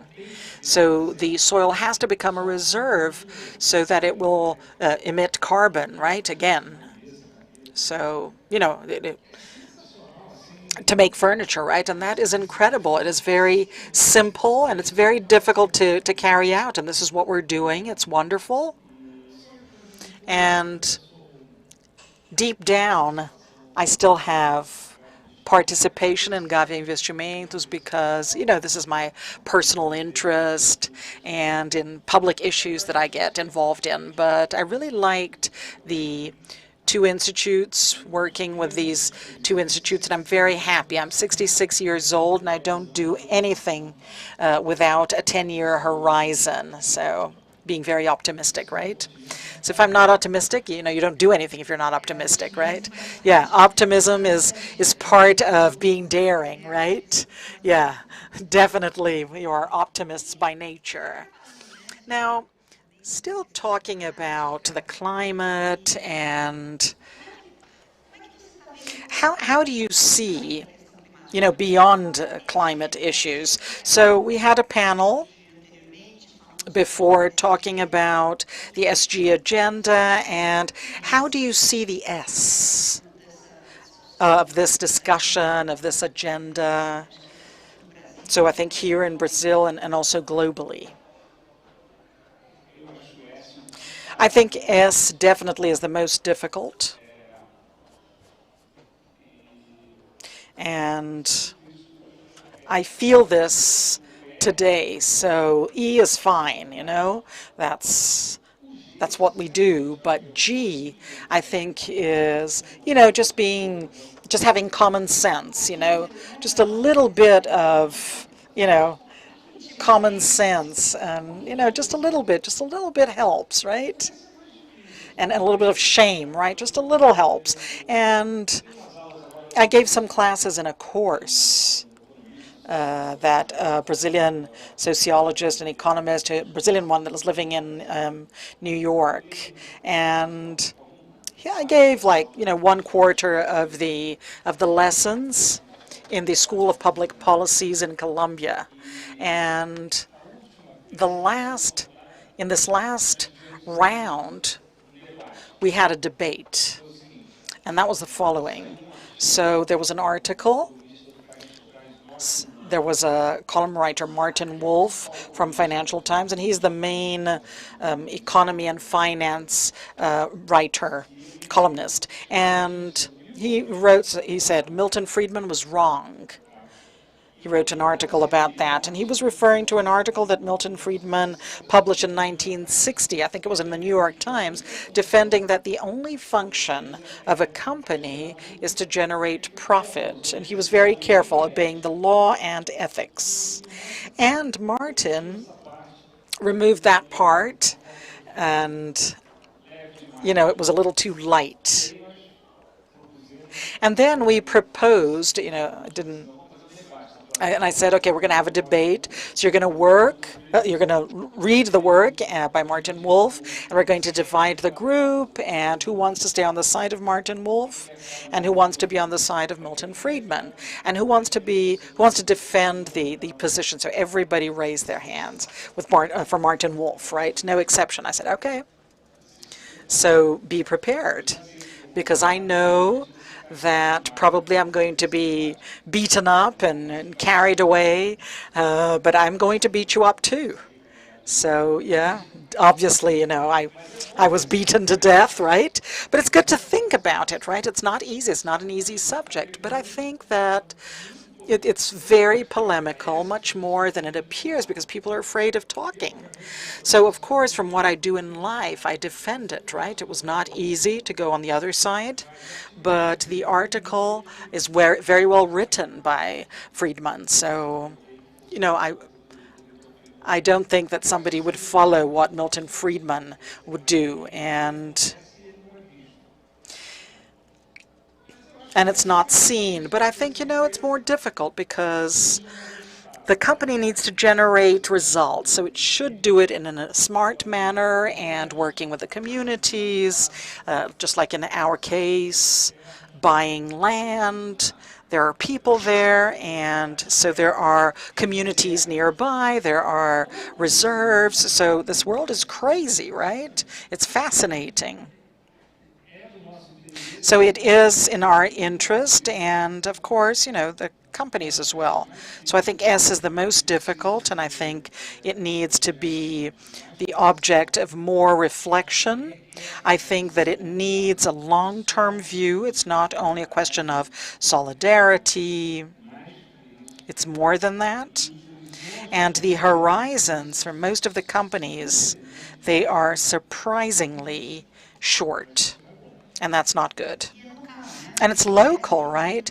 So S does not have international standards because each country is different, and each state, each municipality will have different demands for their social aspects. So I think it's even more difficult because you don't have standards, right? Transversal standards. Okay, so now changing the subject quite a bit, and it's a subject that is very dear to me and for Aegis, which is the endowments. So this is what we have been defending, and we have followed up several endowments. We have created a monitor, and we have 74 active funds being monitored, and the amount is more than 100 billion. So of course we have the Bradesco Foundation, Itaú Foundation, who are great names that contribute to this large number. But I'd like you to talk a little bit about this. So, and also talking about the responsibility of this capital. So we even talked a little bit about this before at lunchtime. So we always have this trade-off of now and after. But there are also the benefits in the long term because you invest, for 10 years, right? So I see 10 years as an annulment, right? With a defined period, but it's an annulment, right? If you propose to place money for 10 years, it's a commitment, it's a long-term commitment in Brazil. But how do you see this topic? The endowments in the United States, which is what I know best, and it's the most known endowments in the world. I think they are a good basis for universities that are usually leading edge in terms of long-term research that has risks involved, and this has been a basis for all of them. So I did my PhD in the University of Princeton, and I was part of the board there. I was a trustee. And it's incredible what they do there, incredible. So half of what comes in Princeton is for the endowment, and it was a wonderful experience to see how they worked and in the use of the resources, as well as in the management of the resources. And these endowments, starting with the University of Yale very quickly, they revolutionized the long-term based on a simple point. So we have long-term money, so we can make investments, long-term investments, and we can get a little extra for that. So this requires a lot of money. These endowments are huge, billions and millions of dollars, but they also started small. So it's also a culture, an engagement culture, and of risk as well, right? Yeah, assuming risks, definitely, yeah. We can say that it's even daring, right? Yeah, they are fanatic, yeah. I think this degree of fanaticism is very difficult to reach, but it's highly desirable. And it's a culture. There's a little bit of fiscal support in the United States, and someday maybe we're going to have this in Brazil. And we talked about this now at lunchtime. And now just starting with the return of the money being exempt, right? So some are not, and the donations as well. This is also deducted from inheritance taxes, right? So that's very interesting. It's a very hot topic, and speaking as an economist, the fiscal side in Brazil is very frail. I don't know how much you can actually do, but I think it would deserve a discussion, and maybe starting with the easier side. It wouldn't really cost a lot in the short term. So trying to experiment the other side, I still find it a little difficult.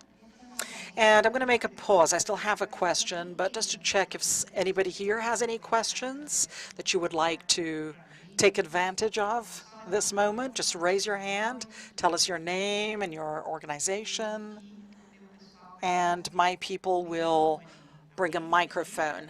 Anyone? You're going to leave me alone in this task? Okay, we have one.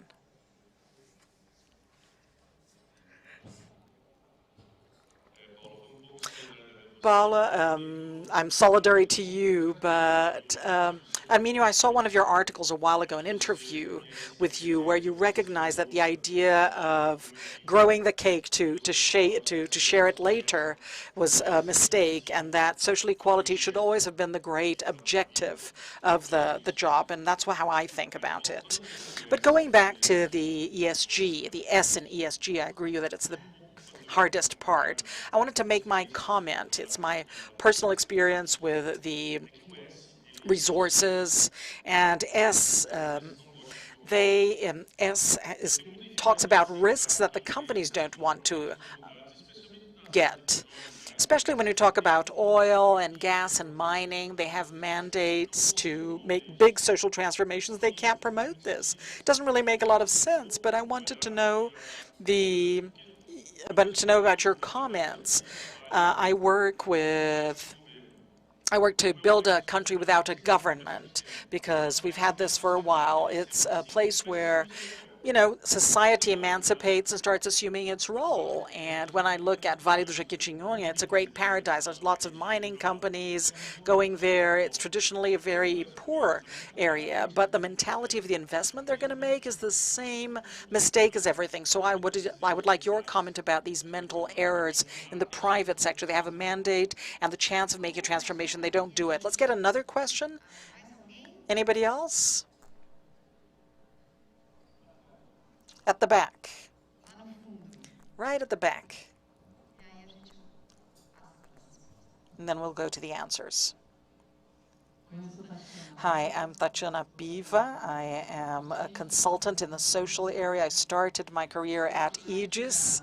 So we're talking about research and donation. So we're sort of converted. I would like to talk to people that are not converted. So how are we doing in terms of the culture of donations outside our bubble with investors? What would you say to us, and how can we increase and bring more people to this bubble, or burst this bubble and making more people aware? Thank you.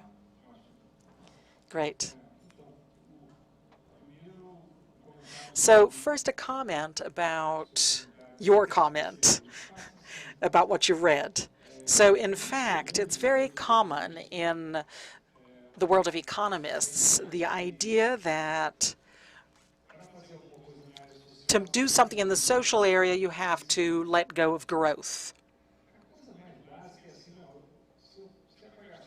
So if you're going to spend on something, you're going to be able to invest in this sort of thing. The point is that in a country like Brazil, that has, dozens of millions of people, so in fact, we don't have any chance of doing this. And I think that the economic element does not appear. Maybe for economists, it's not the way we think, but maybe this has to appear in a different manner. So I consider myself to be liberal or progressive. I don't know what that means, but if you find a good party, I'm interested, political party. So I believe in equal opportunities. And, you know, that's far from our dear and suffered countries. So I think, you know, if you have an education, a quality public education that experiments several models for delivery, and this is something that we should do, and also for healthcare and other systems. So this generates growth as well. That's number one. And number two, we cannot have the moral authority to make the adjustment proposals that this country needs without taking care of these issues. So when you include in your reasoning politics with a capital P, I think then that's very obvious, because the way that Brazil is, it's not stable. I don't think we have any future if we're not able to do that. I'm from Rio de Janeiro, and I come to São Paulo quite frequently, and you know, I always sit by the window and I always look, you know, São Gonçalo, Nova Iguaçu. It's hard. It's hard. So I think that's it.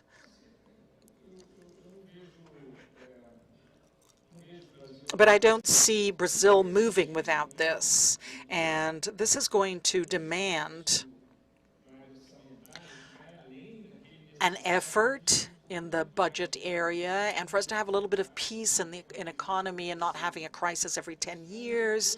So I think today this is moving in the right direction with the proposals of the Minister Fernando Haddad. So I think it's still going to make the country frail, but I think he was able to put a few things on the table, right? What he has around him, and also in the beginning of his, you know, his boss talking about this. But the adjustments that we have to make, they are much bigger than whatever is necessary for us to have a better budgetary life. So I gave the example here of SUS that was supposed to be just like the British system, and it spends 4% of PIB. And we made a comparison, an international comparison. The British system spends 8% of their PIB, 3 times bigger than ours, according to the value of the coin. And our SUS per capita, it's always per capita, and they spend 6 times our GDP per capita, and they're still full of problems, right? So imagine over here. So it's a very difficult study, and sometimes I feel that our policies are, you know, in the retail world, and we lose the strategy for it. So that's it. And the other question was about how you see the culture of donation in our country, right? I think, you know, the presence of this group here today shows that society is moving, right? But do you realize, do you realize change in the behavior? I think the pandemic actually touched the Brazilians very much. Well, it's not, you know, it's never come to a point where, a desirable point, but there's a good trend, I think. I think it is. Economists talk about trends. Yeah, that's good. I love that. Yeah. Yeah, I'm going to use that too. I'm not an economist for a while now, but you know, the market, if you don't know, the market works in the gerund, in ing. So when things are improving, and then it goes up and it stops there and it stops improving and then it gets worse. And we see this frequently.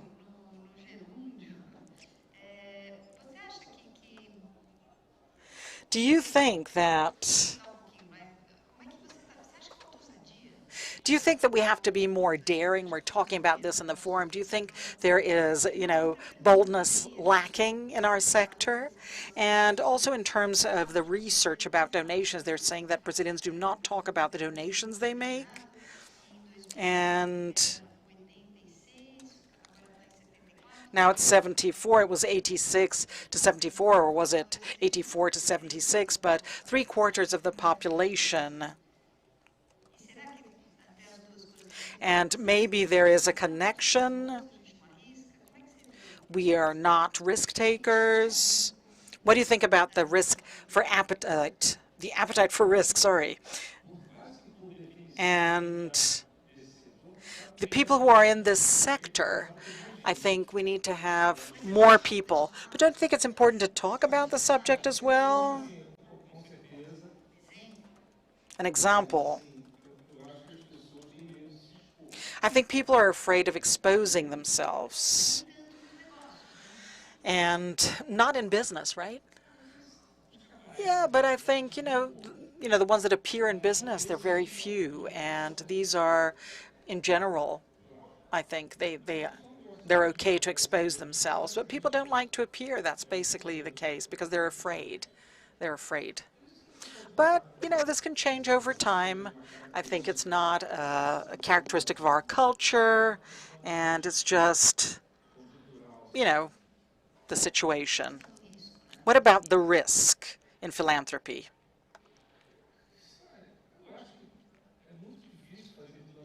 It's very difficult to make philanthropy without running risks, right?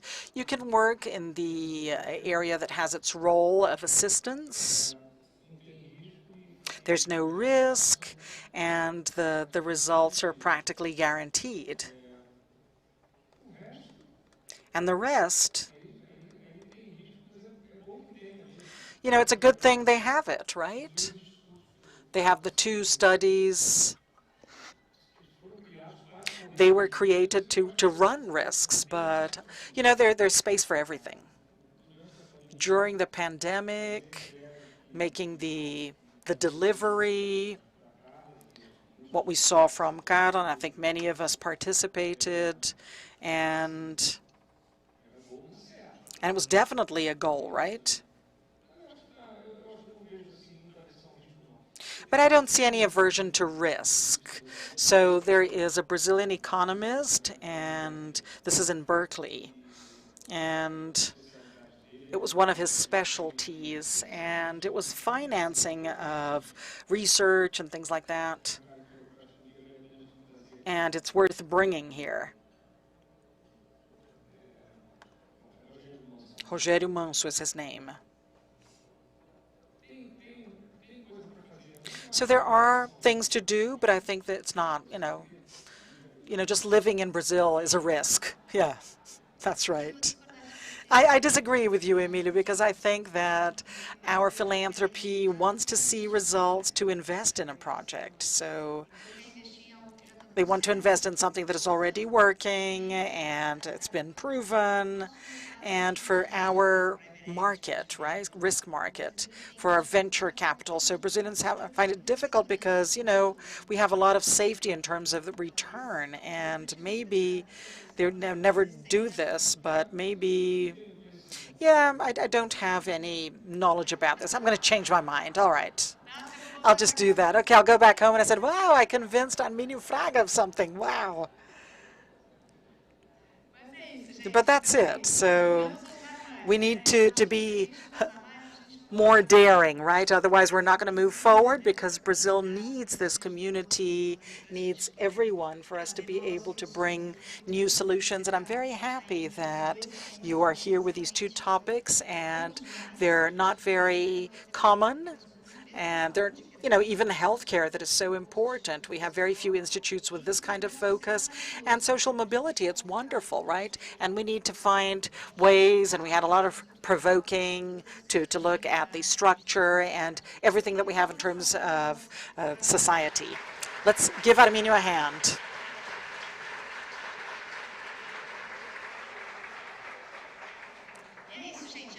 And that's it. Would you like to make any final comment? Yeah, I do.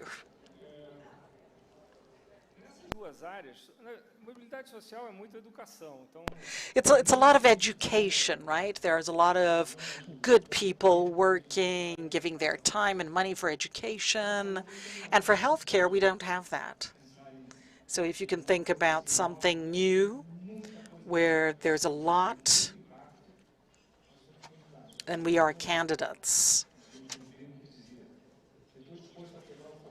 And then I'm going to, break my piggy bank, open up my piggy bank. But I think it's not healthy. So I think at some point it's important to have diversity, and we really need help. So thank you. If anybody wants to talk, you'll be welcome.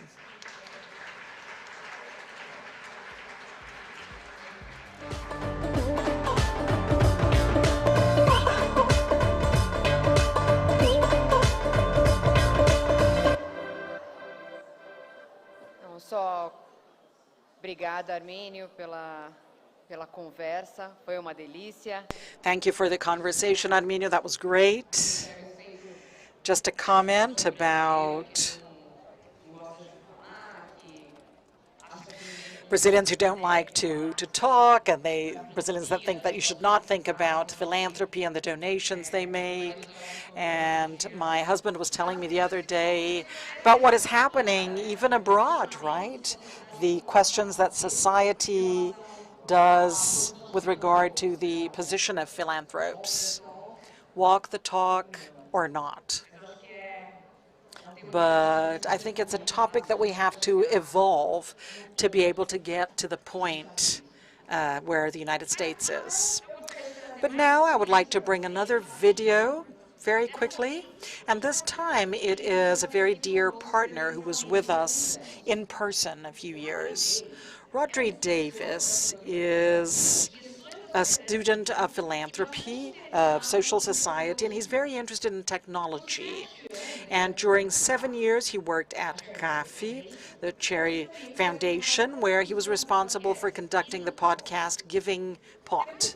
And then, when he left, he founded the Why Philanthropy Matters, a portal dedicated to the production of knowledge about social investment. And when we started to feel the advancement of artificial intelligence and exponential growth, especially in terms of the influence we've had, especially in terms of the ChatGPT launch in the beginning of this year, we immediately thought, so Rodri, what is he saying about this? And the future that we used to watch in the science fiction films, it is here.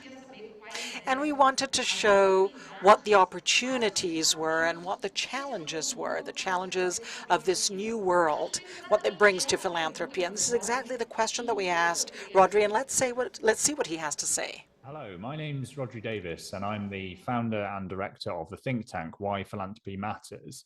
I want to talk to you briefly about an area of work that I've been working on for a number of years now around the impact that artificial intelligence, or AI, will have on philanthropy and civil society. I think we're all increasingly aware that AI is coming to have an impact on our lives in many different ways and is going to have an even bigger impact in years to come. But I still think we need to think through far more clearly what that impact will look like in the field of philanthropy and on civil society more broadly. And I think there are a few different ways of thinking about this that I think are useful. The first is around the way in which philanthropic organizations and civil society organizations themselves can make use of artificial intelligence potentially. Now, some of that is about directly using AI techniques and tools like machine learning and generative AI to address social and environmental problems directly, so kind of in line with philanthropic organizations' missions. And there is already a small but very healthy field of tech for good or AI for good initiatives that seek to do this. And some of them are really exciting. As I say, I think at the moment, the danger is that it's a relatively limited field because the barriers in terms of knowledge that are required and skills and investment are quite high. And if we want to expand this field further and to try and harness the potential of AI, we need to look at ways of getting more money in from funders and more partnerships between civil society organizations and the tech sector, where some of these skills and resources are to be found. And also, I think there are limiting factors in terms of things like the availability of data, where you need data in order to be able to use many of these AI tools and techniques. And in some of the areas in which civil society works, unfortunately, there's still a long way to go to get the data to the point where it's even possible to start. So I think there is a lot more to be done there around data more broadly. I think perhaps the more immediate way in which many of us will see the impact of AI within the world of philanthropy is on how philanthropic funders and civil society organizations themselves use some of the new low cost or even free AI powered tools that bring new capabilities in terms of productivity, automation, and accessibility. And here we're all keenly aware, I think, of the power of new generative AI tools like ChatGPT around text and things like Dolly when it comes to image generation. And it's clear, I think, from a lot of what has been said in other fields already that these do bring potentially huge new capabilities in terms of taking jobs that traditionally humans would have done, some of them being repetitive data heavy tasks, but also increasingly kind of creative or knowledge based tasks, and automating these, or at least making it possible to automate them. And this could have potentially positive benefits if it frees up human time to spend giving focus to things that only humans can do, like building connections between other humans, or also thinking about, more creatively about the challenges that we need to address or the questions we should be asking. But we should also perhaps, I think, be concerned that there's a danger that we automate in the wrong way and that we end up with people simply being put out of their jobs because they're able to be replaced by AI tools and other ways of automation. So I think there's a question mark about how we implement some of these tools in the nonprofit world. I think there is also another side to thinking about the impact of AI on philanthropy and civil society, which is about the impact that this technology will have, whether or not we choose as organizations ourselves to try and use it, because it will be used and implemented in many other different areas of life that will impact on philanthropy and civil society. So in one sense, it's already being used in the financial system and by regulators. And so decisions that are driven by algorithms and automated systems are already affecting the work of civil society organizations in terms of things like whether they have access to banking products or financial services, or whether they are seen as risks in terms of regulation. And so I think understanding what the nature of some of those decisions that are underpinned by algorithms is and what some of the dangers are is hugely important. I think more broadly within society, it's clear that we're coming to become accustomed to tailored recommendations that are provided by algorithmic systems. So we already get recommendations when it comes to choosing music or video content or shopping. And I think it will be very natural in a few years' time that we will come to expect the same thing when it comes to making decisions about giving philanthropically. So there will be the development of algorithms that are designed to shape the choices that we make about where and how we give. And I think, again, understanding the nature of those algorithms, who is creating them and what they are designed to achieve will be very important, because otherwise there is a significant danger of unintended negative consequences. And that brings me to the final broadest point, I think, which is that even if philanthropic funders and civil society organizations themselves are not that bothered at the moment about the potential impact of AI on their work, they should understand that AI is having an impact on the people and communities that they serve, many of whom are already marginalized and will probably be hit earliest and hardest by the negative potential consequences of a technology as powerful as AI. And we're already seeing this in a few different ways. So it's well documented that AI systems can develop biases if the data that they are trained on contains historical biases for things like gender or race, which unfortunately it quite often does because society itself has demonstrated those biases in the past. And AI systems come to reflect those biases and even strengthen them over time, which can further disadvantage already marginalized groups. There's also the risk of deliberate misuse of artificial intelligence powered tools for misinformation and disinformation.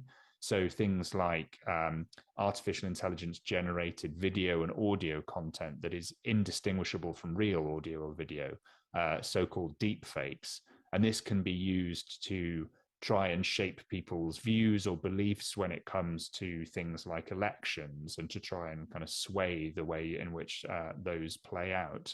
And I think this whole question of the erosion of authenticity in the online world is a huge challenge for civil society, because authenticity and trust are so important to the work of civil society that I think they will struggle in a context where people no longer feel that they can have that trust when working online. But I do think there's a positive role that philanthropy and civil society can play there in terms of raising awareness of some of these challenges and trying to strengthen democracy by working to make sure that authenticity in the online world can be maintained and preserved. I think finally, the other question that is important for philanthropy at the moment is how it responds to the challenges of artificial intelligence and how it understands those. And I think this is going in two different directions, and it's causing quite a lot of debate. On the one hand, there are people who believe that the biggest challenge around artificial intelligence is the so-called existential risk of superintelligent AI, essentially kind of deciding that it wants to take over from human beings and threatening us as a species. And many people within the effective altruism movement and around that movement are arguing that this is the thing we should be most concerned about, and that's where we should be putting resources. But other people would argue that actually the real challenge around AI is the more short-term, pragmatic, real-world impact that it will have, right here and now on people and marginalized communities around the world through things like misinformation and bias. And I think getting the balance right between those two things when it comes to addressing AI through philanthropy will be absolutely vital. Thank you very much.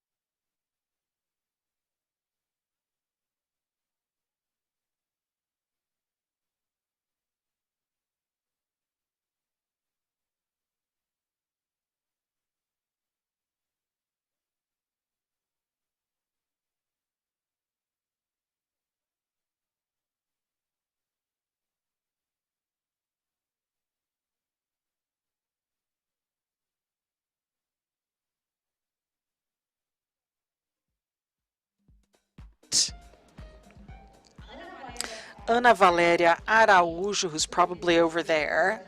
She is from the superintendent of the Human Rights Fund in Brazil. She won't be able to come, but we have Aline Andrade, who is from Fundo Baril de Direitos Humanos.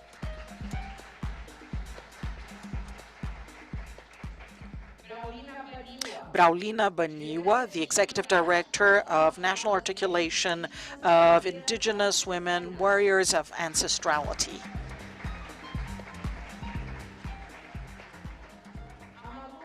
Malu Nunes, the Executive Director of the Grupo Boticário de Proteção à Natureza. She also had some personal problems. She was not able to be here, and that's why Omar Rodrigues, the Senior Engagement Director, Communication, and also Relations of the Grupo Boticário will represent her in this session. And our facilitator, we have Anny Pereira de Souza, the president of the Baixada Institute. Over to you, Jenny. Hi there. Hello. Good afternoon. I really like the topic of this panel, and I'm going to start by putting boldness into the work that we do. So Maya Angelou said in an interview that courage is the greatest of virtues. Without it, it is impossible to practice all the other virtues in a consistent manner. Without courage, you cannot be consistently human, generous, fair, because at some point, sooner or later, we're going to find something and we're going to think, oh, threat is too big. The challenge is too big. The problem is too big. And considering the third sector, we are bold and we do something that can only be done with courage. So our panel will have this word together with boldness in the next 44 minutes. And without further ado, I'm going to give the floor to these wonderful guests in a minute, but I have Braulina, who's going to be the next person that I'm going to call to speak. And Braulina, so boldness for me is a word just like courage, and you need time to be able to live. So Braulina, tell us about your trajectory and the importance of making improbable alliances for you.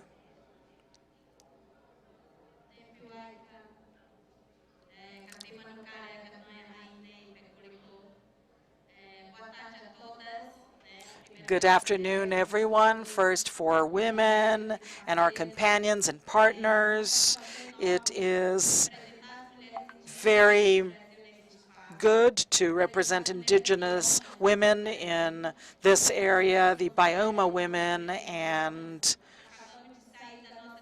we just came out of the 4th March where we brought the topic of biodiversity. And courage and boldness is to be born an indigenous woman in this country, and also to bring our ancestrality to different areas. So in these processes, the courage that we bring in terms of being the speakers of those that are in the territory and being the speakers that talk about our pains in different areas, and making improbable alliances. It's to place the indigenous women, for those who never heard about us, for those who always thought we were invisible for many years. And to make an alliance is to place yourself as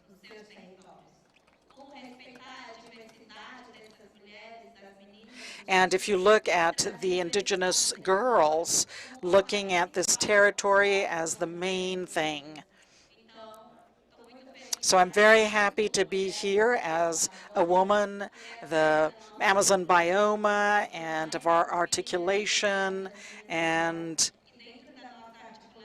in our articulation, we have placed the importance of women also occupying this space so that we can bring this territory to our communities and in our territory so that we can be remembered and so that we can have partnerships so that you can also talk about the indigenous women. So basically, this is where we are. And as the executive director and bringing the protagonism, so talking about ourselves. So that's the thing. And that's it. Thank you for the opportunity of being here through this indication and talking about women.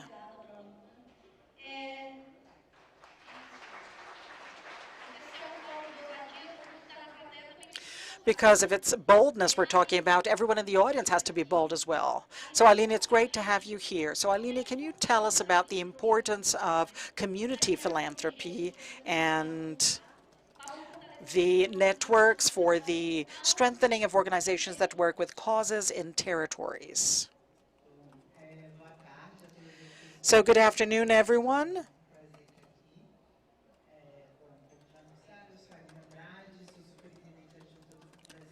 So I am Aline Andrade, part of Fundo Brasil, and it's part of a network with a mission to strengthen philanthropy.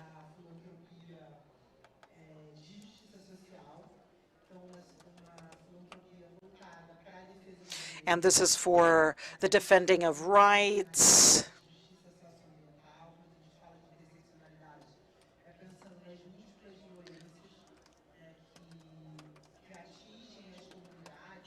and this affects the communities when we're talking about gender, race, and sexuality, geographic localization, national territory. It really depends on the situation. So I brought a cheat sheet here.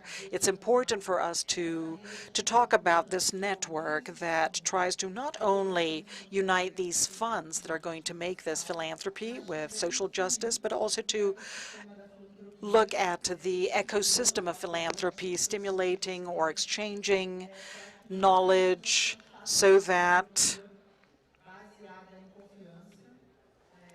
and based on trust, based on the territories and how they build their solutions.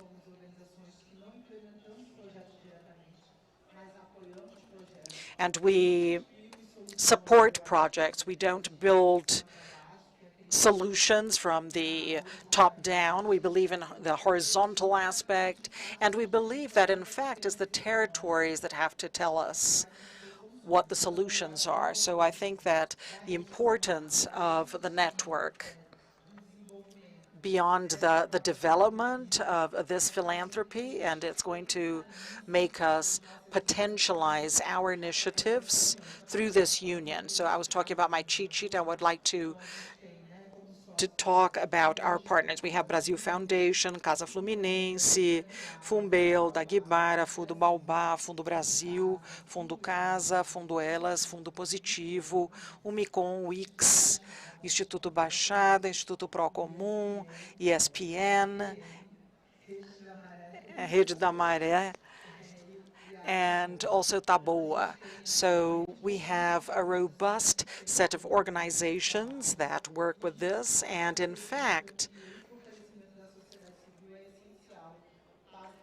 and this is essential for democracy and also for the building of a project in the future that includes everyone. All right, that's good, that's good. For now, it's good. You may give her a hand, yes. And also, Fundo Brasil also works with articulation. So everything is connected. So thank you for being here, and we would like to know what the action of the Boticário Group is in the territories where you work. So the connection with the business and with the environment and human rights, and how this is transversal to what you do. Thank you for the question. Thank you for being here presenting the Boticário Group. And taking a little bit of what you said when you talk about boldness. I think the Grupo Boticário was built within a context, and it was created in 1990, and there was a decade, and it was idealized in the 80s. And I believe that we needed a lot of boldness, because in the 80s we had a process, a change process. I don't know how many currencies we had, and the economic and controversial context. And The founder of Boticário was very bold in terms of getting together a foundation to protect the environment at a time or within a context that they didn't really talk about this. They didn't talk about sustainability, they didn't talk about ESG, everything that we have being discussed by the third sector.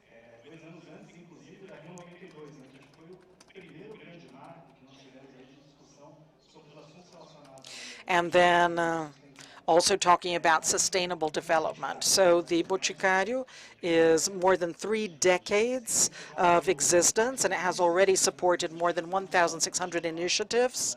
When we talk about Brazil being huge with different biomes, different characteristics, and it's important for us to look at this complexity and the different causes, but also in the environment it's not different. And these 1,600 initiatives in the last 30 years, and then 2 natural reserves, one on the coast of Paraná, Salto Morato, and one in Goiás, in the north part of Goiás, Serra do Tombador, that brings together 11,000 hectares. That is equivalent to 11,000 hectares. And besides working on the projects and the solutions that are in the field, we have 4 territories where we act and we try to prove the thesis that, yes, it is possible to conserve nature and promote social development, promote economic development in these regions. And either we're talking about development or nature, and we can generate business possibilities and improve the quality of life of these people keeping the forest. And these 4 regions, 3 or 2 of them are actually around our reserve. So we're talking about the large reserve of the Atlantic forest, and it's what is left of Mata Atlântica here. It's about 1.5 hours from here if you live in São Paulo. And there's environment, there's nature. And another territory that we work in is the basin of Miringuava River in the metropolitan region of Curitiba, where we try to promote water safety in a region that 2 years ago went through a great drought, a great crisis in water, and also for business. And then around Goiânia and Serra do Tombador, we work in the savannah combating fire. And then we talk about the Baía de Guanabara. We have 17 municipalities in the municipal region, metropolitan region of Rio de Janeiro.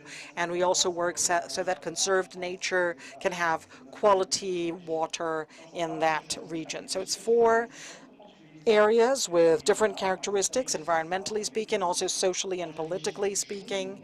And together with other actors, it's important to, it's not the Boticário group in the protection, but it's together with the local authorities, with the private initiative, with the academic world, and in a way to be able to perpetuate the governance models, to have philanthropic funds that can make investment possible, and bringing these entities, these local institutions, to co-create solutions that have to do with that. So we're talking about biodiversity and the loss of water, and the climatic crisis that we've been going through, you know, all the time, looking at the climatic crisis now in Rio Grande do Sul, once again, but how we can actually adapt to these local changes, and we do that co-creating at the national level and bringing in experts to be able to address this in a concrete manner. Just to let you know that we're going to have a round of questions, my questions, and then we're going to open up for you to ask questions. So I'm president of an institute called the Baixada Institute, which is in Maranhão, in the north of Maranhão. And every time I hear alliance, I feel that this institute has married lots of people. And I'm sure that the organizations who are here have already done that. So, you know, dating and marriage. I don't like the separation part of it. But sometimes it's a natural process. And even relationships, they should learn with the organizations, right, and make improbable alliances. So when I look at this name, it seems to be words from a song from Caetano Veloso. Is that a song from Caetano? And for us, it is very interesting to make an alliance. So when we look at the territory, when we look at the organizations, the investors, the entrepreneurs, we're always thinking that we're working with social justice, but nobody works alone. So we have the effect. And it's very important for us to consider that this is a way of relating in the third sector, right? Cooperating, collaborating, being together, that's a basis of the third sector. Alliances are very important. And thinking about Caetano, there's a song called Alegria, Alegria, and definitely that's how I feel. So walking against the wind, without, with nothing, with no documents, and I'm going. And why not make alliances, making these improbable alliances? Why not? So I'm still with you, Omar, to know I liked you. That's why I'm going to continue with you. I liked you too. But anyway, I'm going to keep Omar. But so I'm going to ask you the following question. The Grupo Boticário Foundation has had activities for over 30 years, right? So it's quite consolidated, right? I would like you to comment on the learning that you've had in your territorial approach and how you work together with the communities. How do these alliances happen? Over here, I think we've learned a lot over these 30 years. And the 1,600 projects that we supported, they happened until 2020 through editorials. So we have specialists that represent this diversity, and we have the conservation in the country, so we have to access scientists and researchers in different areas of knowledge to be able to open these. But starting in 2020, we started working using a model called Network of Solutions, and we start co-creating together with the academic world, but together with the third sector, and in a multi-sectorial manner. So not only opening up these editorials and having the very important and necessary participation of biologists and environmental analysts and engineers, but also bringing a communicator, an engineer from some area of knowledge, statistics, and we also understand that the conservation of nature is not only an environmental topic, and we believe that we look at sustainable material and working in the ODSs related to the environment, and only with the conservation and maintenance of the environment are we able to have a more balanced society and a more prosperous economy. So it's important to bring the other players to look for solutions and address this in an assertive manner. And that's where the players that are in the field, those that are inside the territory. So this happens through this network of solutions, as well as the initiatives and the movements, the alliances that we have in the field. So in Miringuava River and also in Rio de Janeiro, the movement that we worked on, it's called Viva Agua. So this movement works in Rio de Janeiro with fishermen, with tourist guides, with environmentalists, and we need to understand all of the characteristics of the region to propose solutions. And in the metropolitan region of Curitiba, we work with agricultural colleagues and small rural producers, small farmers that can understand, and they know the real needs of that region to be able to propose, together with us, together with a specialist, propose the best challenges and solutions to be able to address and identify the gaps and working on this assertively. Thank you, Omar. Braulina. So you are ahead of the articulation for 2 years, right? And one of your ways of asking is to make alliances, right? One of your ways of acting. So why do you consider this to be important, and what are the priorities nowadays? It's important to answer this question saying that this body of women is a political body in this attempt to make alliances, because bringing something about women, if we're talking about indigenous women, black women, quilombola women, we are challenging our system, we're challenging the institutions, we're challenging the editorials and thinking about something specific for women. He was talking about the Boticário Foundation, and I wanted to invite you to help me with reforestation, because this is a call for indigenous women, for humanity to think about providing for everyone.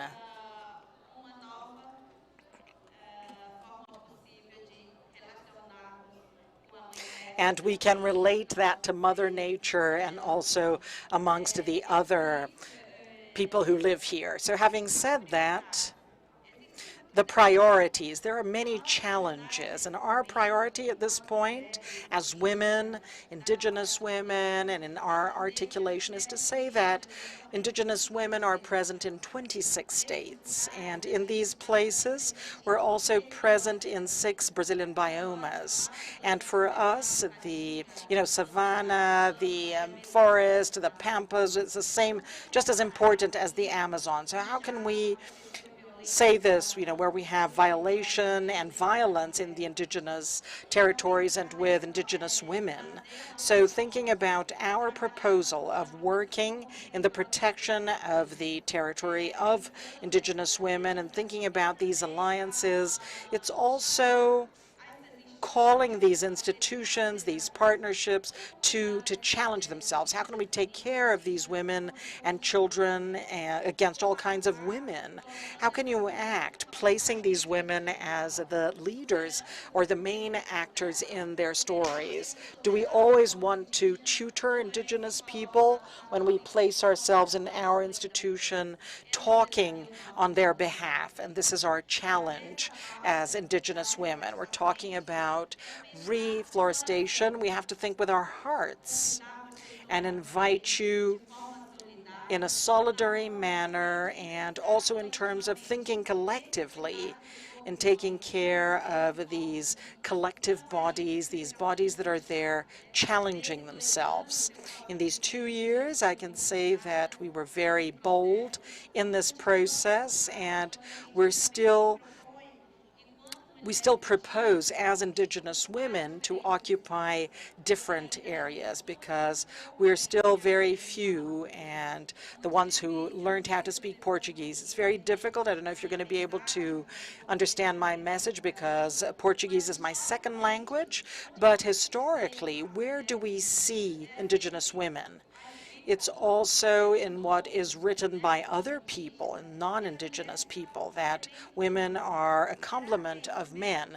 Is that really the case, or is the historical narrative, was it explained in a different way? So the women also bringing this continuous denouncement against our population in our territory. We have to think about how to prepare the world for future generations. So climatic justice, climatic change, and how are we thinking about taking care of these bodies?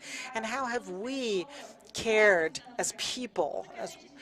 How have we been caring for ourselves? So I'd like to invite you to reflect upon when they take things from our territory and institutions, and if we're in this place, would we actually drink water with mercury at this moment? So 1 minute of silence for the children, the Yanomami children and women who suffer every day with this kind of violence. Would you offer this to your grandmothers, to your grandchildren? That's the first point. And when we make these improbable alliances, we're also inviting companies and institutions to rethink how they are harming us as indigenous women. And we have the hydroelectric power plants in our territory. We have the mining in Tapajós and Alessandra and Munduruku. And there's the issue of banning mining there, because every day one child, Munduruku, a woman is contaminated by mercury, and our fish, they're coming with mercury to our plates. So I invite you to think about these alliances, about how we want to take care of this body, our body, which is water. Would we be able to live without water? I think this is a proposal that we bring as from reforestation and thinking about the historical narrative that we would like to leave at this point. So thank you very much for this opportunity, but at the same time, it is a challenge to be, entrepreneurs and lawyers and teachers and deputies and ministers, and we are Indigenous women. We don't talk only about our pains. We also dream of occupying different areas. So this collective body also puts itself in this place asking for respect because we still suffer discrimination. We ask for respect because we are also human beings. We have to be seen as from this right that was built by others, but that we use to defend this territory and body. Thank you.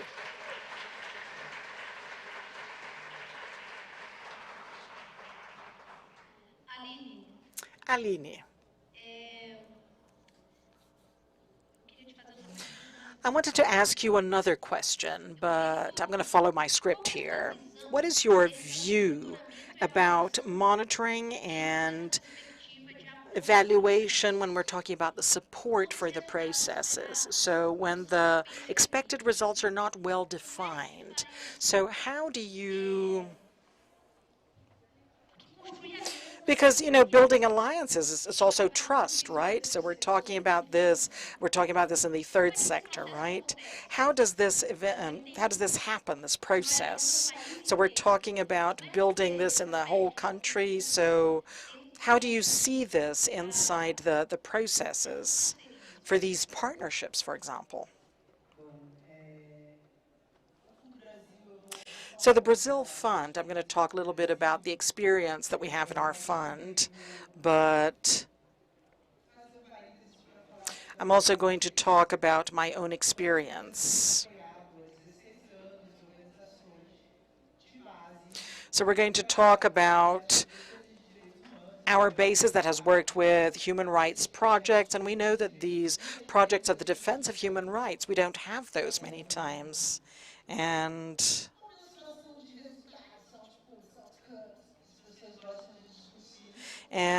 people like to discuss, the way that we see this in the project.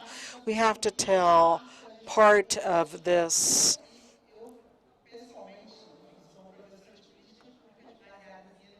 So this is based on evidence, right, for public policies, and I do this.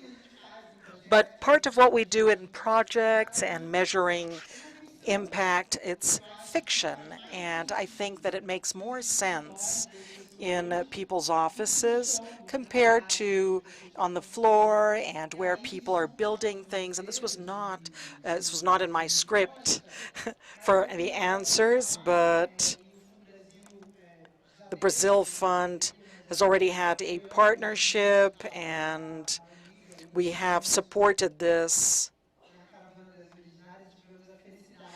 We were very happy to support the organizations, and when they talk about water with mercury and the threats that the organizations are, and what we measure in our processes when we look at the technologies, survival technologies created by these women, how do we measure how many of us died?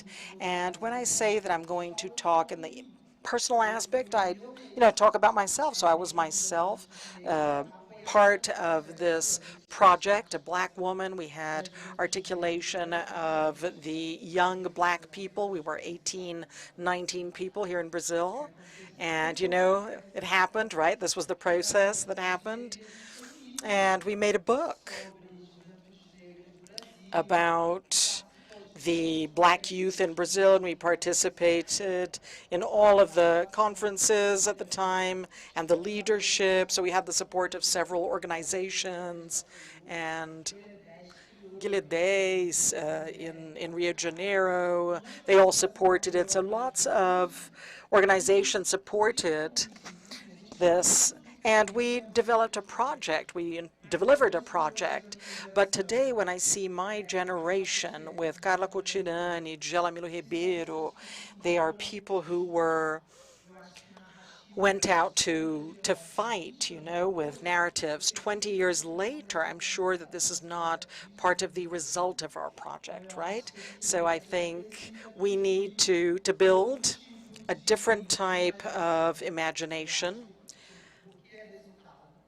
We have to look at the results, and I think it's a philanthropy based on trust, and it is not connected to the results that only look at numbers. So it's philanthropy that really bets on human beings and human beings as a project. So I think it's essential. I think it's essential for us to come out of the safety fiction and, you know, closed up data and projects, how many lives we impacted, how many products we presented, how many things were delivered.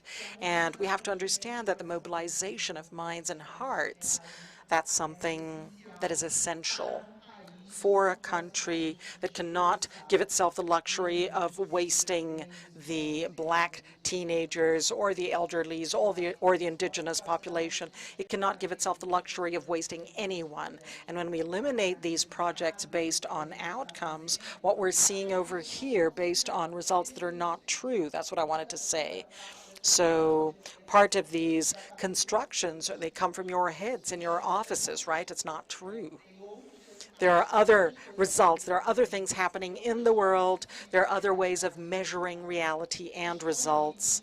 And the groups know how to do this. And I think we have to stop and listen to the organizations so that we can understand how we can measure these results and the learning as well. And they told me my time is up. But I promise I'm going to stop talking. But what I wanted to say is that we have to really be daring. And we have to believe in life and the possibility of these groups building technology for survival and presenting us another future, another possible future. Thank you, Aline. So the time girls here are getting desperate. So if you want to call me for an event, never put some time limits. We're going to open up for a round of questions. No, we're not. No, we don't have questions from the audience. We don't? We do? So you have 30 seconds to ask questions, and there's 1.5 minutes for the answer. So we have to help each other. Do we have any questions from the audience? Any questions?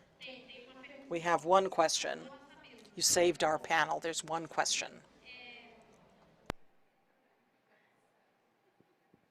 Thank you so very much. Muito obrigada. Eu vou fazer em inglês. Meu português.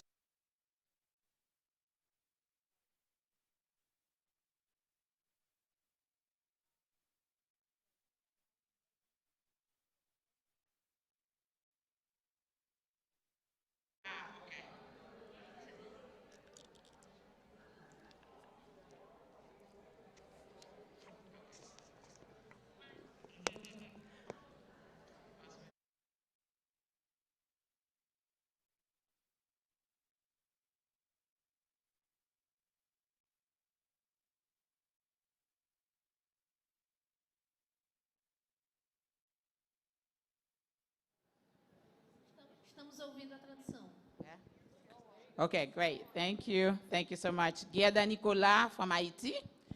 Thank you so much. I really appreciated the opportunity to hear about the work, what does it require to think about alliance and collaborations that is true collaboration and alliance. The question I had about measuring impact, and I'll say that very quickly with an example.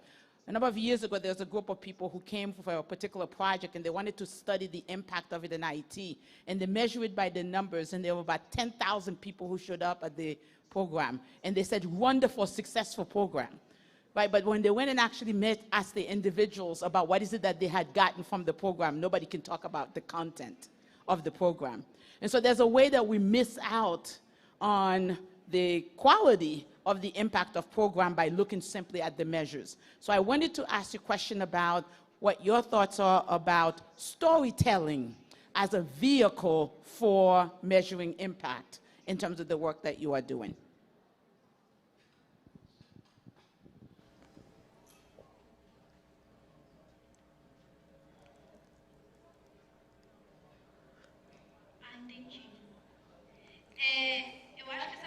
Okay, so this question, I think everybody could answer, right? It is a very interesting question.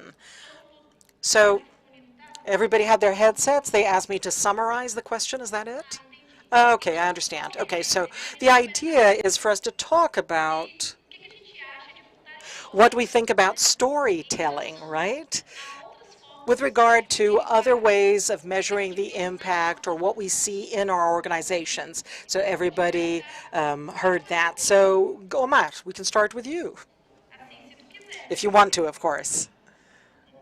Okay, let's try. So I think what our colleague said is really true. So when we look at the impact, I think we don't look at what's real, we don't look at the actual results and the transformation that we're actually generating, and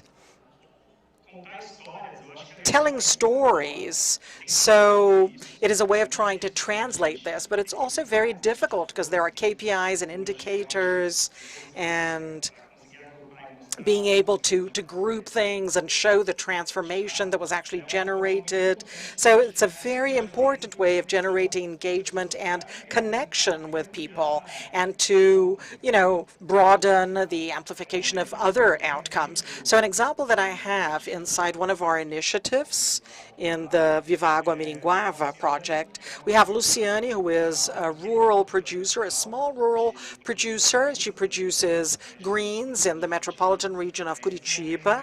This movement today, when we look at water safety, it is responsible for supplying 600,000 people who live in that region. However, when we look at food safety, the production of greens in this area, it addresses the whole metropolitan region of Curitiba. So 4 million people depend on that conserved area to get food, to have a better quality of life. And Luciane, through the initiatives that we talked about, just looking at the results, the environmental results, so what we talked about in terms of reduction in the use of water, a better delivery of products for the end consumer, and identification for that one, that making her family members want to continue over there and not try and find another career and try to understand that it could be perennial. It's very difficult for us to measure only from the results of the project, right? Because there's a whole, there's a whole story behind that, which is not in the indicator. It's not in the report of the project.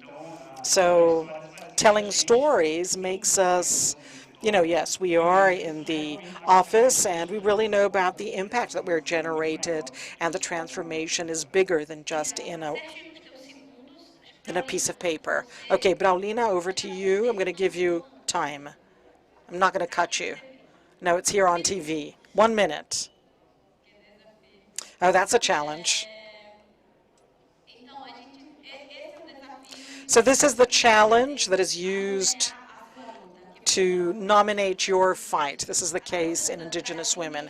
2 years ago, nobody wanted to support us. Nobody believed in our process because all of the supporters, they wanted results. And they said, oh, you need to have at least 3 years of action for us to think if, all right. So since we continued doing our work, and today We're very happy to say that, if you did not support us back then, today you are giving us a hand. So this process for us of results with a memory, digital memory, and the narratives that were our teachers. So I was very happy to receive the first coordinators of the Department of Women in my region and saying, congratulations, I'm from the third generation of female leaderships in Brazil, and I am an executive director nowadays, but there is still resistance when we talk about financial support for indigenous women. So we also ask for support so that we can believe in our process and maybe give a hand for our work, right? I think this is what we talk about when we say there's boldness for women's work. And about the others, we're talking about concrete results, and we, indigenous women, we are working so that more women can come and occupy this space, so that more women in the next edition of this event, we can actually have more women from other biomas and telling their story. So I think this is the process. So this is the opportunity that is given. It brings other narratives given to these people. So we are these women who become the leaders, and they multiply these results through the different corners, not only in terms of numbers, because numbers are part of it, but happiness. And seeing in the third edition, we saw 8,000 women believing in this process, that speaking is important, occupying space is important. For us, it's a very significant outcome as indigenous women in Brazil today. Thank you. Thank you, Braulina. Aline, you have 1.5 minutes. I'm going to speak really fast. So first of all, I would like to thank you for the question. And in fact, numbers are important, but I think that the narratives are essential for us to be able to humanize this process and to understand the impact. And what I think is important is there is a Brazilian cinematographer, I forgot his name, but he made a film called Branco sai, preto fica. So the white people stay, the black people leave. And there's something written about our history. We talk about our own history. And I think that's very powerful, because it's not only the fact that we are working on the narrative that the organization can bring, as from a report where we ask about the challenges and the learnings, but we have to understand that the version that we have looked at is the version that that group has. So the groups have to be the leaders of their own history, and this makes a big difference. And this changes the question, right? It's not only what I want to know. We have I'm also part of the funding, and I have to have a report and social justice. We also get resources from that, so we know what is necessary, but there is a dimension which is to give value or to give space to this story of the people. And the Brazil Fund, we have a platform called the Brazil Platform of Rights, and we have the mediation of a journalist and facilitators. And beyond what they deliver to us in the report, they have some room to talk about their trajectory of the project, what happened, what the results were, to send their pictures and materials. We also have a photographic competition where people can place their photos, the ones they believe are more significant, to tell their stories. And then beyond what we need to do to receive the funding and to continue talking to the funding institutions and be able to discuss human rights and disclose this free view and giving leadership to the civil societies. Thank you, Aline. Thank you, Braulina. Thank you, Omar. And for us to cross the river, everybody that has quality has to do a few things. So the canoe is not enough anymore, so we're going to duplicate the canoe or triple it. Or we're going to build a bigger boat. So improbable alliances, they build a bigger boat so that everybody can cross the river together, and I think that's our commitment. And I would like to invite you or ask you, are you ready to be able to board the boat? And if the answer is yes, we'll see you. Thank you very much. Thank you, Aegis. And I'm done before the time. Let's give us a round.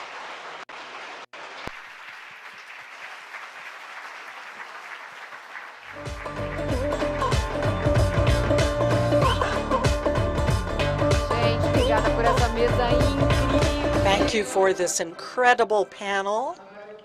And now I think we need to make this more probable, these alliances more probable, the alliances that we still think are improbable.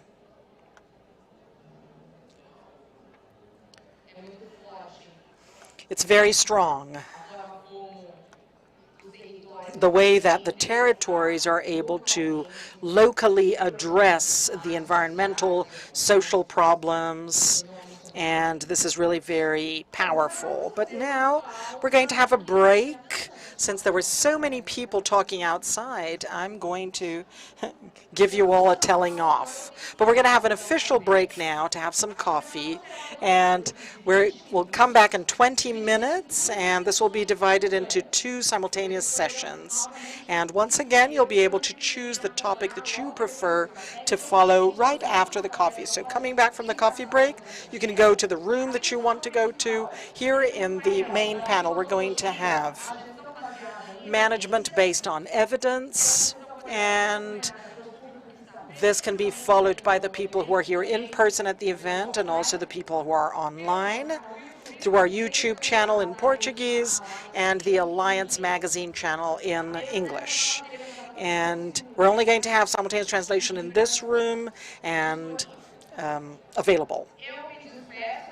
So I would like to leave the stage here, but I will be in the session right beside us. Here on my left, I'm going to moderate the debate, funding models and calculated risks for transforming returns.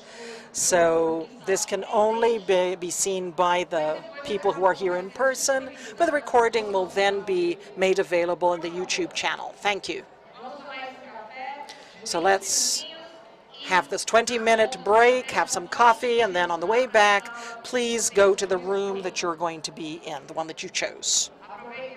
Enjoy the break, and we'll see you in a bit. See you.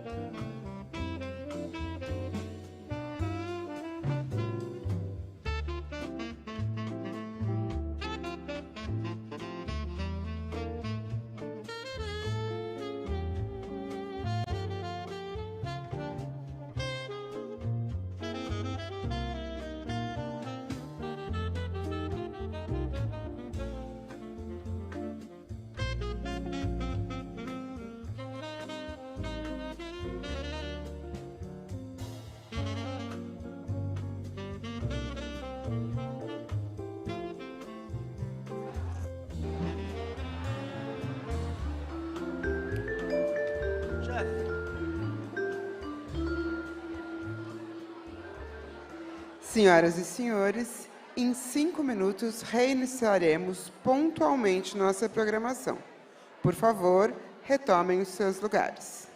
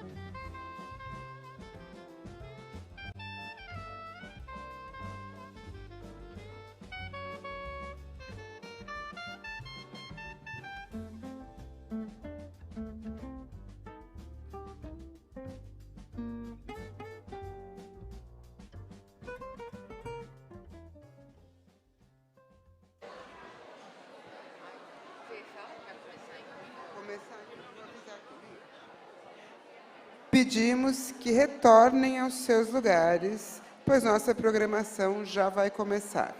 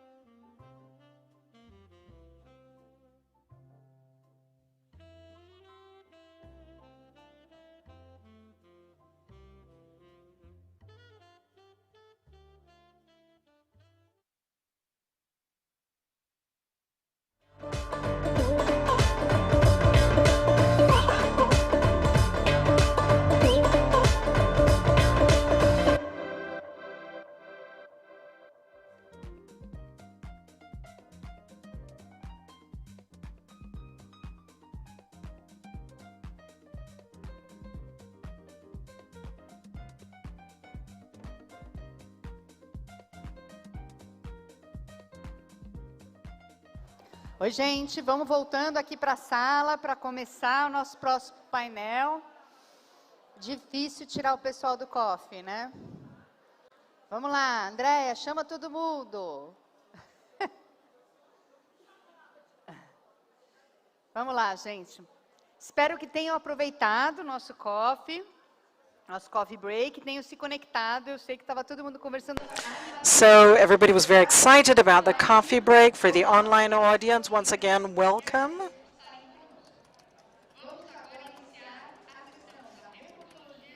So now we're going to talk about evidence-based management. And now I would like to call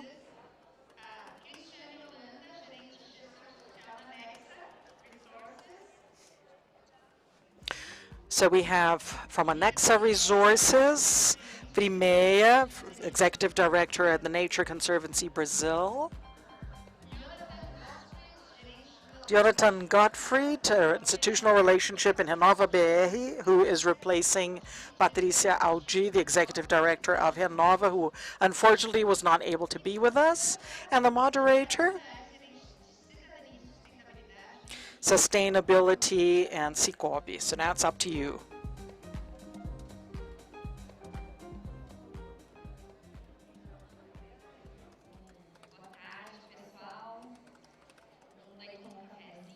So good afternoon. Coffee wakes you up, right? So that we can close this last part of our forum. So I am Emanuele, and I am from the Cicobi Institute.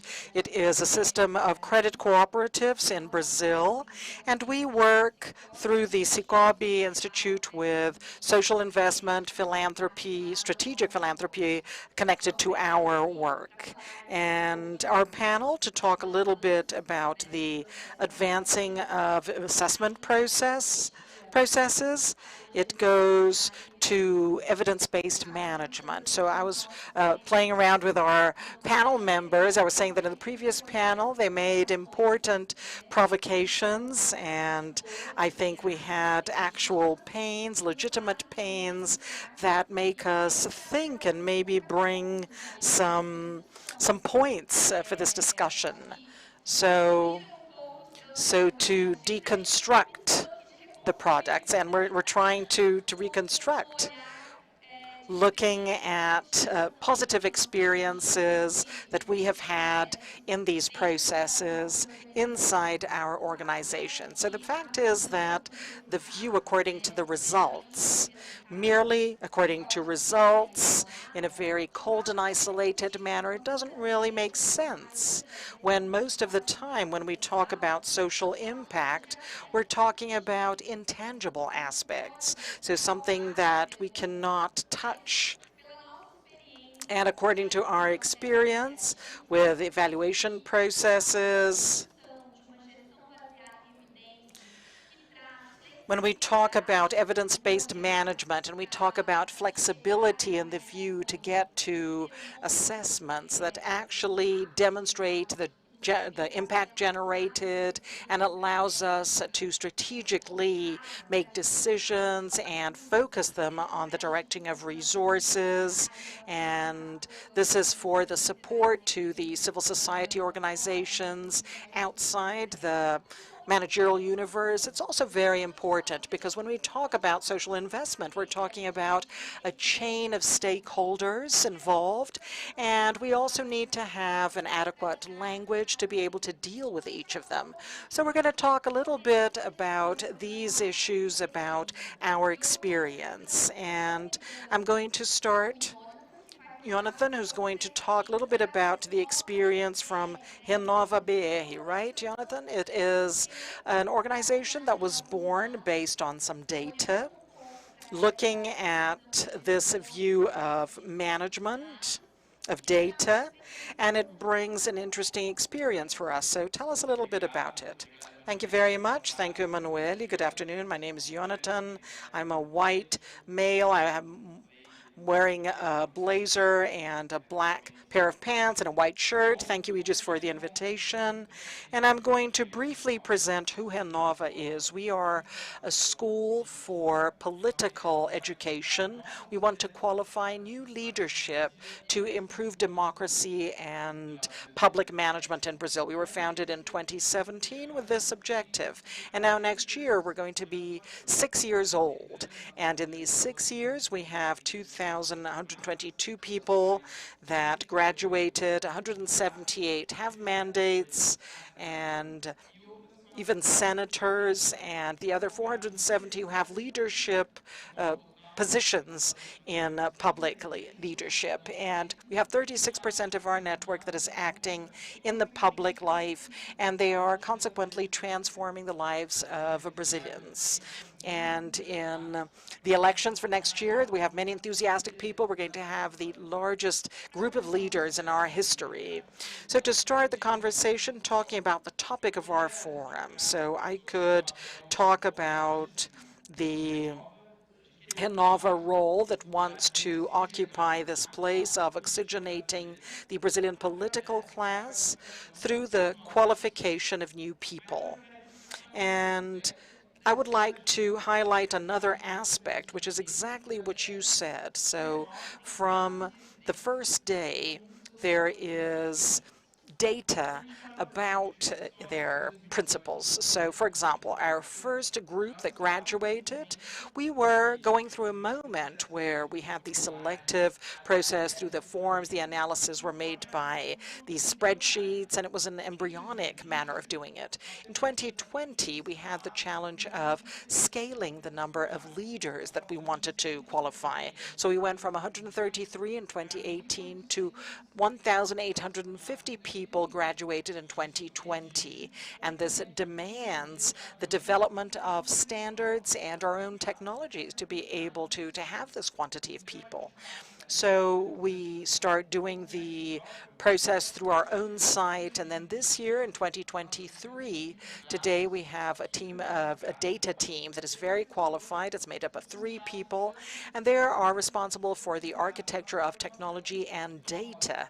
And the selective process of Renova today is done specifically through WhatsApp, which is the most popular social media in our country.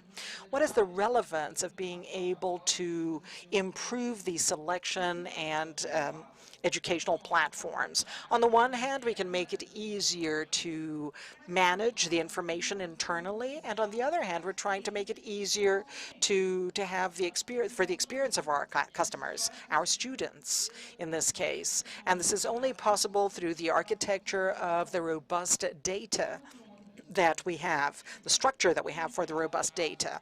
And when we talk about public data about campaigns in Brazil, it's important to recognize that we are privileged people because we have an institution like the TSE that for decades has been collecting and making this data available, publicly available. So our challenge is in how to use this data to train new people for politics. So Renova is part of the transparency of the TSE in terms of elections. So considering the complexity, how can we evaluate our action to be able to find ways and understand the work that is done, not only at the end of the process, but also throughout the process? And today in Renova, we're able to have the understanding that beyond the result of the elections, we're beginning to have a qualitative evaluation. So we're able to understand the electoral cycles. We do research, qualitative research with our students. Then we have partnerships with some research institutes. And now we have added a different level, which is our SROI assessment that we did in partnership with Aegis. And to connect this first part, we have to understand that the evolution of the world of data, globally speaking, It places us with a challenge to understand that the basis of information is going to be greater every year. And our role is to try and understand how we can use the information so that we'll be able to make better decisions. Thank you, Jonathan. Let's give him a hand. He is bringing an important report about evidence-based management, and it has evolved. We notice that there are different ways of doing things in this assessment process, different ways to measure, and this is going to happen in an evolutive form, and it's the moment everybody has. So now we're going to hear Firinea from Denetric, and she's going to tell us about her experience. How do you see these opportunities, and how did you implement the assessment processes, and how daring were you in this in your management? Thank you. Good afternoon. First of all, my description: I am an average height person. I have long hair. Now they're looking horrible because of the time of the day, but I am a brown woman and very proud of it. So answering your question, first of all, I'm going to talk about Nature Conservancy. It has been acting in Brazil for 35 years, and maybe most of you don't know it because it is an institution that historically has worked with a low profile. And globally, we have 5,000 people in the organization, and out of the 5,000, almost 500 are scientists, and this means that we have 20 scientists in Brazil. So the decision-making from the start was always connected to evidence. So for us to have evidence, it is necessary to have clear methodologies that are going to lead to the information and indicators that will help us to define the path that we should follow in the medium and long term. Besides the short term, of course, but especially looking at the medium and long term. So we developed over the last few years a group, an internal group. So everything that we're saying about all the initiatives, obviously, all of them are based on the results of the monitoring structure. And what is interesting that we were listening to in the last panel that we were discussing, so it's if we are definitely getting to the results, or it's the impact that we want to have. So the separation of the results and what is the impact, that is important. And that's why in TNC we have been focusing on this scenario. So our whole structure today is based on what we call the theory of change. So the TNC works in 3 big biomas with distinct strategies focused on restoration, connected to the combat against climatic changes and the quality of water, and combat water safety, and also with indigenous populations and traditional populations. We work in the Amazon, in the savanna, and in the forest. And we also have bioeconomy agendas. But when we look at, let me take the example, when we look at the legislation, a law, we're talking about result, and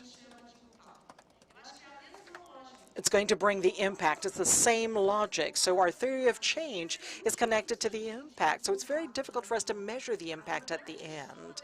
So how can we make a decision if we are moving to the right place or not? So we start, and we don't always have the right things. So it's not only from the Nature Conservancy. So as soon as you have a structure that is strong for monitoring and assessment, with a database that is strong, and especially with a timeline that is well based, it is very difficult for you to base yourself on these data to check if you're actually going in the right direction, if these intermediate results are helping you or not to get to the impact that you want to have. So I'm very connected to the scientific basis for people to actually have the decisions, and it's all based on evidence. Otherwise, we just, keep checking, and there are many years where people are making decisions, especially environmentally speaking, in terms of investments, not necessarily based on what we have in terms of scientific data and information. Then we have the scenario that we have today. So how can we reverse a crisis scenario? We're only going to be able to do that if, in fact, we are based on evidence. But we're talking about the investment and the investment that we make, and then I believe that we'll have a better result. Thank you, Frinea. That was excellent. Connecting with what you said, our experience in the Cicobi Institute is very similar when we talk about gains in this learning process, because the final result of the evaluation, it will not necessarily be the final focus. The whole process, construction process, it brings great strength because that's what we're doing in practice. So in our case, besides the theory of change, when we worked on the causality, because sometimes we create, just like they said in the previous panel, relationships in our heads. But when we go over there with methodology and practices, scientifically proven to say, really this issue connected to this brought this outcome, it brings us safety so that we can actually use it. Because sometimes it's even difficult because we're not sure about what we're doing. So the evaluation process, it brings a lot of this in terms of management. And then we want to hear you, Cris. So we want to hear your experience in Nexa. So tell us a little bit about it. Hi, good afternoon, everyone. I am Cristina Luanda, and I have 1.72 m. I'm a white woman. I'm wearing a blue shirt and black pants. So Nexa is a mining company, and it's copper, zinc, and lead. We are present in Brazil and in Peru. We have more than 60 years of history. And I am responsible for the social area in Brazil.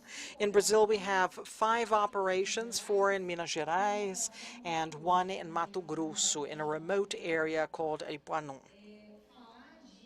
Now, to talk about reporting data and evidence, it's a huge challenge when we're talking about social investment, private investment, because on this side as a company, we need to explain things to the investors and the shareholders in the company. And then on that side, you have the communities and you have the social impact that you intend to generate, that you expect to generate.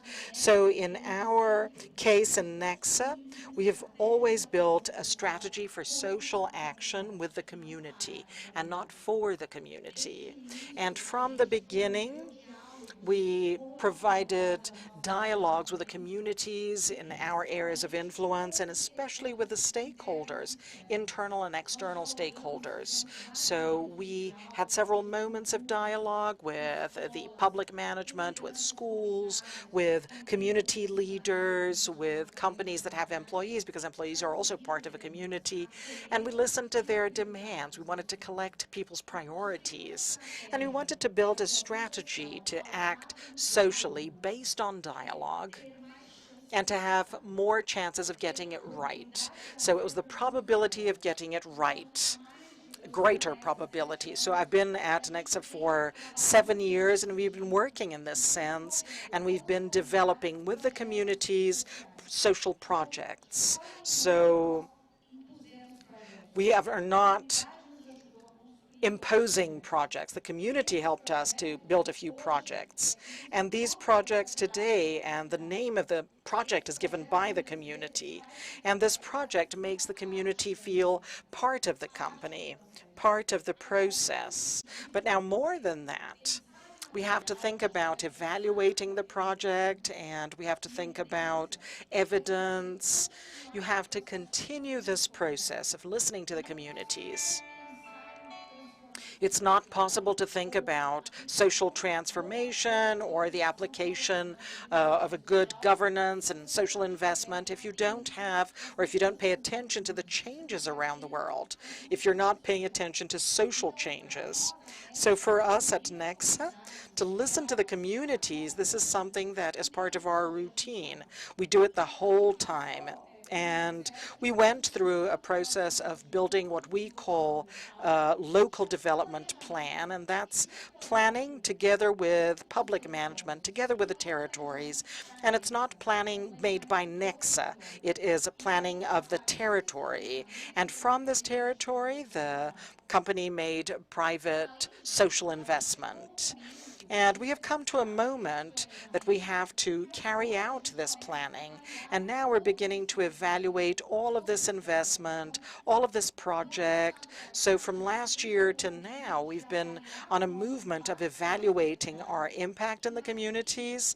And even more than that, we're measuring and monetizing it. Because once again, as a company over here, and I even talked to some colleagues before, we're in the middle of the way between listening to the demands and trying to think about solutions. And then on the other hand, we have to talk inside the company and we have to translate for the investors, to the shareholders, the social impact. And we don't do this without any evidence. There's no way we can do this. There's no way I can evaluate or am I able to get social investment or be able to improve the impact if I don't show my practice, if I don't show this impact. It is a challenge, and somebody talked about the S from ESG. It's very difficult to look at this topic inside ESG because you don't have metrics, you don't have defined premises by the market as well. And what you have is big topics. And then how can we build? You know, we're in the edge of things. We are working in the social area. We're working on these premises. So how do we show the market? How do we show the shareholder and the investor the premises in the social area? What is the impact that we expect in the social area? So I think we have the challenge of translating this to the market, to the investor, and these are distinct languages. These are languages that many times do not communicate exactly because of that, because unfortunately these are different ways of thinking. But I think that all of us should move in the sense of translating the work and the social impact for investment to increase this impact and to multiply this investment increasingly. Thank you, Chris. The ESG agenda, as they said before, Coin talked about this in the video, and it brings a challenge for the organizations in general, especially to the market. And beyond measuring the risk and the return, it also measures the impact. And I would like to bring some reflection about this because in social investment, in strategic philanthropy, we've been talking about measuring impact for a long time. So this is a challenge that is not new to us. We've been discussing this. We've been advancing the methodologies and the practices, and they bring us to these cases that were presented today. And what I notice is that for us, philanthropy, they even asked about this earlier. Are we losing space, right?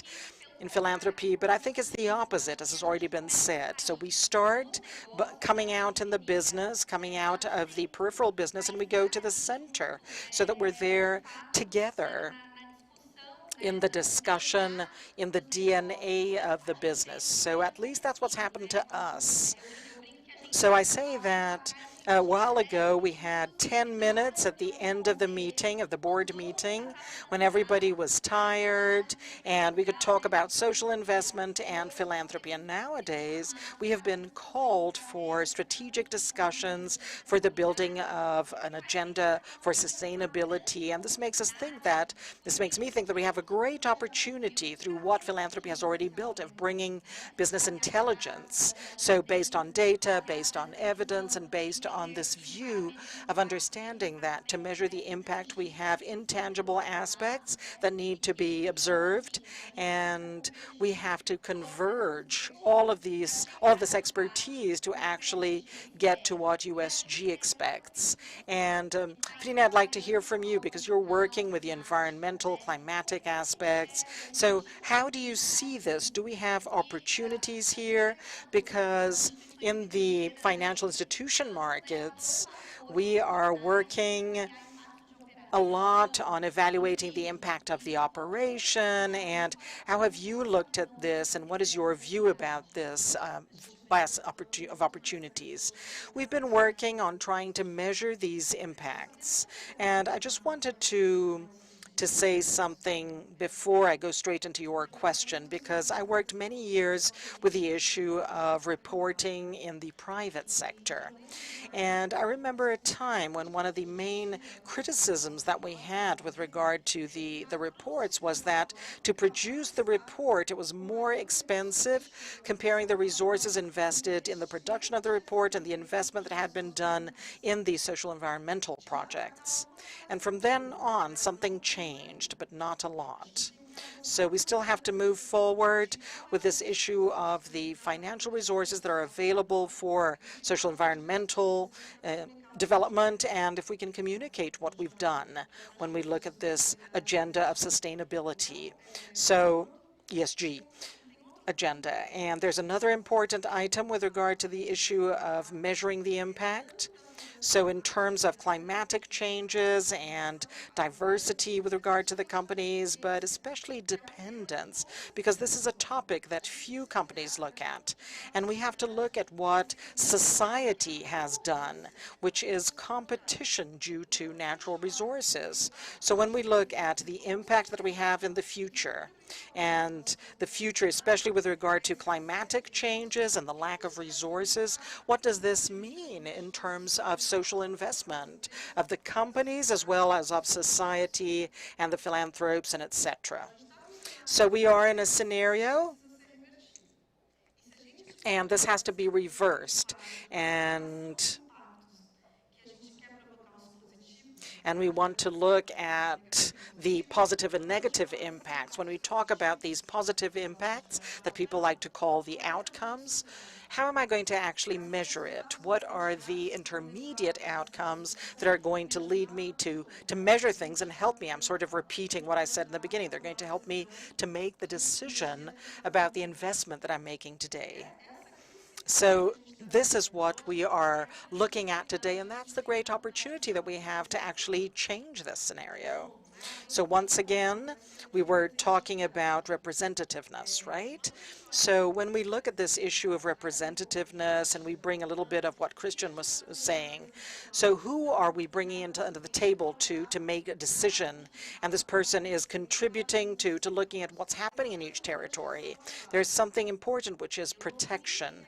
I didn't hear anybody talking about this term, safety, and it's an important topic. And when I look at this whole scenario, if I look at the rights that I'm actually helping to guarantee when I'm working with social investment or with social environmental investment, if it's whether it's private or not. So if I want to create a positive impact for society, I also have to guarantee climatic justice.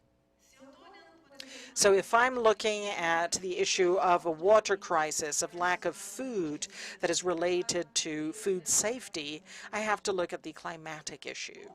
And how are we connecting, how are we making bridges between all of these topics? I cannot I have to talk about the indigenous population. So Braulina was here and she said something very important. We have to remember that vulnerable people today are the ones that are suffering in the first grade, in the first instance, all of the climatic changes, and how do we try to bring all of these existing financial resources, because we know that money exists, but we don't have good projects. But is it really the case, or do we have to evolve the way in which we communicate what we're working on? And that's another discussion. And going back to that, when we talk about the impact and the clarity of what the impact is, and that I can't necessarily measure the impact, but I can measure the results that have been achieved that will lead to an impact. So we need to establish these standards better. So what are these results that will bring an impact? Because this will facilitate communication. It will make it easier to get financial resources to get to these outcomes that will lead to these positive outcomes that I'm looking for in the future. Thank you. And talking about communication, and according to what Frinea said, I'm going to ask you, Jonathan. So you talked about SROI, the process that you implemented. What do you see in terms of gains? Was there any gain in terms of communication in this assessment process, and that brings important impacts or an important return for you? Thank you. I think it's also, according to what Frinea said and what Chris said, it's about the translation of what is communicated to our stakeholders. So SROI is one of the ways that we have found. And I'd like to thank Aegis on behalf of Daniel and Isadora. They followed us up in a one-year process for producing this research. And when we talk about this ROI specifically, there is a final indication, which is, and there's one that goes far beyond that. We have a whole process where you gain some information according to quality and quantity, and this is the information that shows the wealth of an assessment process, because this is the information that is going to work as the input to build the next product even better. And thinking about this translation and these articles of communication that you're talking about, I want to bring three tangible examples, different examples of how we have tried to create these products that show the wealth of the work of the social organizations. The first one, and then talking about strategic stakeholders, supporters, and our challenge was how would we be able to follow up and demonstrate the actions of the leadership of Renova, and also those who occupy leadership positions in public management. And now we are going through the production process of a monthly product, and we call Renovation in Focus. So we look at all the leadership and we evaluate it qualitatively, looking at the work that these people are doing in the different positions around our country, and then being able to translate this in a way to make us understand that the political debate today, you have a series of access and information, and this is not quality access, and that you can communicate the work that has quality in Brazil. The second example I wanted to bring, it's a product that we did in 2021 called Distritão, and it's a dashboard where we built internally. We built it to try and measure the election results in 2018 in case the model of the votes in the districts that were being used at the time, if they had been implemented. And this is the model that we used internally, and there were two important findings here. The first one was that if it had been implemented, we would only have the majority partners with representativeness in the National Congress. And the second one is that most of our federal deputies would be white men of medium-high class, more than 59 years of age. And it showed a lot of evidence, and it appeared in the media, and we made this product to be able to guide our students internally, and it overflowed. And the third example, I think this is the most interesting ones, how are we able to, inside this flow of information that we have, how are we going to be able to help our students inside their qualification process? So we built BAR, which is the recurrent academic report, and this is information that our students receive on a monthly basis. And there are three main indicators. One of competitiveness, so it's an internal indicator for the institution, and we were able to demonstrate the success levers in a good candidacy. A second indicator, which is to measure social media, also known as IMPD. And the third indicator is the educational performance of these students. So they receive this information on a monthly basis compared to the rest of the team, right? What do I have to improve? What do I have to develop? And it's ways that we can use the information for the different public, and we can communicate with them in an objective manner, in a way that is visually attractive, with quality information. And once again, it's going to help all of these people, if they are strategic stakeholders, if they are the press, if they are our students, so that they will make better decisions. Thank you, Jonathan. So I'm going to close my cycle of questions with a question for Chris, and then I'm going to open up so that you can ask your own questions. We still have some time here before we close the panel. So Chris, about decision-making. As soon as you decide to implement evaluation processes and look at evidence-based management, was there any change in this process to make decisions in the dialogue with the stakeholders? How do you see the processes? How did these processes impact them in this sense? Well, I see several parts of the evolution with the stakeholders, because when we show evolution of IDEP and the educational project, and the dialogue changes. So they understand the importance of the project, and even if it's difficult to apply the project. And when you demonstrate internal indicators inside the organization and evolution. And this is with the maturity of the stakeholders for employability. So there's some weight there, and we create this evaluative culture, and this has a direct impact on the company, and especially in terms of our social investment. So it's different from other companies, even in the past, when we know when the company is living a change and restructuring, and the social area is impacted. And of course, we always suffer the impact with the other areas. But what do I see today? I see a value. I see that the company sees value in the area. They see value in the social topic. So to make this management based on evidence and to show this all the time, inside and outside, this generates value, and it's shared value. It is value that is not mine. It's not Chris's. It's the area. So it's the company value, and it's how the company wants to be seen and perceived. So I think if you don't have this view towards monitoring and assessment, you're not going to change in the company. And we look at our purpose as a company, as mining that changes with the world. And this is our objective. So we need to change with the world. We need to be bold. And being bold means going beyond what we do. So Nexa today invests in the generation of income, education, and water, because we are a mining company. And a mining company, in its production process, it consumes a lot of water.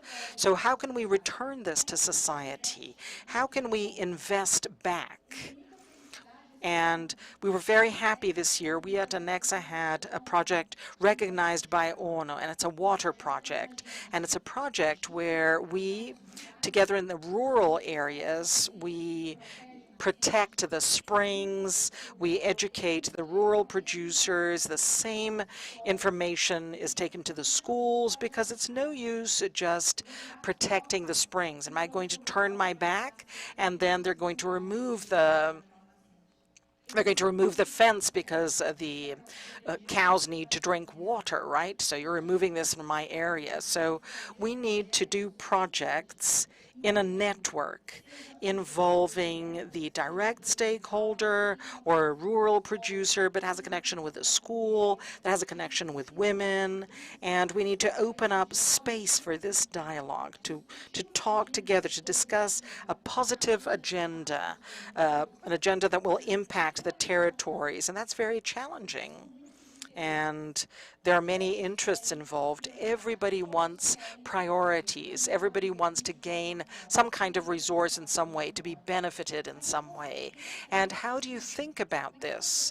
How do you think about projects in a network? So I think all of us have a challenge of coming out of our topic and what we defend and thinking in a multidisciplinary manner, thinking in a way of, how can I actually make a social environmental project, because we are a social team, and how do I bring other stakeholders, other actors from human resources in the company, from the environment, to think about a project that talks about all these topics? Because I think that's it. I think the chances, the probability of this working, of being more effective, it is if it is multidisciplinary, and it is a project that is going to involve several topics. And thinking about evidence and thinking about the way that we're going to measure this, this means that we are going to think about the trajectory. So it is complex. It's not an easy mission, but there's no other way. So we have to think about the different forms of reporting and having evidence about this. And otherwise, we are not able to move forward, and we're not able to get new partners. So the challenge is to open up to new topics and new opinions and be able to talk and construct together. And this is successful in any area and in any project. Great. And the evaluation processes, they allow this dialogue space. And we're looking at the third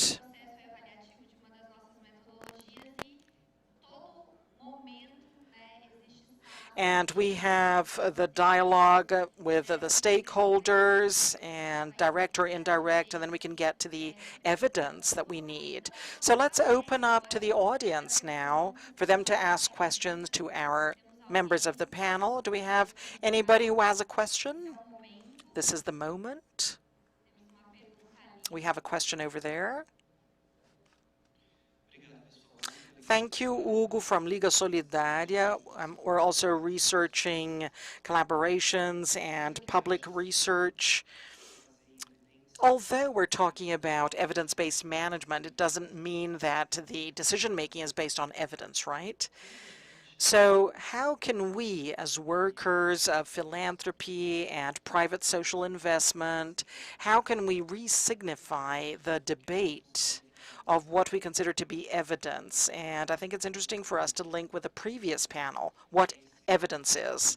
So can I ask a second question, because nobody else raised their hand to ask a question? So the second point is about communication of the view for ESG indicators. I've been looking at this for a while, and this happens because of the investors. So we did this because of the market. But this movement of communicating these social environmental practices, what the companies have been doing, it has not reached the final consumer, and that is very important to change the businesses of the companies, and that's what we see, right? It's happening in Rio Grande do Sul, for example. So how do we make this social environmental action get to the final consumer? And sometimes, well, we think it's the interest of the philanthropes to have some kind of systemic change. That's it. So we have two questions. One is about evidence and how we can connect to the group, and we can discuss what is about evidence, and the second one is about communication, right? Difficult. It's difficult, and I think we don't have the cake recipe. But I think that inside the corporation, what do I see?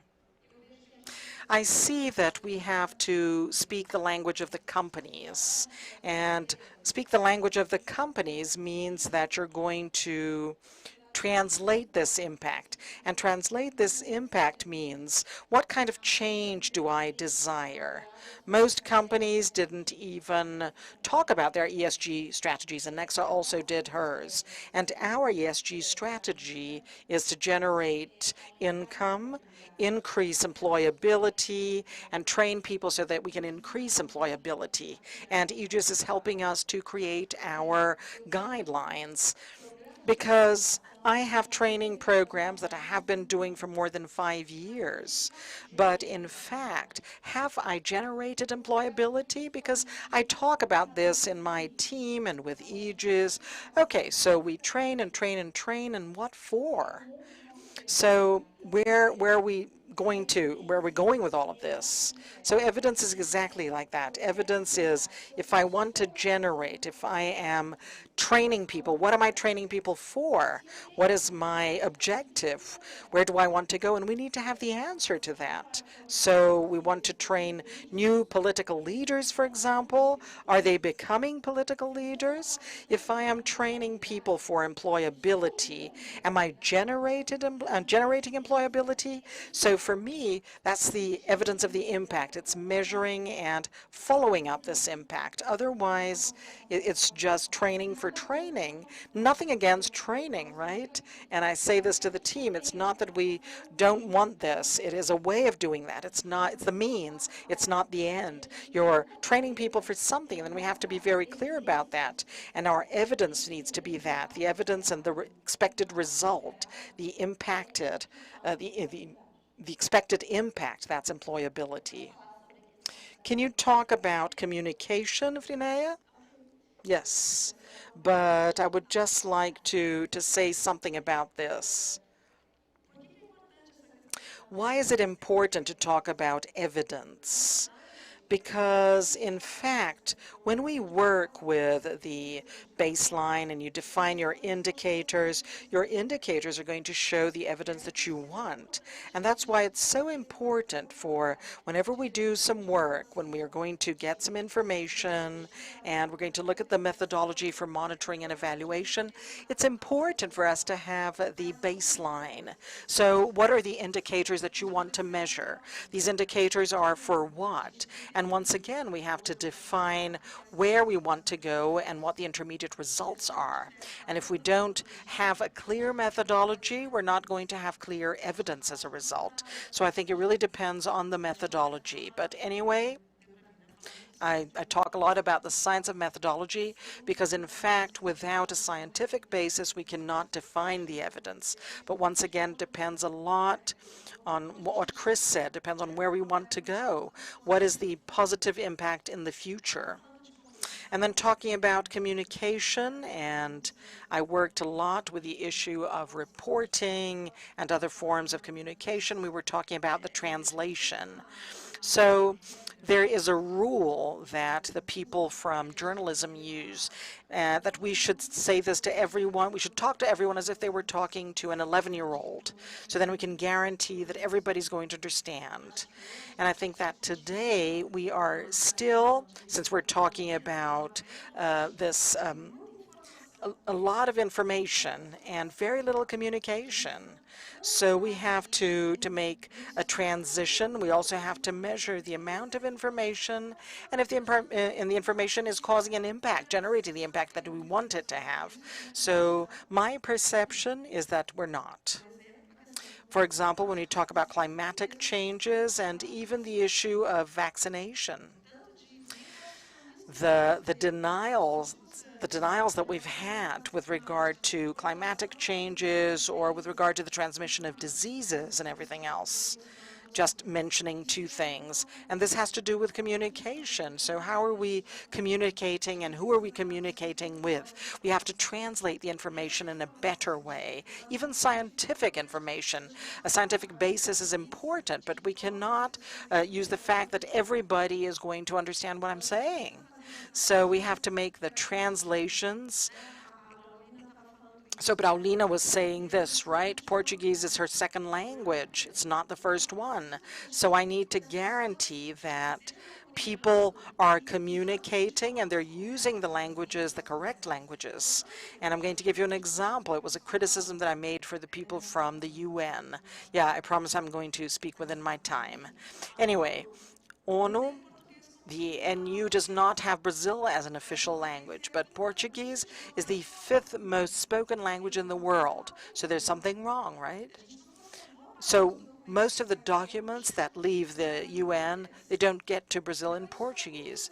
So this is one of the examples that we have with regard to communication. So once again, I'm communicating to whom and what.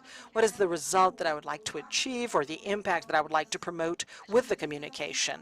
And we need to advance. And when we talk about reporting, one of the main problems of reporting, let's make a survey here. So who read at least a whole report from a company out of these sustainability reports in 2023, referring to 2022? Raise your hand. You only read yours, right? Because you're from Nexa. No, I'm joking. You're from Nexa as well? Okay. 3 people raised their hands. Who read the reports from NGOs except for yours? Okay, it's a little better. But even so, it's not even 25% here in this audience. And what does this mean? It means that we're not communicating properly, even with our own reports. So we need to create more dynamic formats, innovative formats to communicate, including our own data. So I'm going to stop talking, otherwise I'll talk more than the guy from Praça da Sé. I think we have a topic for our next panel next year, right? Talking about the reports about sustainability and impact, because it's really very interesting. So we're in the last minute, so I'm going to ask you to be really brief, 30 seconds each, for you to make your last comments. Jonathan, please. Well, I think there was a common point that was important in all 3 presentations. It's the importance of building an evaluative culture, not only at the end of the processes, but from the start, so that we can improve the decision-making and bringing the next step that is interesting. We're going to now give a step forward, being able to, during the qualitative process of our students, we'll also be able to have an automatic response with an instantaneous feedback of what we're doing. And I think this has to do with the important discussion that we had about how we can increase the power of artificial intelligence inside our decision-making. And to conclude, I think that the number is not the final outcome, it is the starting point, so we can talk about not only policies, but all the subjects in the best way.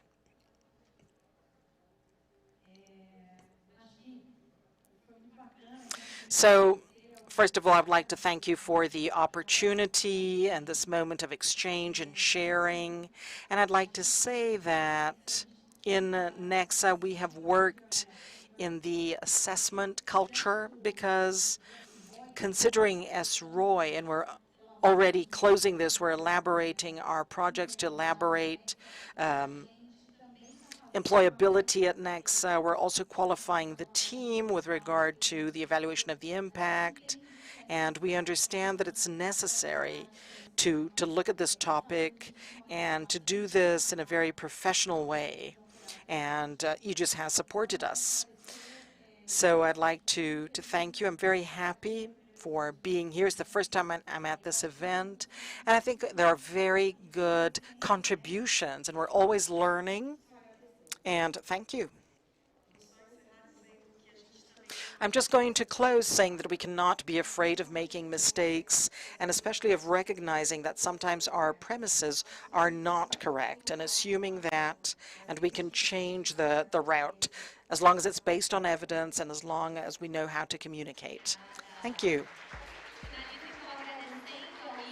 Thank you, Aegis, for the opportunity, and our panel members for this very good exchange. I think we were able to comply with the objective of our panel. And I would like to close by saying that evidence-based management is not the end. It's actually a start for us to be able to direct our investments in an assertive manner, and why not increase them to very important issues inside the ESG agenda? Thank you.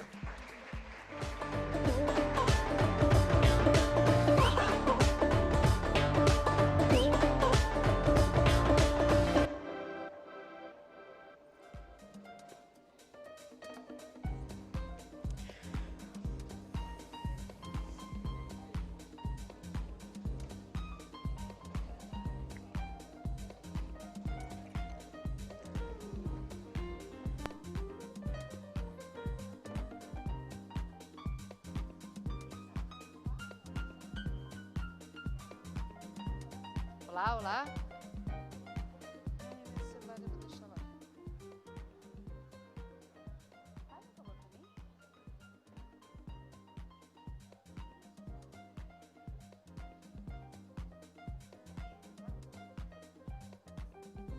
Olá, a gente só está aguardando o pessoal da outra sala se juntar a nós. Let's just wait for the people in the other room to join us, so please stay with us until the people in the other room come over. They're probably moving over now.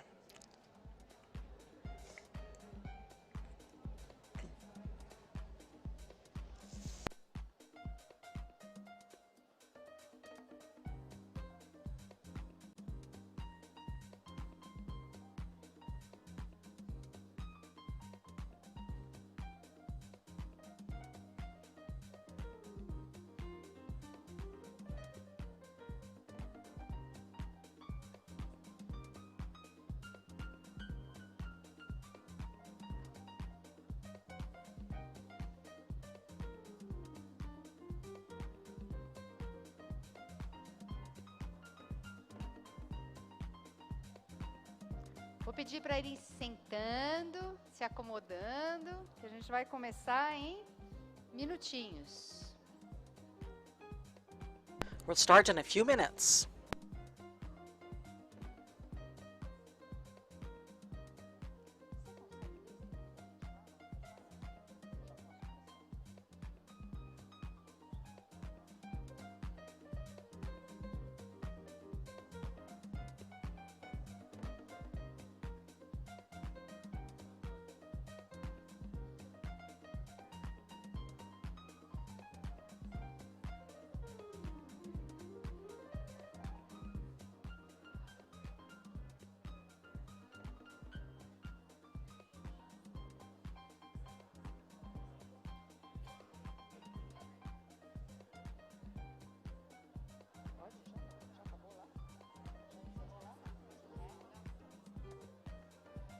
Olá, gente, vou pedir para o pessoal ir sentando, encerrando as conversas, para a gente dar seguimento à nossa...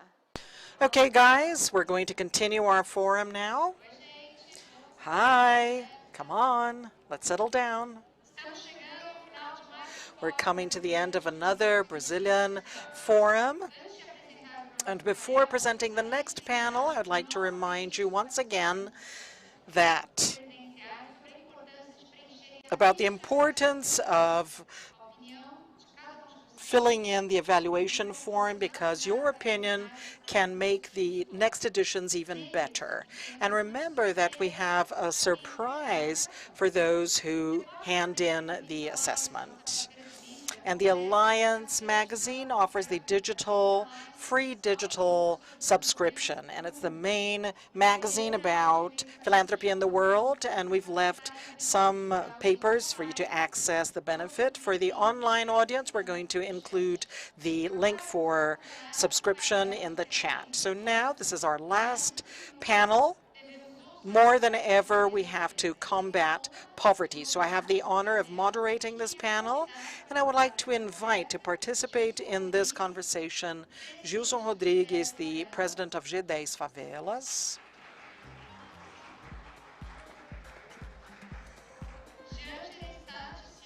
Jean Gereissati from Ambev, and my dear friend Iredita Narense, CEO of CAP India.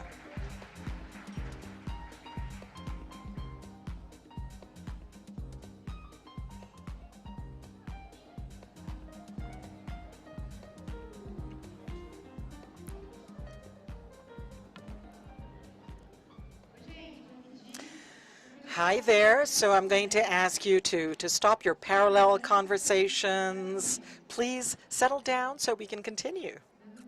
Yeah, I'm telling them off. So this is a very important topic, and according to the BGE from 2021, Brazil is above 63 million people living in poverty. So how are we able to move backwards with some indicators? On the other hand, the global report from Oxfam launched in January shows that in 2022, about 1% of the richest in the world, they have almost 2/3 of all the wealth generated in the period. And this is something that was done. They made poverty grow, extreme poverty. And this week there was an article that came out about the inequalities in Brazil, and we have 6.7 million Brazilians that live with less than 150 reais a month. So that is a very challenging scenario. And over here, we have the perspective of a company, an organization of civil society in Brazil, and the perspective, the global perspective that Energita is going to tell us about. So to begin this subject, the idea is to talk about the subject. First of all, I'd like to talk to Gilson. I'd like to know about the perspective that you have about this topic and what you're doing to face this issue.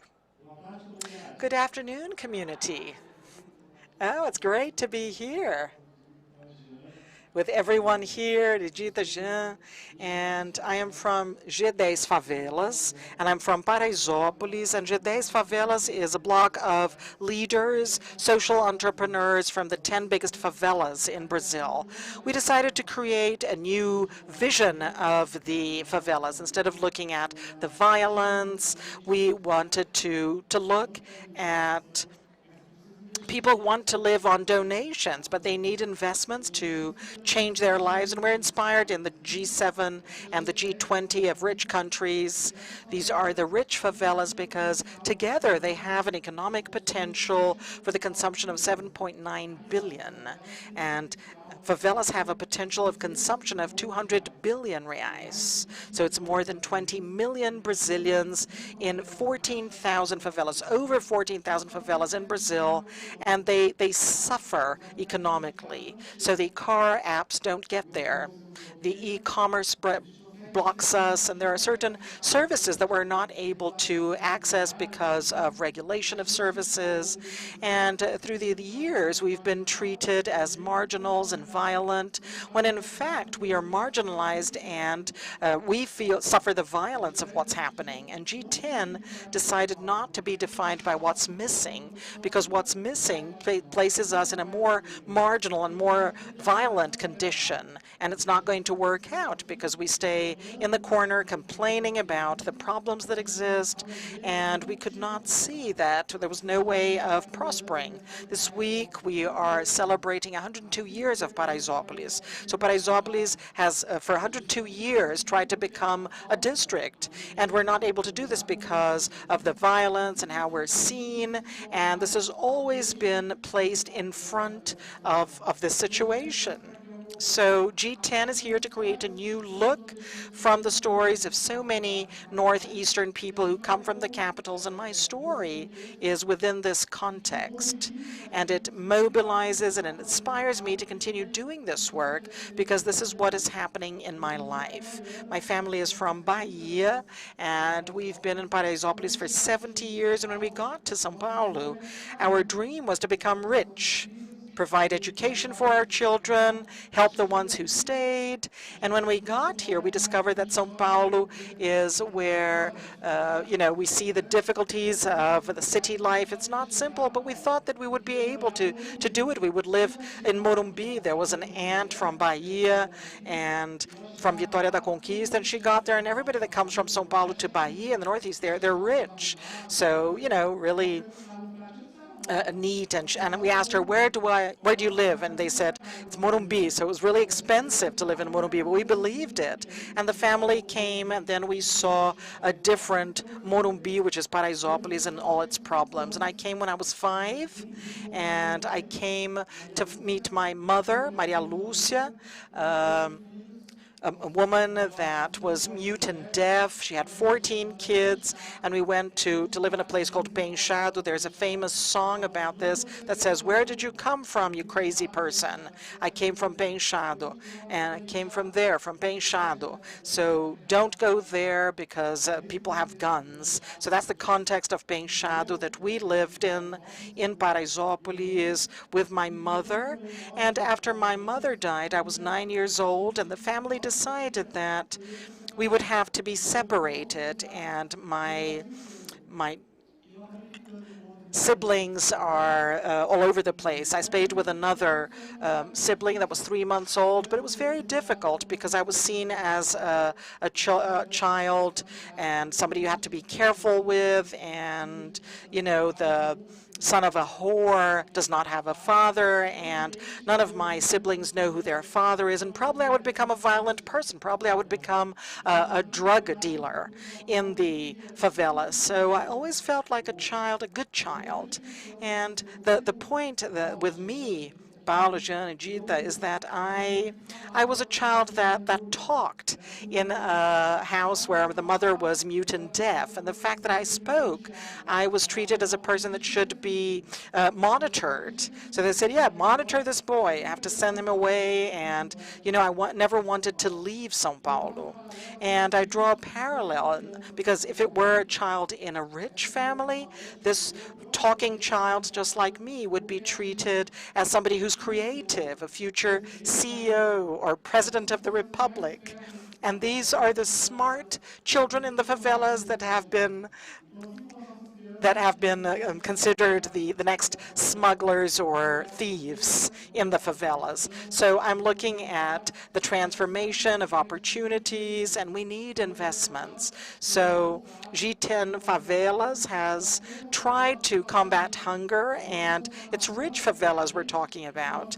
And we consume clothes, we eat, we drink, and we want to be treated as customers because our 10 reais are just as good as any other person's 10 reais. So it's not fair for people to buy things in e-commerce and receive it directly in their homes, and the favela doesn't work. They can open up companies, and you can't do this in the favelas. And the car apps, the transport apps, cannot take us to the door of our homes. So we have to try and create solutions for the people in the favela, and that's how we offered this credit for the family, especially black women in the favela, and we created micro-logistics centers inside the favela, and we just got 1 billion deliveries in 7 favelas. Imagine if it were in the 14,000. We created a LinkedIn in the favela because they say that they can't hire black people.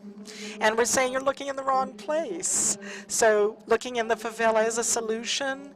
And in terms of the favelas, they're always looking at what's missing, but creating solutions. And we have to make a social impact, combat malnutrition, but there are ways to transform, and we notice that the best way to end poverty is to have money in our pockets.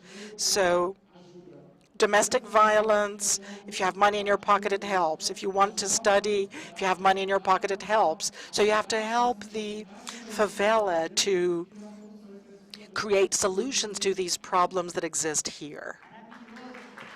That was great.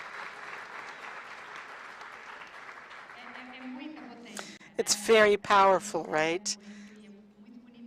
It's very powerful, and it's beautiful. I had never heard your story, the story of your life. It was incredible, and it's a pleasure to have you here.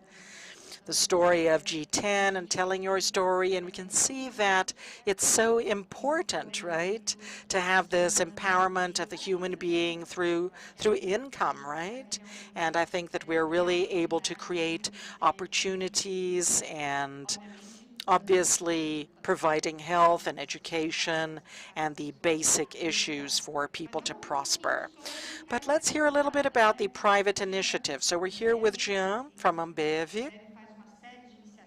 Ambev has a series of initiatives, not only in social issues, but also the environmental ones. But I'd like to hear a little bit about how you see the role of companies when we're talking about coping with poverty and other social environmental problems. And I'd like you to talk a little bit about the projects that you're carrying out.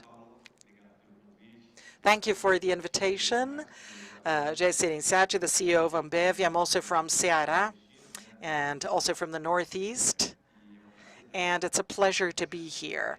So at Ambev, when we think about ESG, and when we think about being an ethical and responsible company, we, for a long time, maybe 20 years, we have worked on sustainability and the environmental aspects. We've been doing consistent work for a long time, and we started a program taking care of water, which is crucial for our product and the basins of our rivers. And we've been consistently planting millions of trees in these river basins in Brazil. When Brazil had a problem in the Tocantins basin, Ambev was called to check what they did with our factories to replicate what we had in Tocantins. So that's an example. So all of our beer is already done with renewable electricity. And today, we can foresee that there's an ambition that in 2027, 2028, we'll be able to have zero carbon emissions in our scope 1, which is, and then we'll be able to do more of that to go to scope 3 and have zero emissions. So we see a lot of work with sustainability, but sustainability is an obligation. So that's part of the business, it's part of having a business and having a company. There's no way out for the companies that are responsible to not look deeply at their impact on the environment and to mitigate over time. So we have been reflecting on sustainability as an obligation and not an option. And we also saw what we could do, what more could we do in terms of a positive brand besides trying to end the problems, right? What could our positive mark be? And we studied a lot, and the capillarity it has of having an ecosystem that goes from the farmer to the waiter in the bar that has the great capillarity, right? All over Brazil, and wherever there's Brazil, there's Ambev, there's one of our trucks going by. And we are aware that our superpower is our capacity to transform this ecosystem into an ecosystem that is growing and prosperous, and it's healthy. And this ecosystem will be able to make what Brazil needs, which is productive inclusion. So we're very aligned with ODS number 8 from the United Nations. We turn our key to be able to use our company as a company that is able to transfer its knowledge, its connections, its resources to the ecosystem as a whole. And the ecosystem is going to be able to include more people productively in this great pain that Brazil has, which is the pain of inequality, of not having a job and not being able to participate in the economy. So we called this program Bora, that has a 10-year ambition to impact 5 million people with some sort of training, education, for people to be able to participate in this ecosystem, in agriculture and in retail, with some kind of financial help and with some sort of connection. So we have access, so the truck goes to the favelas, and we have have our customers. So how can we conduct this whole ecosystem so that we can improve and guarantee that this ecosystem will be able to bring more people who are there, and these people are not included in society and they cannot work. So this is our mission. It is aligned with ODS 8, and it is focused not only on making zero of an impact in the environment, but to bring something positive. Just like Bora, that tries to bring a better country with more inclusion, productive inclusion. Great, and you have other initiatives, right? You have you have lots. Yeah, I didn't even talk about those. Yes, better platforms. Okay, so thank you. Thank you for your words, and we'll go back and talk about it a little bit more. And this is from another part of the world. So we have an Ivijita here, and she can talk about her perspective in her company in India, and it's also the role of women and the issue of gender and the vision of the challenges, right? And the same challenges.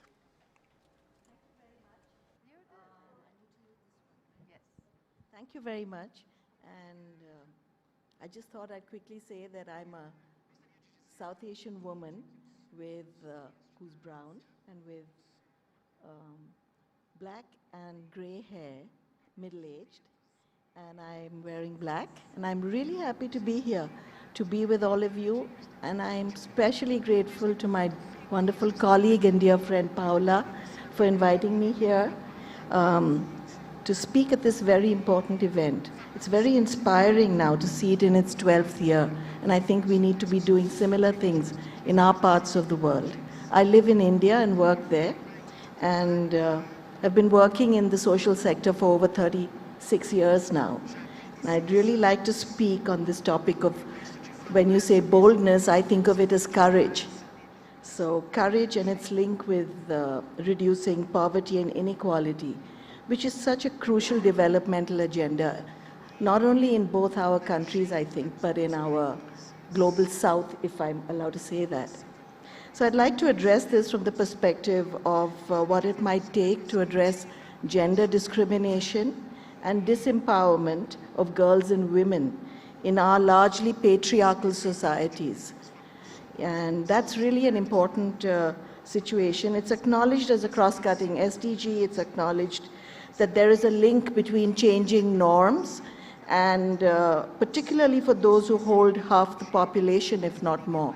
In India, it's less than half. We have, as you might have heard, the missing women. So we have a skewed sex ratio in favor of men. And it really, we really need to, we know that there's evidence and data that talks about how it's important for societies to help women and to achieve their potential for the economic empowerment of households below poverty line. There's no secret in this. There's a lot of data and evidence. But challenging social norms, particularly those in the hinterland, in the rural, norms of girls and women not able to leave home, not going to school, being restricted during menstruation and poverty, early marriage, pressure for sons, accepting domestic violence as the norm, fear and shame of revealing matters in public, family matters in public. All of us are nodding our heads. We know it, right? But it requires a lot of courage for women. Change doesn't happen easily, and change requires courage. And the best forms of change, I would say, is where women and communities themselves seek space and grab space, because space is rarely given to us.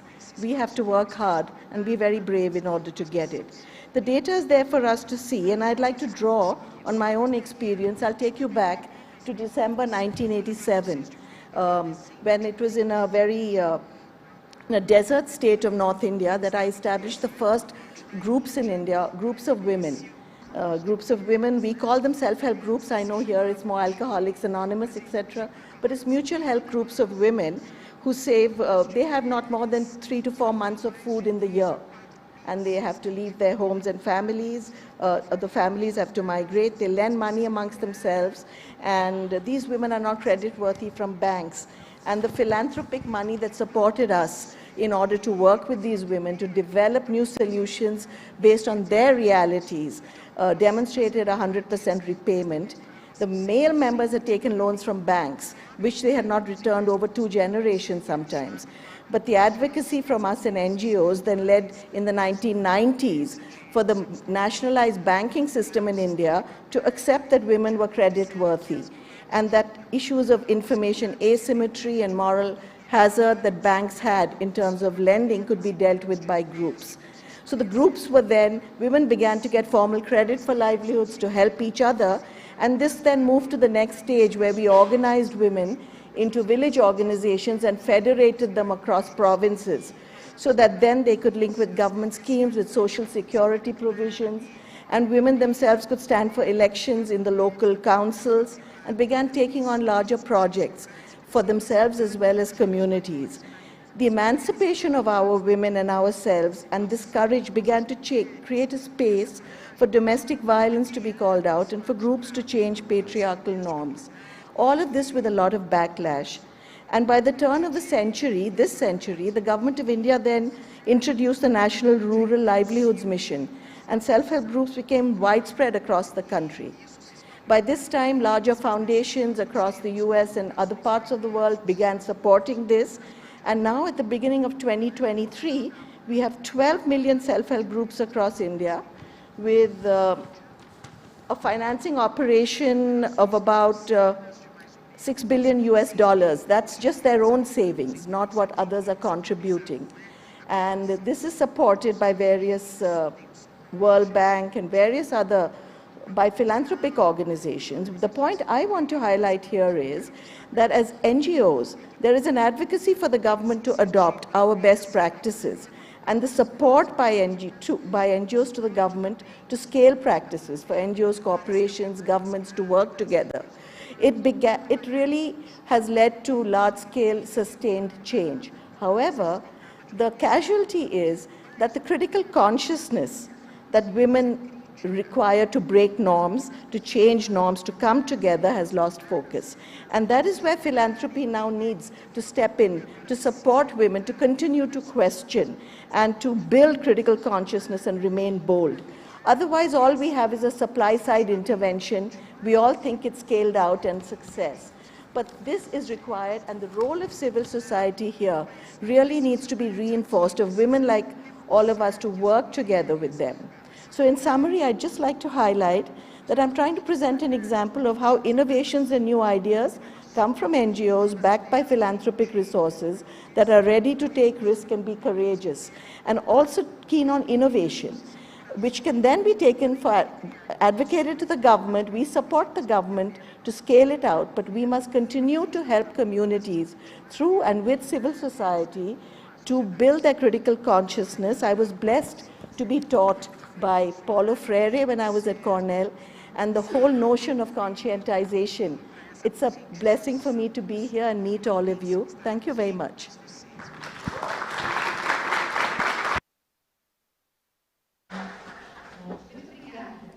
Thank you. Thank you very much.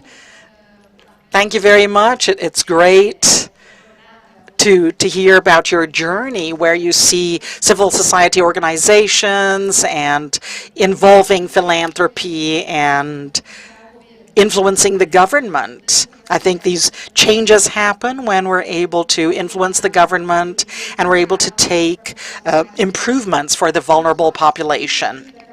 And I'm going to open up for questions in a minute, but Jean, how do you see the importance of companies also risking in social investment, private social investment and philanthropy to deal with poverty and extreme poverty? So do you see companies assuming risks in this situation? That's a good question. I see it. And I think that before the companies, Brazil is a country that has very generous people, loving people who like to help, but Brazil still has a long journey to better structure philanthropy so that it can happen in a more structured manner. And in the companies or in the world of philanthropy or in the communities, if you want to maintain the status quo, you can, risk less, you can keep things the way they are. But if you want to change a scenario, and we need to change the scenario in Brazil, we have to be daring. So I think Brazil has a long journey ahead of it, being prepared for more structured philanthropy in terms of legislation and communication. I think they has to be used in this sense. So the companies, I'm going to give you two examples, and these are the ways that we have to not only be a responsible way to do things in an ethical manner, and that's a great step for you to look for all of your, to try and do everything correctly and ethically in your company. But when we want to go beyond responsibility, this is the moment that we created VOA.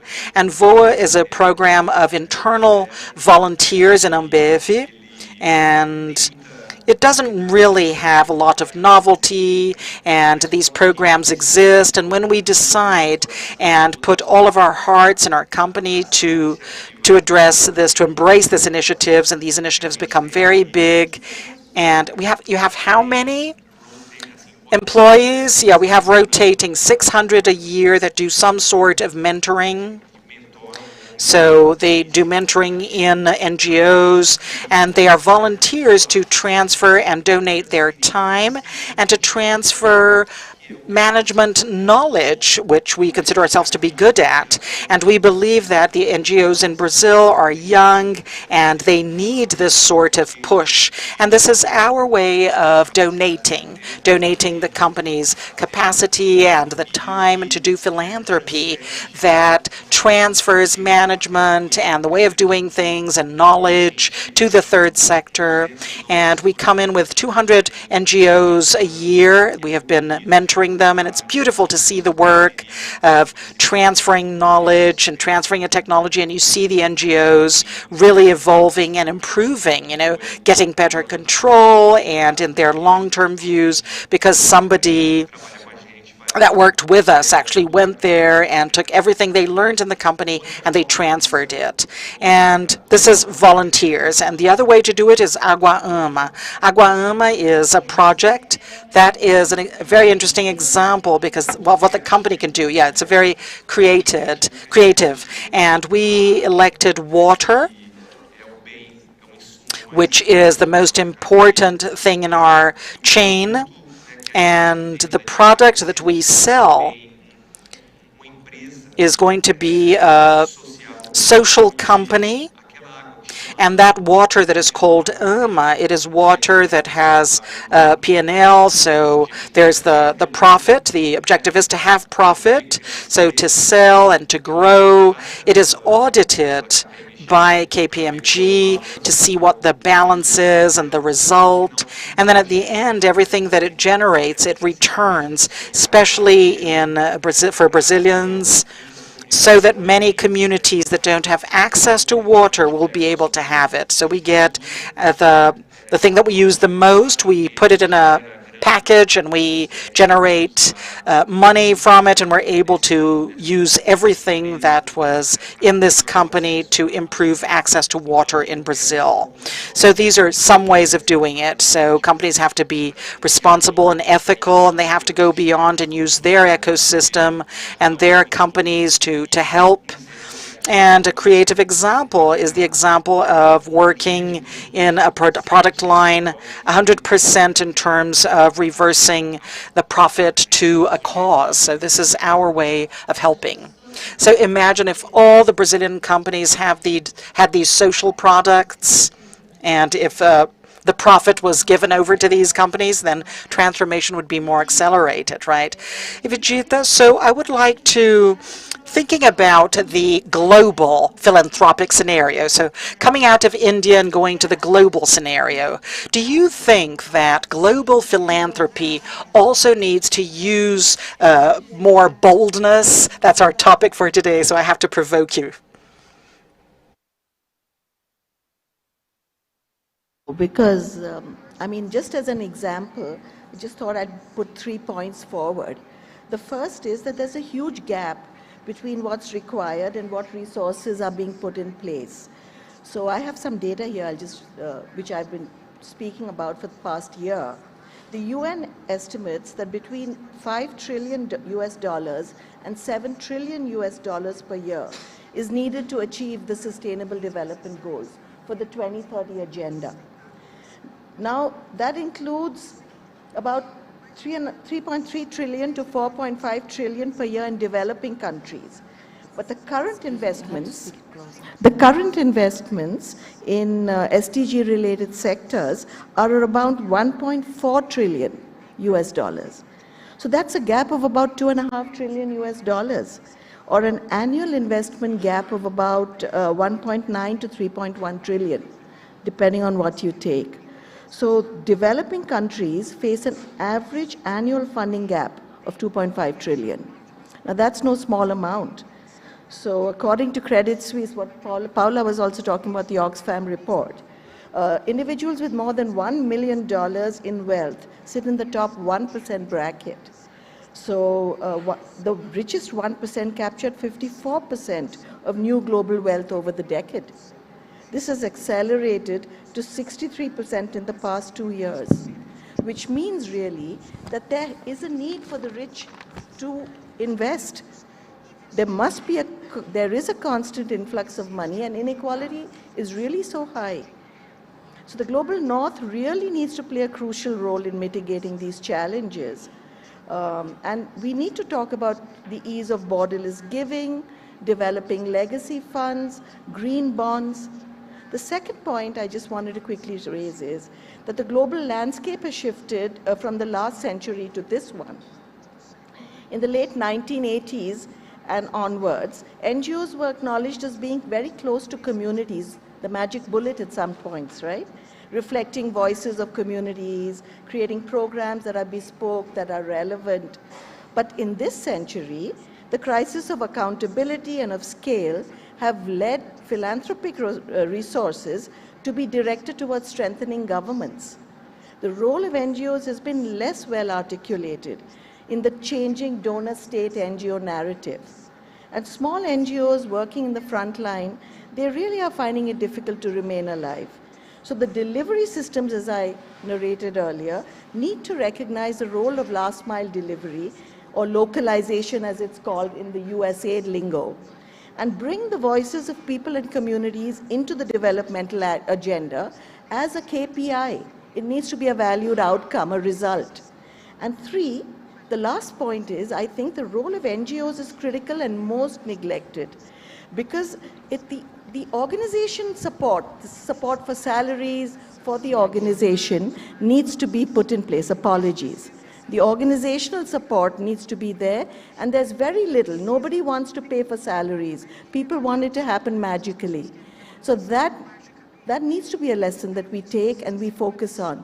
Otherwise, I'm afraid things are not going to move very well, and we don't have the 2030 agenda that we're going to achieve. It's going to be like the MDGs.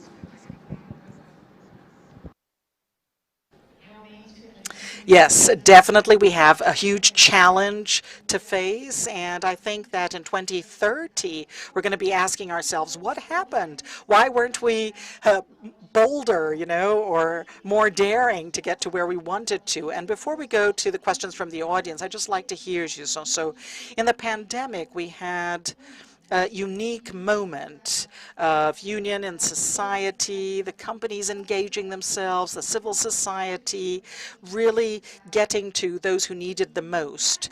But we saw that, after the pandemic, many things went back to what they were.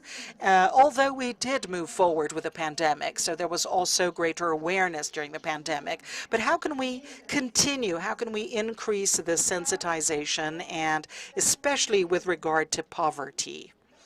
And how can we think about initiatives in all 3 sectors together in combating poverty? Thank you, Paula. Definitely the pandemic showed the inequalities and poverty and what the population has. And we could see that staying at home was not a reality for everyone.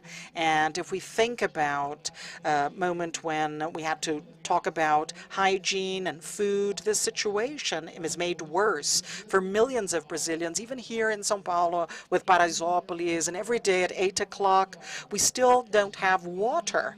So we had to, sue Sabesp, the water company, to be able to get water 24 hours, and the ambulances don't go to the favelas. That is incredible. So we had to sue the company called SAMU. And it normalized that situation. So as soon as this was shown, and then the pandemic went by, and then the new normal happened, and people, were accommodated, as if this were normal, and that's not normal for us. The situation of the new normal was worse. So it was a period of a lot of participation, and the favela innovated and created models for mitigation of COVID. For example, the volunteer people who take care of 50 families, and we took, in Paraisópolis, we distributed 10,000 boxes of food per day. Today, it's about 300. We haven't stopped, and frequently, the line is still there, and the food finishes. So we have to serve sausages and eggs because, people just got accustomed to it, and it's no use saying it. They're saying, oh, so, we can't send messages and Instagram because people just got used to it. It's normal to get food. So we believe that we have to create solutions as from this reality so that the favela can prosper, and then it won't have to depend on these conditions. So when we go to G10 and we create the Silicon Valley of the favela, we have tried to create solutions so that we can cause a social impact, so that we can impact the educational part, and we can make the population have work and income to be able to develop and to be able to, look at what they want to eat. And we look at the staple diet, and many things were focused on numbers. And we have to be able to eat well, and we have to donate to people what we would donate to our families. So the best way of doing it is generating opportunities. And over there we created Mão de Maria, which is translating, it's Maria's hand, and that is Brazilian food. And we distributed 4,000 boxes of food per day during this process. And what we did is we qualified women so that they could produce this food, and for us to be able to buy this food from these women, so that these women would also have money and income. So creating alternatives so that the population can overcome this. And it was more than 4,000 women, and then they went back, they made a bistro, they made a delivery, and it was small businesses that subsidize these operations. They also generate work and income. Ambev is a client of Mão de Maria. So when you have a coffee break, you can call the women from Paraisópolis. They are from 8 states, and we create solutions so that this dependency on donations can become smaller and also impacting and forming. So we have, for example, Costura Sonhos, which is a group of women that launch fashion. They went to São Paulo Fashion Week, they went to Milan, and they were talking about the NU, they were talking about circular economy, and they work on recycling. And what do we promote? We've already qualified 1,030 women during this period, and we ask the companies to hire them. Don't you produce uniforms? So produce it with our women. Don't you produce bags? So, this badge. So hire this population that is training, and it's giving them an opportunity, because then you're going to impact, you're going to create an impact, and you're going to generate profit. So instead of just doing dishcloths, right? We can't sell them anymore. And This will generate resources and it will generate prosperity. And it's very difficult to talk about rich favelas and at the same time work with combating poverty. We're in 16 states, almost 400 favelas, 4,002 volunteers inside the favela. And when people ask me about what to do, I say, let's make it a rich favela. But we're not used to talking about rich favelas, because if I talk about rich favelas, what do people do? They stop helping because they don't need it anymore. It's very natural for us to look and say, okay, so let's help the other side because these people don't need it.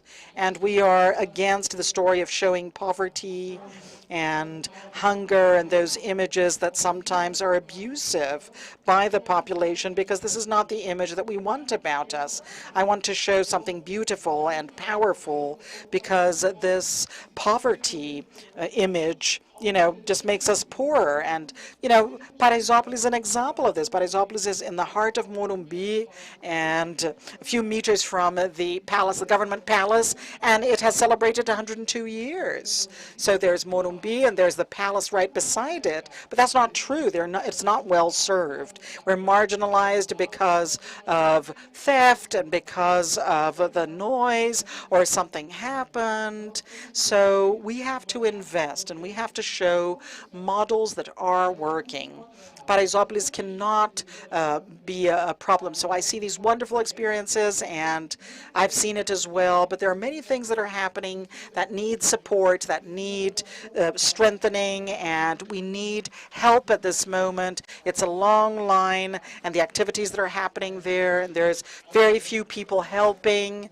And, sometimes people call me and say, oh, how nice. There's lots of interesting things, lots of good people, but this has to be more accelerated, and we have to get used to the position of prosperity, and we have to promote this. So we created a hub of opportunities, and we say, do you want credit? Okay, go to the G10 bank.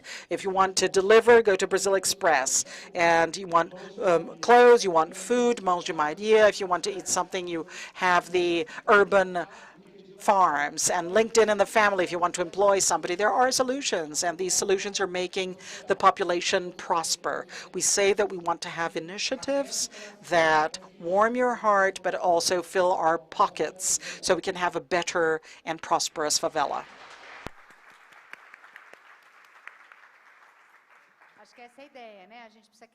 I think that's the idea. We have to create ecosystems to combat poverty, right? It's such a complex problem, and you really have to see several perspectives. And I saw wonderful examples that strengthen women. I still think that the women are watching. If I don't talk about them, they'll kill me. So, we're going to transform the world. And I'd like to open up to the audience. Does anybody have any question?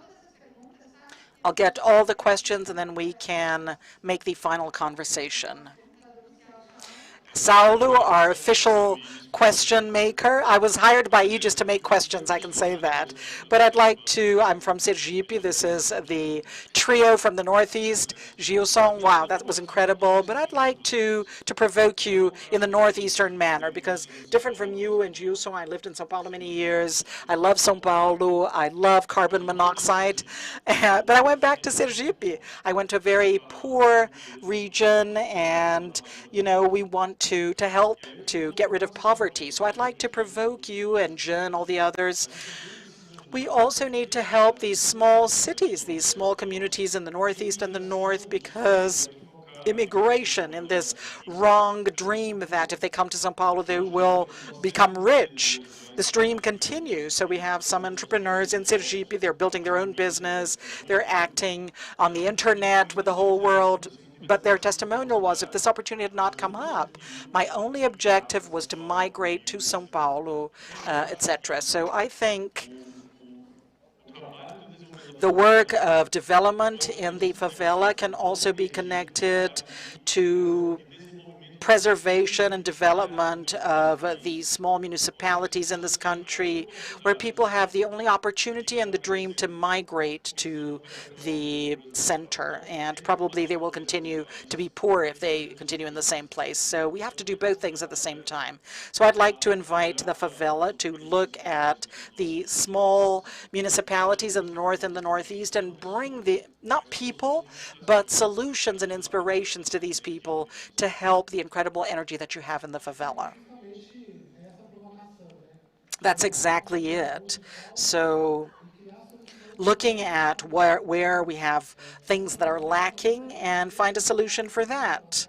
And it's consuming and it's looking at it. And when we talk about the consumption potential in the favela, when we talk about the poverty in a city or in a condo or in a district, so this favela is going to mean billion reais. And if we encourage the production and consumption and the generation of wealth in this territory, possibly it's going to be developed. So this technology is spread out in the cities, and you have small agglomerates that have a little bit of wealth, and you have a little pocket of poverty that appears. So we have to try and create products, and we have to try and create conditions to be able to consume these products, because sometimes we're doing beautiful things that don't sell. And we always do this. We have to combat the models, right? And you can't deliver anything. And many people are talking about this topic, and you can also, you know, look at what's happening, and there's not of conversation through the site. That's why we have to look at what's already working and how we can inspire people. So I was looking at the success stories beforehand, and I didn't see these success stories because they were not told. And stories of poor people are not told. We only have the police stories, and that's not a good example. And it's not because the success stories did not exist. It's because we were ignored in the programs, and we created, for example, a communication agency, and we show the companies how to communicate better, because until today, even the dogs are blonde. How are we going to specify this in our story? How are they going to think about a situation if, you know, we don't have any success stories in the favela? These stories have not been told, so we have to tell these stories, and we have to create, and we have to spend. We don't want to depend on donations all the time. We want to have, you know, possibilities of not having to need these donations anymore. So we have leaders that take care of 50 families each, and they are also social and economic mentors. They create the product, they create the business, but we have to have investment coming in a more aggressive manner to be able to make people prosper and not depend on others. We are accustomed to the basic. I did not come to São Paulo. We didn't have, you know, basic food and basic homes. I came to live in Morumbi. And we have to talk about this, and we have to stop the basics so that the population can prosper, and we can show people and places that are living in a better condition. Otherwise, I don't have a reference. Not that it doesn't exist, but they don't talk about it. And when we get there, sometimes we forget who was left behind. So we have to bring more diversity and strength, and then people choose the school, where they want to eat, they choose where they want to go, where they want to live, and defend a free favela. People have the power of choice. And then you come back to help those who stayed behind. I was going to get all of the questions, but anyway, we have a question at the back. Any other questions? And then we can move to the conclusion. Sorry. I'm Carlos Jorge from Alagoas, Miss Jean. I'm the founder of the Mandavi Institute, and currently we're here. I'm here as the president of Rede Mundo ao Mundo, and I remember a dear philosopher, professor, that was very inspiring. And the door was closed. I went there, the door was closed because it was a weekend. But I remember Professor Joaquim, who said that there's no poor territory. We have impoverished territories. Because many times prosperity is channeled into some big pockets inside the city. And this is picture of the prosperity that was concentrated over here, and the idea and the utopia. Professor Joaquim was saying, when is this wealth that we have here now? in the comfort and in this structure? When is that going to be channeled into the periphery of the city or to the northeast so we can improve that? Because I think that combat to poverty is talking about inequality. So when, in fact, are we going to distribute some of our prosperity for real? And not only financial wealth, but intellectual capacity and transport the level of knowledge as well, because I have a limit because of my culture and how I was raised. But there are some people who got to a certain educational level that is higher than mine. So my question is, how can we make this division, channeling this prosperity to these places, to these channels, so that everybody will have their moment and their space for entrepreneurs, for philanthropes. And as I'm going back home, and he just gave us a challenge. So if you go to Rede Portal up to 62,000, Aegis is going to put another 62,000 for us over here. So I'm leaving you the PIX number so that you can start transfer this to Alagoas. And our last question. Hello, good afternoon. My name is Joyce, and I was born in the outskirts of the south of São Paulo, and my question is about what our colleague was saying. So thinking about migration and social mobility and ascending. I grew up with the idea that, when you got a better job, we had to go from the bridge onwards to have a better quality of life, to live near your job, and to spend 2 years with locomotion. And today, I live with this guilt, right, of having reached this, of living, downtown, and even so, we think, oh, we have a park nearby, look at the structure, we're close to everyone, there's a subway. And then after so long, I'm still surprised with something that should be basic. And at the same time, feeling guilty, because what if I were still living there? Maybe I could demand more things. So I wanted to understand this mentality, if it has been changing. And if people today think about staying in terms of social mobility, and how this can actually be how can we actually redistribute? So through, policies for working at home, and we can talk about this in the post-pandemic period. This became easier, not for everyone, but it is a possibility to be considered. But I wanted to understand how this has been working. So my suggestion is the question about how to take prosperity. It was for you, right? And I would like Anidita to also complement this issue. And the last question was more for Gilson. And I'd like you to make your final comments as well, because we're coming to the end of our event. I can talk about this topic of regional development, and we have a motto that says everybody has to grow. We have to share growth, and wherever there's Brazil, there's Ambev. We have this motto internally, and in the last 3 years, we were able to register and directly address 250,000 customers, more than what we had in the pre-pandemic period. So small bars and restaurants and places where we give direct access to the company so that they can have better conditions to be able to sell the products with a margin and to make money. So it's a small Brazilian retail. And our regional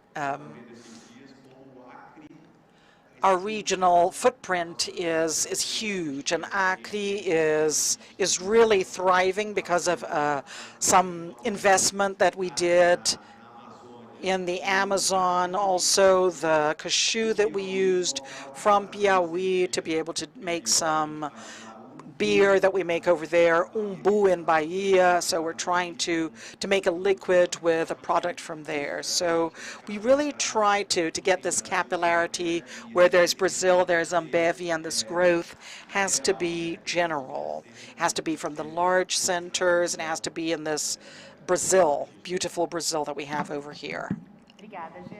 Thank you, Jean. Me medita. Well, I'd like to be a little provocative. Bom, eu gostaria de ser mais. I'd like to be a little provocative here. My point is this, that just because we're going to get money to a family doesn't mean that the intra-family dynamics are going to ensure that the weakest within the family are going to get what's due to them. So what happens on a regional basis is then reproduced, and the inequality is reproduced within the family. I would urge all of us to take a gendered lens to this. It's not good enough. Women in all conditions are doubly disadvantaged, if not triply. I don't need to say that. So if we talk about it in a kind of a gender neutral or gender blind sense, very soon we'll be asking ourselves the same questions, except at a different scale. So let's look at, because change can happen, the only place where there's more, of course there are societal, regional differences, but there is a huge challenge when the inequality exists within the family, and the fights have to be fought within the family, whether it's child sexual abuse, whether it's, who gets what food, who's allowed to go out to work, who's allowed to go to school, who gets medical treatment, how the income is distributed. Therefore, we must work, my firm belief, and I think it's proved that change happens, new behavior needs to be demonstrated, and groups are very important. Women need a safe space, they need others like themselves. They need to be able to go out and build a support group so that they can also demand for change and assert themselves within their familial spaces, within society, within public life. So while we do all this, let's take a gendered lens to it. And I think life will be very different. It won't take much longer. But groups are the key to it, organization, so that the agenda can be set by those who are oppressed and exploited, not by us. That's my only plea. Gostaria de fazer.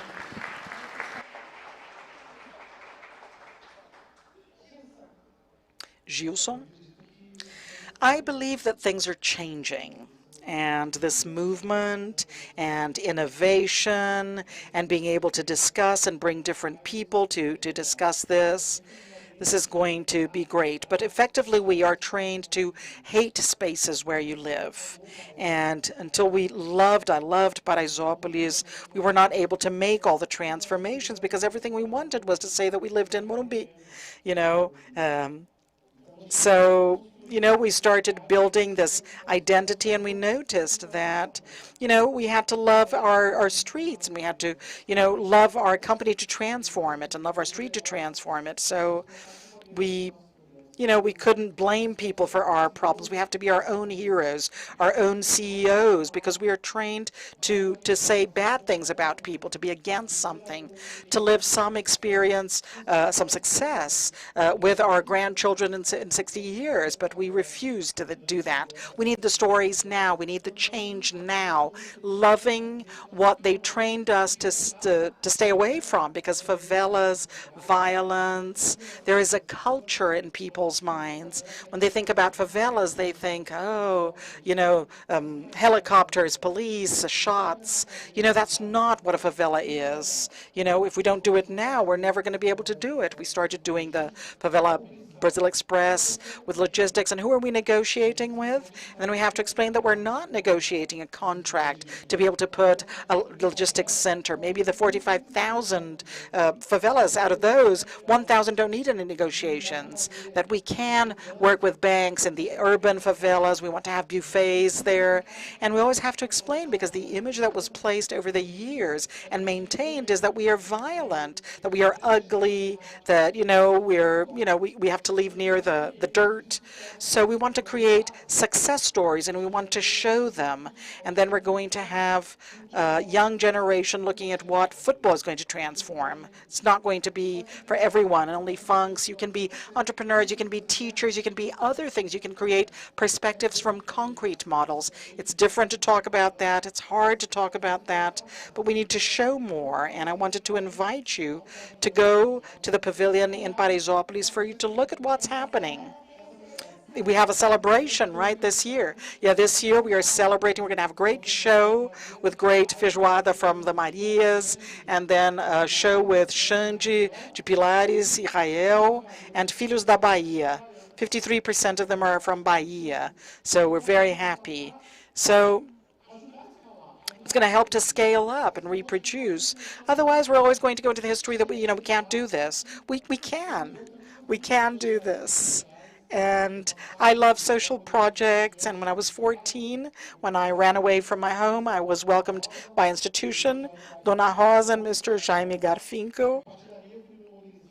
And then I, started participating, and it's this group that is now making changes, and it's from Jaime Garfinkel, and they are transforming the story, and we're investing and believing, but I need to empower. Right? For many people, many times, Gilson is this person. No, I'm myself. And for me to have autonomy when the institutions came out so I could, continue the work.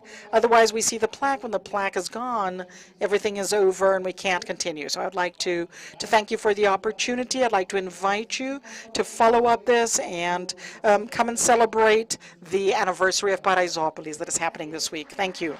Thank you, guys.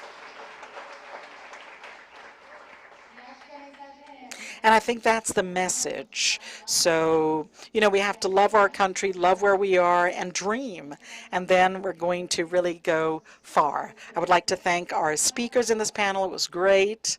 And I'd just like to, don't leave, because I'm going to do the closing of the event.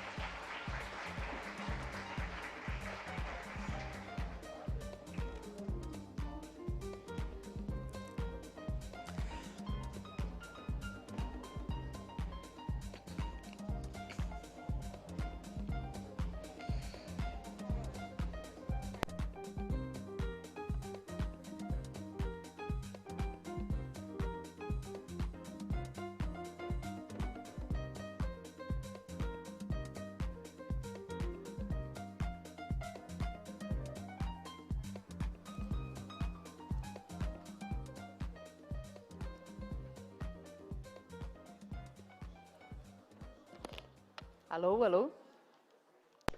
Hello.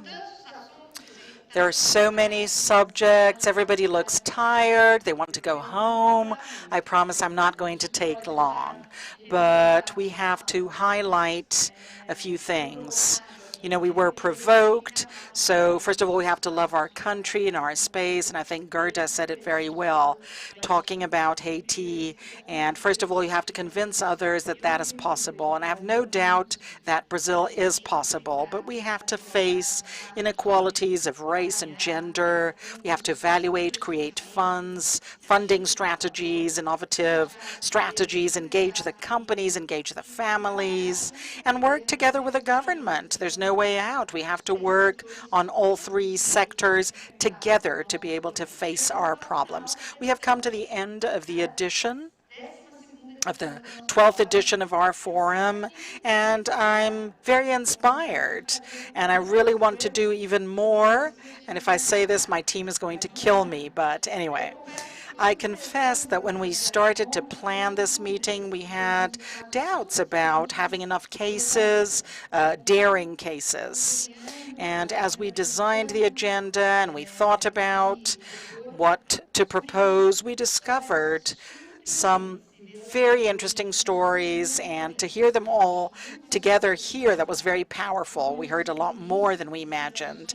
And as I said in the beginning, we have to dream. We have to be daring so that these dreams can become true. And during the day, it's not, we saw it was not a simple journey to conquer what we wanted. We had barriers, and several barriers. Sometimes we made mistakes. We generated other problems, the famous non-intentional problems, right? And things that we had not anticipated. But if you are daring, you do not give up. And in this room, out of the people who came through, I understand that we are the team that does not give up. We make partnerships, we create new models, we defend things with our heart, causes that we believe in, and we make things happen. Hopefully this day has been as rich for you as it was for me, and I hope you leave with something that you learned. Maybe you met somebody new, maybe you reflected on a point that had never been through your minds. We hope that we were able to inspire all of you so that you can be more daring. That's the idea. So provoke you so that we can all be more daring to be able to move forward in the transformations that we want to see, so that Brazil and the world will become more welcoming. There will be more love. And once again, on behalf of Aegis, I would like to thank the specialists who are with us and during this special day. And thank you for your time. Thank you, our guests as well, who are here with us, and the online audience. The online audience was incredible. 1,600 people were in our forum today. I would like to thank my wonderful team. Guys, please stand up. Let's give them a hand. Woo-hoo! There are people missing, but we're giving you a hand for those who are not with us, even for those who are not with us. You are the ones that make all of this happen. I would also like to thank the Sirim team, Boulevard JK, Showtime, Fundação José Paiva Neto, and everyone who worked today at this event so that we could be in a very special place to talk about boldness. Thank you, Isabela Pascoal and Da Terra, for providing our speakers with organic coffee. And finally, but also very important, I once again like to thank our supporters who made this event possible. Fundação Charles Institute, Stewart, in the silver category, and Ambev, B3 Social, BNP Paribas Asset Management, BTG Pactual, the Itaú Foundation, José Luiz Egídio Setúbal, the Instituto Cicobi, Movement Bem Maior, Grupo Raia, Drogazil, Vale, and the Alliance Magazine are bronze sponsors. And before we end, I would like to reinforce the invitation to those who want to participate in the Global Philanthropy Forum, our partner in this event. And they're going to have their event between the 16th and 17th of October in San Francisco. And just like in other years, Aegis is organizing a Brazilian delegation. If you're interested in coming with us, please contact us, Guilherme, Andrea. They can help you with the information. I'd like to remind you that all the sessions that we had here today, they were recorded, and they're going to be made available later on in the YouTube channel. So you can recommend it to your friends and colleagues. You can inspire other people, provoke them so that more people will be daring and so that we will be able to expand our community. And if you use the headsets, please leave them on the table or hand them over to our team. So this is the part that I love in the events. I hope you have a great end of the day when it's over. I love it.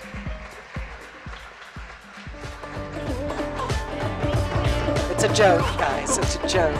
I wanted to remind you for the last time, fill in the evaluation forms. It's very important for us and for our supporters. And see you in the next forum. And it was a joke, okay?